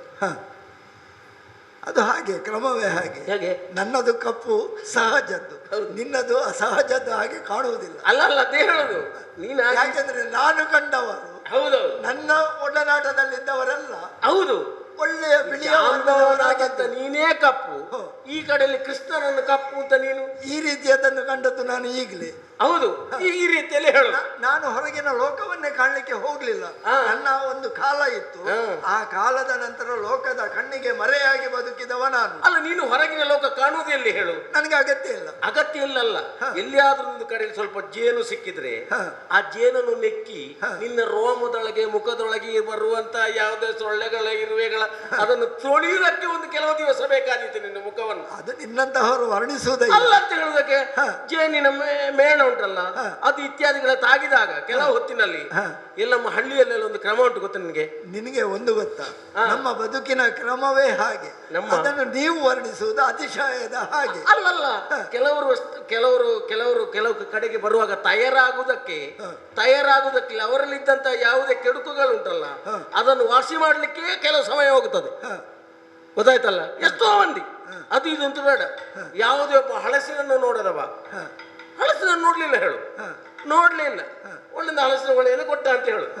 ಹಳಸಿನ ಹಿಡಿಬೇಕು ಅಂತ ಹೇಳಿ ಅವನ ಹಳಸಿನನ್ನು ಹೋಗಿ ತಂದು ಕೊಟ್ರೆ ಅವನಿಗೆ ಆ ಹಳಸಿನ ಮೇಲಿರುವಂತ ಯಾವುದು ಆ ಮೇಣವನ್ನು ತೆಗಿಲಿಕ್ಕೆ ಗೊತ್ತಿಲ್ಲ ಅಂತ ಆದ್ರೆ ಇಡೀ ಬಾಯಿ ಹಾಕಿದ್ರೆ ಏನಾದಿತ್ತು? ಅವನ ಬಾಯಿಗೆ ಮೈಗೆ ಎಲ್ಲ ಅಂಟಿಕೊಳ್ತು. ನಿನ್ನಾಗೆ ಮುಖದಲ್ಲೆಲ್ಲ ಈ ರೋಮಗಳಿದ್ರೆ ಏನಾದಿತ್ತು? ಅವನ ಮೈಯನ್ನು ತೊಳ್ಕೊಳ್ಳಿಕ್ಕೆ ಎಷ್ಟು ದಿವಸ ಬೇಕಾದಿತ್ತು? ಆದ ಕಾರಣ ಹೇಳ್ತಾ ಇದ್ದೇನೆ, ಈ ಕೆಲಸಕ್ಕೆಲ್ಲ ಇಳಿದು ನೀನು ಬೇಡ, ನಾನು ಬೇಡ.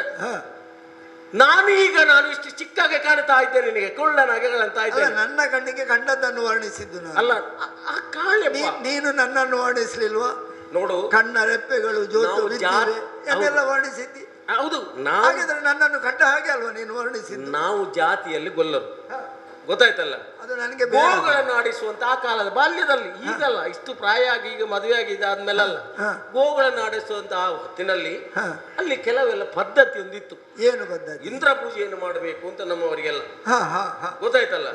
ಇಂದ್ರ ಪೂಜೆ ಅಲ್ಲ, ಪ್ರಕೃತಿ ಪೂಜೆ ಮಾಡಬೇಕು ಅಂತ, ಪ್ರಕೃತಿಯನ್ನು ಆರಾಧಿಸಬೇಕು ಅಂತ ನಾವೆಲ್ಲ ಹೊರಟೆವು. ನೀನು ಬದಲು ಮಾಡ್ಲಿಕ್ಕೆ ಹೊರಟದ್ದು? ಹೌದೌದು. ಆ ಗಿರಿ ಪೂಜೆಯನ್ನು ಮಾಡುವುದಕ್ಕಾಗಿ ನಾವು ಹೊರಟೆವು. ಆ ಗಿರಿ ಪೂಜೆಯನ್ನು ಮಾಡಿದಾಗ ಉಳಿದ ದೇವತೆಗಳಿಗೆಲ್ಲ ಸಿಟ್ಟು ಬಂದು ಆ ಕಾಲದ ನೇರವಾಗಿ ಆನೆಯ ಸೊಂಡಿಲ ಗಾತ್ರದಲ್ಲಿ ನಮ್ಮದೇ ಗೋಕುಲವನ್ನು ಎಲ್ಲವನ್ನೂ ಕೂಡ ಆ ನೀರಿನೊಳಗೆ ಹಾಕಿ ಮುಳುಗಿಸುವ ಯೋಚನೆ ಮಾಡಿದ. ಮತ್ತೆ ಪ್ರಕೃತಿಗೆ ವಿರುದ್ಧವಾಗಿ ಹೋದ್ರೆ ಆ ರೀತಿಯಲ್ಲಿ ಆಗದೆ ಇರ್ತದ? ಅಲ್ಲ, ಪ್ರಕೃತಿಯನ್ನು ಪೂಜೆ ಮಾಡಿದ್ವಿ ನಾವು. ನೀನು ಹೇಳುದು ನೀನು ಹೇಳುದು ಪ್ರಕೃತಿಯನ್ನು ಪೂಜೆ ಮಾಡುವುದು ಹೇಳಿ. ಹಾಗಾದ್ರೆ ಹಿಂದಿನವರು ಮಾಡಿದ್ದೇನು? ಅಲ್ಲ, ಈ ಮುಂದೆ ಆದ್ರೂ ಪ್ರಕೃತಿಯನ್ನು ವಿರೋಧ ಮಾಡಿ ಬದುಕಲಿಕ್ಕೆ ನೋಡಿದ್ರೆ ಏನಾಗುತ್ತೆ ಅಂತ ಅದು ಗೊತ್ತಾದಿತ್ತು. ಅದೇ ಗೊತ್ತಾದದ್ದು. ಅಲ್ಲ, ಅಲ್ಲಿ ಹಾಗೆಲ್ಲ, ಅಲ್ಲಿ ಇಂದ್ರ ಪೂಜೆ ಇಲ್ಲದಿದ್ರೆ ಆನೆಯ ಸೊಂಡಿಲ ಗಾತ್ರದಲ್ಲಿ ಮಳೆ ಬೀಳುವುದನ್ನು ಎಲ್ಲಿಯಾದ್ರೂ ನೀನು ನೋಡಿದ್ದೀಯಾ? ಅದು ಬೇಕು ಅಂತ ನೀನು ಮಾಡಿಕೊಂಡದ್ದು. ಆವಾಗ ನಮ್ಮ ಗೋಕುಲದಲ್ಲಿದ್ದ ಗೋವಳರನ್ನು ಉಳಿದವರನ್ನು ಎಲ್ಲರನ್ನು ಕೂಡ ರಕ್ಷಣೆ ಮಾಡಬೇಕು ಅಂತ ನನಗೆ ಮನಸ್ಸಾಯ್ತು. ಆಚೆ ಈಚೆ ಮುಂದೆ ಹಿಂದೆ ನೋಡ್ಲಿಲ್ಲ. ಕಿರಿ ಬೆರಳಲ್ಲಿ ಗೋವರ್ಧನ ಗಿರಿಯನ್ನು ಎತ್ತಿಕೊಂಡು ಏನು ಕಿರಿ ಕಿರಿ ಬೆರಳಲ್ಲಿ ಗೋವರ್ಧನ ಗಿರಿಯನ್ನು ಎತ್ತಿ ಹೇಗೆ ಗೋಗಳನ್ನು ರಕ್ಷಿಸಿದ್ದೇನೆ. ಶರದಿಗೆ ಸೇತುವನು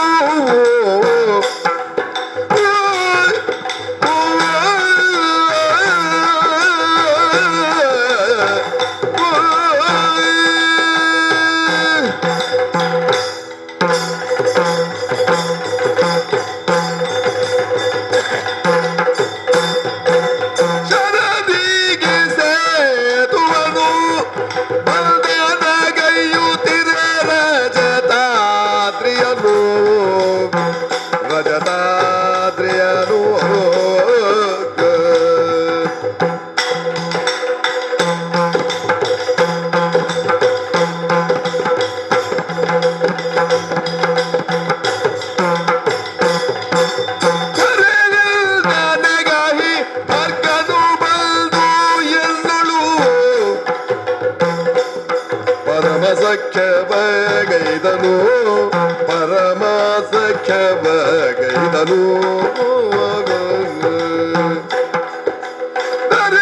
ಬಗಲು ಬಂದು ಎಂದಳು ಪರಮ ಸಖ್ಯವಗೈದನು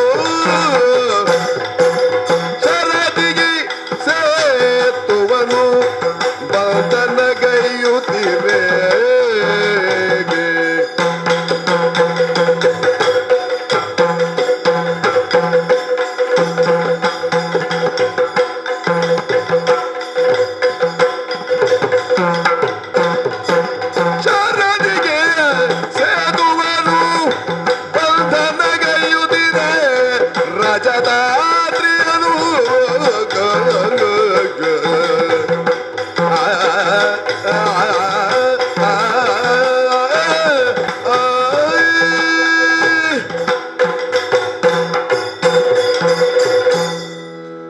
ಮಾತಿನಲ್ಲಿ ಮೋಡಿಕಾರ, ಅಭಿನಯಕಾರ ಎನ್ನುವುದನ್ನೆಲ್ಲವನ್ನು ನಾನು ನೋಡಿ ಆಯಿತು.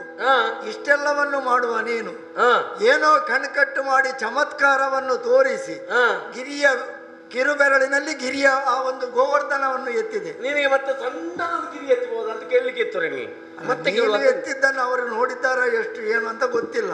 ಆದ್ರೂ ಏನೋ ಚಮತ್ಕಾರ ಮಾಡಿದ್ದಿ ಎನ್ನುವುದನ್ನು ನಾನು ಒಪ್ಪಬೇಕಾಗ್ತದೆ. ಯಾಕೆ ನೀನು ನನ್ನ ಎದುರಲ್ಲೇ ಎಷ್ಟು ಚಮತ್ಕಾರಿಕವಾಗಿ ಮಾತನಾಡ್ತೀನಿ. ನೀನು ಗ್ರಹಿಸಿ ಕಲ್ಪವೃಕ್ಷದ ದಂಡವನ್ನು ಕಟ್ಟಿದ್ದೆ ಅಂತ ಗ್ರಹಿಸಿದ್ಯಾ? ಅಲ್ಲ, ಏನೋ ಒಂದು ಮಾಡ್ತೀನಿ ನೀನು ಎನ್ನುವುದನ್ನು ಮಾತಿನಲ್ಲಿ ನನ್ನಂತಹವನನ್ನೇ ಒಪ್ಪಿಸುವಂತಹ ಮಾತುಗಾರಿಕೆ ನಿನ್ನಲ್ಲಿ ಇದೆ ಎನ್ನುವಾಗ ಅಷ್ಟು ಸುಲಭದಲ್ಲಿ ಬಗ್ಗುವವ ನಾನಲ್ಲ. ಏನೋ ಗೋವರ್ಧನವನ್ನು ಕಿರುಬೆರಳಿನಲ್ಲಿ ಎತ್ತಿದೆ, ಏನು ದೊಡ್ಡ ಸಾಹಸ ಅದು. ಒಂದು ಕಾಲದಲ್ಲಿ ನಮ್ಮ ಬದುಕಿನ ಕಾಲಘಟ್ಟದಲ್ಲಿ ಅಪೂರ್ವವಾದಂತಹ ಒಂದು ಸಮಯವಿತ್ತು.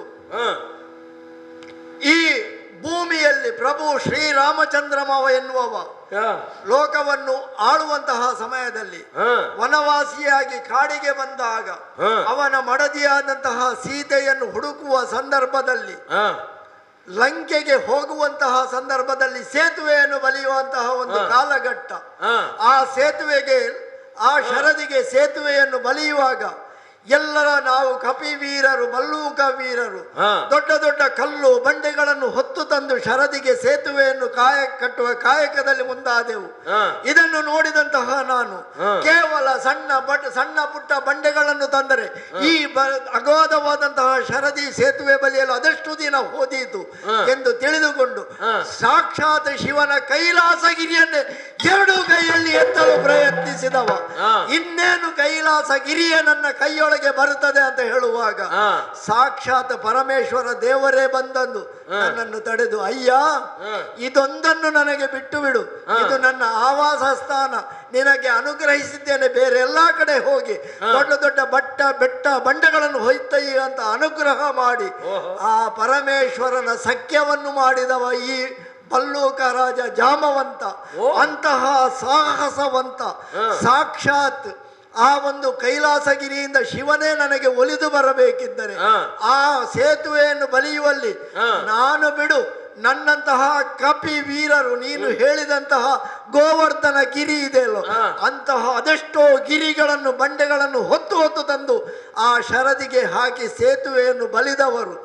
ಆ ಕಾಲಘಟ್ಟದಲ್ಲಿ ಬದುಕಿನಲ್ಲಿ ಅನನ್ಯತೆಯ ಸೇವೆಯನ್ನು ಮಾಡಿದಂತಹ ಧನ್ಯತಾಭಾವ, ಅಷ್ಟು ಪೌರುಷವಂತನಾದಂತಹ ಈ ಜಾಮವಂತ ಆ ಕಾಲಘಟ್ಟದಲ್ಲೂ ಇದ್ದ, ಈಗಲೂ ಇದ್ದಾನೆ ಎನ್ನುವಾಗ ನನ್ನ ಆಯಸ್ಸು ಎಷ್ಟು, ನನ್ನ ಸಾಮರ್ಥ್ಯ ಏನು ಎನ್ನುವುದನ್ನು ತಿಳಿದುಕೊಂಡ್ರೆ ನಿನಗೆ ಸಾಕಾದೀತು. ಜಾಮವಂತ ಆ ಕಡಲ ಕೈಲಾಸಗಿರಿಯನ್ನು ತಂದು ಇಲ್ಲಿ ಒಪ್ಪಿಸುತ್ತೇನೆ ರಾಮ ಸೇವೆ ಅಂತ ಹೇಳಿದ್ಯಲ್ಲ, ಅದಕ್ಕಿಂತ ಮೊದಲೊಬ್ಬ ಗಿರಿಯನ್ನು ಎತ್ತಲಿಕ್ಕೆ ಹೋಗಿ ಸೋತಿದ್ದಾನೆ. ಸೋತಿದ್ದಲ್ಲ, ಕೈ ಅಡಿಗೆ ಬಿದ್ದಿದೆ ಗೊತ್ತಿದೆ, ಅದೇ ಸೋತಿದ್ದಾನೆ ಅಂತ ಬೊಬ್ಬ ಹಿಡಿತಾ ಇದ್ದ ಅಂತ ಹೊಡೆದು ಸಾಮದಾನವನ್ನು ಬಿಟ್ಟು ಸಾಮಗಾನ ಹಾಡಿದ. ಹೇಳಿತಲ್ಲ, ಅದೇ ರೀತಿ ಅಂತ ಆದ್ರೆ ಈ ಹೊತ್ತು ನಾನು ಸೋಲಿಲ್ಲ ಅಲ್ಲಿ, ಇನ್ನೇನು ಗಿರಿಯ ಕೈಲಾಸವನ್ನು ಎತ್ತುತ್ತೇನೆ ಅಂತ ಆಗುವಾಗ ಸಾಕ್ಷಾತ್ ಶಿವನೇ ಇಳಿದು ಬಂದ. ಅದು ನನ್ನ ಸಾಮರ್ಥ್ಯ. ಅವರು ಬಂದದ್ದು ಯಾಕೆ ಗೊತ್ತಾ? ಯಾಕೆ? ಒಂದು ವ್ಯವಸ್ಥೆಯನ್ನು ಹಾಳು ಮಾಡಿದ್ರೆ ತುಂಬಾ ಮಂದಿ ಇರ್ತಾರೆ, ಮುದುಕರು ಇರ್ತಾರೆ, ಮಕ್ಕಳು ಇರ್ತಾರೆ, ಗೊತ್ತಾಯ್ತಲ್ಲ, ಅವ್ರಿಗೆ ಕಂಡದನ್ನು ಮಾಡ್ಬೇಕು, ಗೊತ್ತಾಯ್ತಲ್ಲ. ಎಷ್ಟೋ ಮಂದಿ ಇಷ್ಟು ವರ್ಷಕ್ಕೆಂತ ದೇವಲೋಕ ಅಂತ ಒಂದು ತೀರ್ಮಾನ ಮಾಡಿದ್ರೆ ಮತ್ತೆ 100 ಯಾಗ ಮಾಡುದಂತೆ, ಅವು ಅರ್ಥದಲ್ಲಿ ಮುರಿಲಿಕ್ಕೆ ಬರುವುದಂತೆ, ಇದೆಲ್ಲ ಆಗುತ್ತದೆ. ಅದರಲ್ಲಿ ಮಾಡುವವನ ತಪ್ಪು ಇಲ್ಲ, ಅದನ್ನು ತಪ್ಪು ಅಂತ ಹೇಳಿಕ್ಕೆ ಆಗುದಿಲ್ಲ. ಯಾಕೆ? ಆ ರೀತಿಯ ಕ್ರಮವೇ ಇದೆ. 100 ಯಾಗ ಮಾಡಿದ ಮೇಲೆ ಅಲ್ಲಿ ಬರ್ಬಹುದು. ಹಾಗಿದ್ರೆ ಪ್ರಯತ್ನ ಯಾವಾಗ ಒಬ್ಬನ ಅವಧಿ ಮುಗಿದಾಗ ಅಲ್ಲ, ಅಲ್ಲಿ ಅದರ ಎಡೆಯಲ್ಲಿ ಒಬ್ಬ ಅದರದ್ದು ಅಲ್ಲಿ ಅದು ಹಾಗೇನೂ ಇಲ್ಲ. ಒಂದು 100 ಯಾಗ ಮಾಡಿದವರಿಗೆ ದೇವಲೋಕದ ಭಟ್ಟ ಅಂತ ಇರುವುದು. ಒಬ್ಬ ಪ್ರಯತ್ನಿಸ್ತಾನೆ. ಒಬ್ಬ ಹತ್ತುವ ಏಣಿಯಲ್ಲಿ ಇಬ್ಬರು ಹತ್ತುವುದು ಇಳಿಯುವುದಲ್ಲ. ಅಲ್ಲ, ಹತ್ತಿದ್ರೆ ಏಣಿಯೇ ಮುರಿತದಂತ ಮುರಿದ ಮೇಲೆ ಏಣಿ ಮುರಿಯಲು ಇಬ್ಬರು ಬೀಳುವುದೇ. ಅದ ಕಾರಣ ಅದು ಲೋಕದೇವತೆ. ಈ ಲೋಕದೇವತೆಯನ್ನು ತಿದ್ಲಿಕ್ಕೆಲ್ಲ ಹೊರಡ್ತಾರೆ ಕೆಲವರೆಲ್ಲ, ಗೊತ್ತಾಯ್ತಲ್ಲ. ಇವತ್ತು ಬೇಕು, ನಾಳೆ ಬೇಡ, ನಾನಿಲ್ಲ, ಅವ ಇಲ್ಲ, ಇವ ಇಲ್ಲ ಅಂತ ಹೇಳ್ತಾ. ಅಲ್ಲ, ನೀನು ಮಾಡಿದ್ದು ಅದನ್ನೇ, ಲೋಕದ ವ್ಯವಸ್ಥೆಯನ್ನು ತಿದ್ಲಿಕ್ಕೆ ಹೋದದ್ದು. ಇಂದ್ರನಿಗೆ ಮಾಡುವ ಪೂಜೆಯನ್ನು ಬಿಟ್ಟು ಪ್ರಕೃತಿಗೆ ಪೂಜೆ ಮಾಡ್ತಾನೆ ಅಂತ ಹೇಳುವಾಗ ಕೋಪ ಬಂದು ಮಳೆ ಬಂದದ್ದು. ಅಲ್ಲಿ ನೀನು ಗೋವರ್ಧನವನ್ನು ಎತ್ತಿದ್ದು ಮಲ್ಲೆ, ಆದ್ರೆ ಕೋಪ ಭರಿಸಿದ್ದು ನೀನಲ್ವಾ. ಪ್ರಕೃತಿಯನ್ನು ಪೂಜೆ ಮಾಡದೆ ಹೋದರೆ ಈಗಲೂ ಕೂಡ ಪ್ರಕೃತಿಯಲ್ಲಿ ಯಾವುದೇ ಒಂದು ಚಿನ್ನದಂತಹ ಬೆಲೆಯನ್ನು ತೆಗಿಬೇಕು ಅಂತ ಇದ್ರೆ, ಬೆಳೆಯನ್ನು ತೆಗಿಬೇಕು ಅಂತ ಇದ್ರೆ, ಅನ್ನವನ್ನೇ ಕೊಡುವಂತಹ ಭತ್ತವನ್ನು ತೆಗಿಬೇಕಿದ್ರೆ ಅದಕ್ಕೂ ಒಂದು ಪ್ರಕೃತಿ ಪೂಜೆ ಉಂಟು. ಹಾಗಾಗಿ ನೀನು ಪ್ರಕೃತಿಯ ನಿಯಮವನ್ನು ಮುರಿದದ್ದು, ನಾನು ನಿಯಮವನ್ನು ಮೀರಲಿಲ್ಲ. ಶಿವ ಬಂದ ಮೇಲೆ ಶಾಂತನಾದೆ. ಶಿವ ಹೇಳಿದ ಇದನ್ನು ಬಿಟ್ಟು ಹೇಳಿ, ಅಲ್ಲಿಗೆ ಬಿಟ್ಟೆ ನಾನು. ನೀನು ಶಾಂತ ಆಗುದಲ್ಲ, ನಿನಗೆ ಶಾಂತ ಮಾಡುವುದಲ್ಲ, ನಿನಗೆ ಸರಿದಾಗು.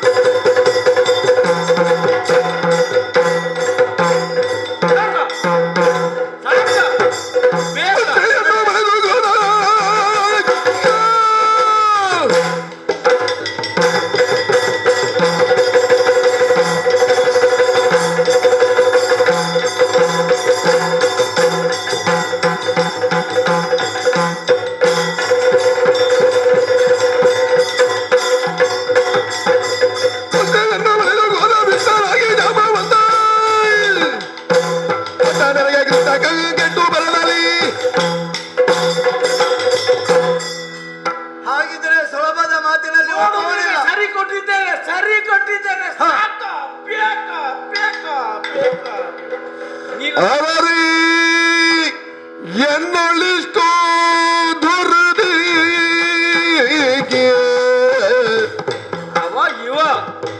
ಹೊರವಗೈದರಿಲ್ಲ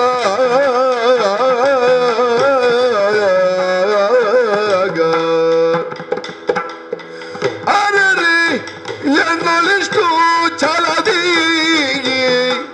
ಗುರವಗೈದರಿಲ್ಲ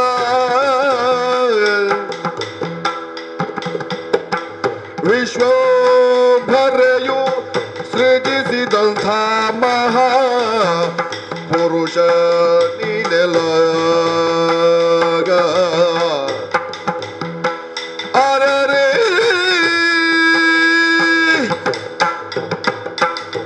ಬೇಕೋ ತಡೆ ತಡೆ ತಡೆ. ನಾನು ನನ್ನಷ್ಟಕ್ಕೆ ಒಂದೊಮ್ಮೆಗೆ ಆಲೋಚಿಸುವುದು. ಆರಾರೆ ಆರಾರೆ, ಯಾಕೆ ಹೀಗೆ ಯಾಕೆ ಹೀಗೆ? ಜಾಮವಂತನ ಪೌರುಷ ಎನ್ನುವುದು ಏನು, ಎಷ್ಟು, ಹೇಗೆ ಎನ್ನುವುದನ್ನು ಅರ್ಥೈಸಿಕೊಂಡವರಿಗಷ್ಟೇ ಗೊತ್ತು. ಒಂದೊಮ್ಮೆಗೆ ನಮ್ಮ ಪಾಳಯದಲ್ಲಿ ಹೇಳುತ್ತಿದ್ದರು ಹನುಮನದ್ದು ವಜ್ರಾಘಾತ, ಆದರೆ ಅದಕ್ಕೆ ಸರಿಸಮವಾಗಿ ಜಾಂಬವನೂ ಇದ್ದ ಎನ್ನುವುದು ತಿಳಿದವರಿಗಷ್ಟೇ ಗೊತ್ತು. ಹಾಗಿದ್ದರೆ ಅಂತಹ ಜಾಂಬವನ ವಜ್ರಮುಷ್ಟಿಯ ಘಾತ ಈ ಹುಡುಗನಿಗೆ ಏನೂ ಆಗುವುದಿಲ್ಲ. ಬದಲಾಗಿ ಅವನು ಕೊಡುವಂತಹ ಒಂದೊಂದು ಏಟುಗಳು ಮರ್ಮಾಘಾತವಾಗಿ ನನ್ನನ್ನು ಕುಗ್ಗಿಸುತ್ತಾ ಇದೆ, ನನ್ನನ್ನು ಜಗ್ಗಿಸುತ್ತಾ ಇದೆ. ನನ್ನ ಬದುಕಿನಲ್ಲಿ ಕಂಡರಿಯರ ಸೋಲು ಇದು, ಸೋಲು ಇದು. ಸೋಲು ಅಂತ ನಾನು ಯಾಕೆ ಭಾವಿಸಬೇಕು? ನನ್ನನ್ನು ಇಷ್ಟೊಂದು ದಣಿಸುವಂತಹ ಒಬ್ಬ ಸಾಮರ್ಥ್ಯವಂತ ನನ್ನೆದುರಿಗಿದ್ದಾನೆ ಎನ್ನುವಾಗ ನಾನು ಇವನನ್ನು ಅರಿಯದೆ ಹೋದೆನೆ. ಒಂದಲ್ಲ ಎರಡಲ್ಲ, 28 ದಿನಗಳ ಕಾಲ ಮುಷ್ಟಿ ಯುದ್ಧ ನಡೆದು ಹೋಯಿತು. ಮುಷ್ಟಿ ಯುದ್ಧದಲ್ಲಿ ಇವನನ್ನು ಗೆಲ್ಲುವುದು ಬಿಡಿ, ಇವನ ಘಾತವನ್ನು ಸಹಿಸಿಕೊಳ್ಳಲಾರದಂತಹ ದಯನೀಯ ಸ್ಥಿತಿಗೆ ನಾನು ದಿನದಿಂದ ದಿನಕ್ಕೆ ಜರ್ಜರಿತನಾಗುತ್ತಿದ್ದೇನೆ ಎನ್ನುವಾಗ ಆಗಲೇ ಹೇಳಿದ ಹಾಗೆ ನನ್ನ ಗುಹೆಯೊಳಗೆ ಸಾಮಾನ್ಯರಿಗೆ ಪ್ರವೇಶಿಸಲು ಅಸಾಧ್ಯವೆನ್ನುವುದಿದ್ದರೆ ಇವನು ಅಸಾಮಾನ್ಯ ಎನ್ನುವುದನ್ನು ನಾನು ತಿಳಿದುಕೊಳ್ಳಲು ಅರ್ಥೈಸಿಕೊಳ್ಳಲು ತಪ್ಪಾದೇನೆ. ಯಾರೋ ವಿಶ್ರಂಬರೆ ಸೃಜಿಸಿದಂತಹ ಒಳ್ಳೆಯ ಆ ಒಂದು ಕುಲದಲ್ಲಿ ಹುಟ್ಟಿದವ, ಯಾವುದೋ ಕಾರ್ಯಕ್ಕಾಗಿ ಘನಕರ ಕಾರ್ಯಕ್ಕಾಗಿ ಬಂದವ ಇವ ಎನ್ನುವುದನ್ನು ತಿಳಿಯಲಾರದೆ ಹೋದೆನೆ. ಹಾಗಿದ್ದರೆ ನನ್ನಷ್ಟಕ್ಕೆ ನಾನು ಯಾಕೆ ಆಲೋಚಿಸುವುದು? ಹೇಗೂ ನನ್ನ ಬದುಕಿನಲ್ಲಿ ಕಂಡರಿಯದ ಸೋಲನ್ನು ಕಂಡಿದ್ದೇನೆ, ಸೋತಿದ್ದೇನೆ ಎನ್ನುವುದನ್ನು ಪ್ರಾಂಜಲ ಮನಸ್ಸಿನಿಂದ ಒಪ್ಪಿಕೊಂಡಿದ್ದರೆ, ಒಪ್ಪಿಕೊಂಡು ಶರಣಾಗಿ ಬಂದರೆ ಎದುರಿರುವವ ಯಾರು ಎಂದು ತಿಳಿಯಬಹುದಿಲ್ಲವೇ? ಅವನನ್ನೇ ಕೇಳುತ್ತೇನಂತೆ. ಪರಿಗಿಸುತ್ತ ಜಾಂಬವನು ನೇತ್ರದಿ, ಪರಿಗಿಸುತ್ತ ಜಾಂಬವನು ನೇತ್ರದಿ,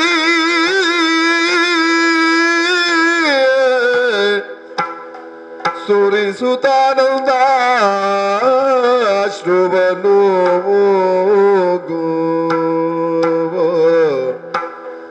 ಥರ ಥರಿಸಿ ಬಲ್ದಡಗೆರಗಿ,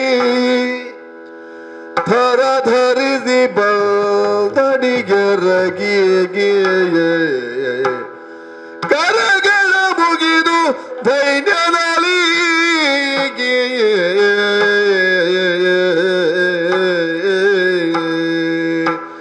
ರಾಮ ರಾಘವ ದಶರಥ ಬಾಲ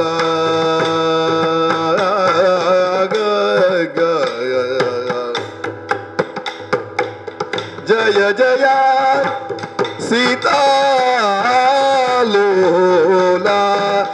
ಜಯ ಜಯ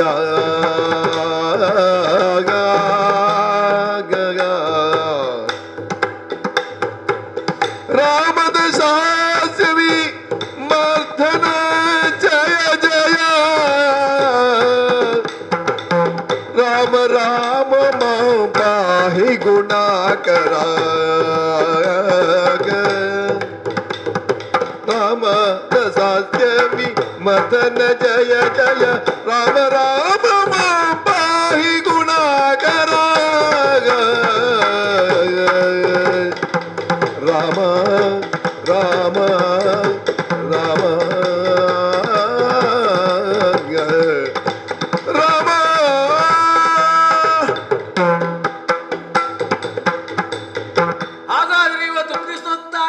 ಜಾಂಬವಂತಾದರೆ ನಾನು ಯಾರು ಎಂಬುದಾಗಿ ಇವನು ಯಾರನ್ನು ಸುರಿದು ಇವತ್ತು ಲಕ್ಷ್ಯವನ್ನಿರಿಸಿದ್ದಾನೆ ಎಂಬಾಗ ನೇರಾಗಿ ರಾಮಾವತಾರದಿಂದ ಜಾಂಬವನಿಗೆ ಪ್ರತ್ಯಕ್ಷನಾಗಿದ್ದನು.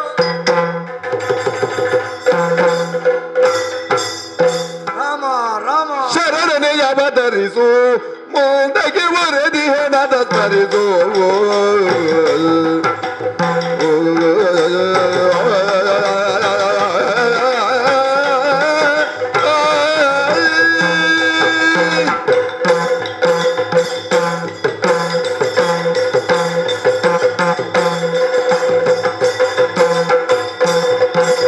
ಶರಣನೆ ಅವತರಿಸು ಮುಂದಕ್ಕೆ ವರದಿ ಹೆಣದ ತರಿಸು ದರುಶನ ವಿಯುವೆ ಮುಂದಿನ ಯುಗದೊಳು ದರುಶನ ವಿಯುವೆ ಮುಂದಿನ ಯುಗದೊಳ ಗಿರುಡೀನಾವರೆಗೆ ಬುಧವರದಿಯೇ ಶರಣನೆ ಅವತರಿಸು ಹಿಂದಕ್ಕೆ ವರದಿಯೇ ನದ ಸ್ಮರಿಸೋ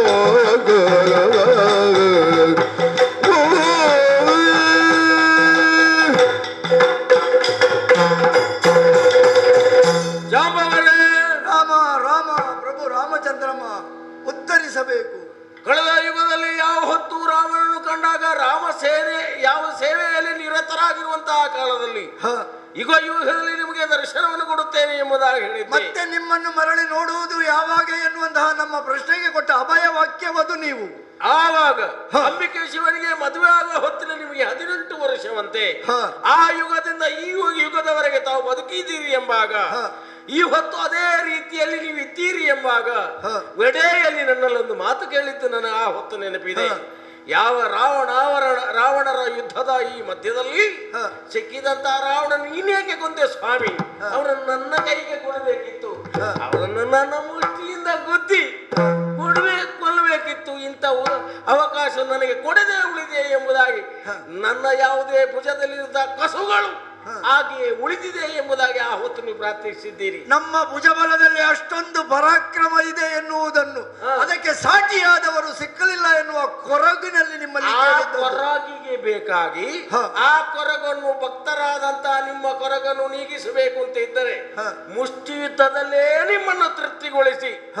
ನಿಮ್ಮನ್ನು ಧರೆಗೊಳಿಸಿ ಹ. ಅನುಗ್ರಹ ದೃಷ್ಟಿಯಿಂದ ರಾಮನಾಗಿ ಈ ಹೊತ್ತು ನೆರೆದಿದ್ದೇನೆ. ಏನು ನಿಮ್ಮ ಅಪೇಕ್ಷೆ? ಮರಳಿ ಕೃಷ್ಣನಾಗಿದ್ದೇನೆ. ಅರ್ಥ ಆಯ್ತು ದೇವ, ಅರ್ಥ ಆಯ್ತು ದೇವ.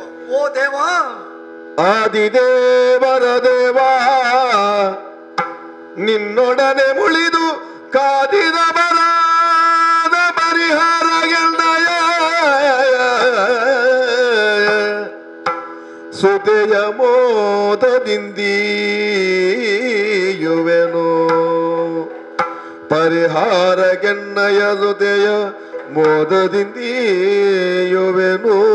ಗೋ ಜಾಂಬವದಿ ಎಂಬಿವರ ಸಾದರದಿ ಸ್ವೀಕರಿಬುದು ಆದಿದೇವರ ದೇವಾಗ ಓ ಆದಿದೇವರ ದೇವ, ಜಾಂಬವ ದೇವ ತಾವೂ ದೇವರೇ. ನಿಮ್ಮ ಬಾಯಿಯಲ್ಲಿ ಹಾಗೊಂದು ಶಬ್ದ ಬರುತ್ತದೆ ಎನ್ನುವಾಗ ಅದು ನಮಗೆ ಧನ್ಯತೆಯನ್ನು ಕೊಡುತ್ತದೆ ದೇವ. ನಿಮ್ಮ ಒಡನಾಟದಿಂದಾಗಿ ಜಾಂಬವನೂ ಜಾಂಬವ ದೇವ ಆದ ಎನ್ನುವಲ್ಲಿಗೆ ನಮ್ಮ ಬದುಕು ಅದೆಷ್ಟು ಆದಮ್ಯವಾಗಿದೆ, ಅದಷ್ಟು ಚೇತನವಾಗಿದೆ ಎನ್ನುವುದನ್ನು ತಿಳಿದುಕೊಂಡೆ.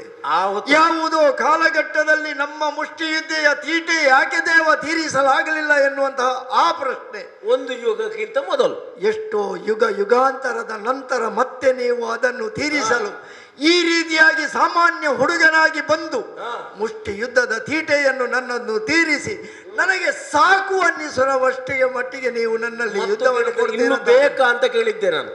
ನೀನೇ ಸಾಕು ಹೇಳಿ. ಅರ್ಥ ಆಯಿತು, ನಮಗೆ ಸಾಕು ಅಂತ ಆಯಿತು. ನಿಮಗೆ ಬೇಕು ಅಂತ ಆಗುವಾಗ ನಮಗೆ ಸಾಕು ಅಂತ ಆಗಿದೆ. ನಿಮಗೆ ಸಾಕು, ಅದುವೇ ನಿಮ್ಮ ಯೋಗ್ಯತೆ. ಹಾಗಾದ್ರೆ ನಿಮಗೆ ಸಾಕು ಬೇಕು ಅಂತ ಹೇಳುವಾಗ ನಿಮ್ಮ ಜೊತೆಯಲ್ಲಿ ಇಬ್ಬರು ಸಾಕು ಮಕ್ಕಳ ಬೇಕು ಮಕ್ಕಳ? ಅದನ್ನೇ ಹೇಳಲಿಕ್ಕೆ ಹೊರಟವ ನಾವು. ನೀವು ಒಂದು ಶಮಂತಕ ಮಣಿಯನ್ನು ಹುಡುಕಿಕೊಂಡು ಬಂದವರು. ಶಮಂತಕ ಮಣಿಯ ಜೊತೆಗೆ ಇಲ್ಲಿ 2 ಮಣಿಗಳು ಇವೆ, ಒಂದು ಕನ್ಯಾಮಣಿ ಮತ್ತೊಂದು ಹಸುಮಣಿ. ಹಸುಗೂಸು ಅದು ಈ ಎರಡೂ ನನ್ನ ಮಕ್ಕಳಲ್ಲ. ಹಾಗಾದ್ರೆ ಸಾಕು ಮಣಿ.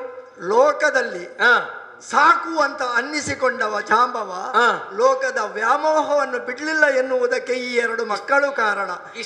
ಎಲ್ಲಿಯೋ ಯಮುನೆಯ ತಟದಲ್ಲಿ ಸಿಕ್ಕಿದಂತಹ ಈ ಹುಡುಗಿ ತಂದು ನನ್ನ ಗುಹೆಯಲ್ಲಿರಿಸಿದೆ. ಇಷ್ಟು ಪ್ರಾಯ ಪ್ರಬುದ್ಧಳಾಗಿ ಬೆಳೆದಿದ್ದಾಳೆ, ಜಾಂಬವತಿ ಅಂತ ಅನ್ನಿಸಿಕೊಂಡಿದ್ದಾಳೆ. ಜಾಂಬವನ ಮಗಳಾದರೂ ಅವಳು ಬಲ್ಲೂಕ ಜಾತಿಗೆ ಸೇರಿದವಳಲ್ಲ, ನಿಮ್ಮ ಹಾಗೆ ಮನುಷ್ಯ ಜಾತಿಯವಳವಳು. ಎಷ್ಟು ವರ್ಷ ದೊರಕಿದ್ರು ಮಗುವಾಗಿ ಆ ಮಗು, ಯುವತಿಯಾಗಿ ಇವಳು. ಈಗ ಮತ್ತೊಬ್ಬ ಪ್ರಮೀರ ಅಂತ ಅವನಿಗೆ ಹೆಸರಿಸಿ ಗೊತ್ತಾಯ್ತು. ಅವನು ಕೂಡ ಅಲ್ಲೇ ಯಮುನೆಯ ತಟದಲ್ಲಿ ಸಿಕ್ಕಿದಂತಹ ಪುಟ್ಟ ಹುಡುಗ. ಜಾಂಬವತಿಗೆ ಆಟವಾಡಲು ಮತ್ತೊಬ್ಬ ಕಂದಮ್ಮ ಆದೀತು ಅಂತ ತಂದು ತೊಟ್ಟಿಲಲ್ಲಿರಿಸಿ ಅವನನ್ನು ಸಾಕುತ್ತಾ ಇದ್ದೇನೆ. ಅವಳಿಗೆ ಒಡನಾಟಕ್ಕಾಗಿ. ಎರಡೂ ನನ್ನ ಮಕ್ಕಳಲ್ಲ, ಆದ್ರೂ ಲೋಕದ ಬಾಂಧವ್ಯ ನನಗೆ ಬೆಸೆದುಕೊಂಡಿದೆ ಎನ್ನುವುದಕ್ಕಾಗಿ ಈ ಇಬ್ಬರು ಮಕ್ಕಳು ನನ್ನ ಜೊತೆಯಲ್ಲಿದ್ದಾರೆ. ಆದರೆ ಈಗ ನಿಮ್ಮ ಮುಷ್ಟಿಯುದ್ಧದ ಕೇವಲ ಘಾತ ಸಾಕು ಅಂತ ಅನ್ನಿಸಿದ್ದಲ್ಲ ನನಗೆ, ಈ ಲೋಕದ ಪರಿವೆಯೇ ಸಾಕು ಅಂತ ಅನ್ನಿಸಿದೆ. ಯುಗಾಂತರದಿಂದ ಬದುಕಿ ಬಂದ ಜಾಂಬವನ ಬದುಕಿಗೊಂದು ಅಂತ್ಯ ಎನ್ನುವುದು ಬೇಕಾದರೆ ಅದಕ್ಕೆ ಪ್ರಭು ಶ್ರೀ ರಾಮಚಂದ್ರಮನ ಪಾದವೇ ಗತಿ ಅಂತ ತಿಳಿದುಕೊಂಡು ನಿಮ್ಮನ್ನು ಶರಣಾರ್ಥಿಯಾಗಿ ಬೇಡಿಕೊಂಡಿದ್ದೇನೆ. ಕೇವಲ ಬೇಡಿಕೊಳ್ಳುವುದು ಹೇಗೆ, ನೀವು ಬಯಸಿ ಬಂದ ಶಮಂತಕ ಮಣಿಯನ್ನು ಮಾತ್ರ ನಿಮಗೆ ಕೊಡುವುದಲ್ಲ, ಒಂದು ಮಣಿಗೆ ಬಂದದ್ದು ನಾನು, ಒಟ್ಟಿಗೆ ಕನ್ಯಾಮಣಿಯನ್ನು ನಿಮಗೆ ಕೊಟ್ಟಿದ್ದೇನೆ. ಕನ್ಯಾಮಣಿಯ ಜೊತೆಗೆ ಯಾವ ಪುಟ್ಟ ಹುಡುಗನನ್ನು ಜಾಂಬವತಿ ಆಟ ಆಡಿ ಬೆಳೆಸಿದ್ಲೋ ಆ ಹುಡುಗನನ್ನು ಜಾಂಬವತಿಯ ಜೊತೆಗೆ ಕೊಡ್ತಾ ಇದ್ದೇನೆ. ಈ ಮೂಲಕವಾಗಿ ಜಾಂಬವಂತನಿಗೆ ಲೋಕದ ಮಮಕಾರ ಏನು ಅಂಟಿಕೊಂಡಿತ್ತು ಅದೆಲ್ಲವನ್ನು ಕಳಚಿಕೊಂಡಿದ್ದೇನೆ.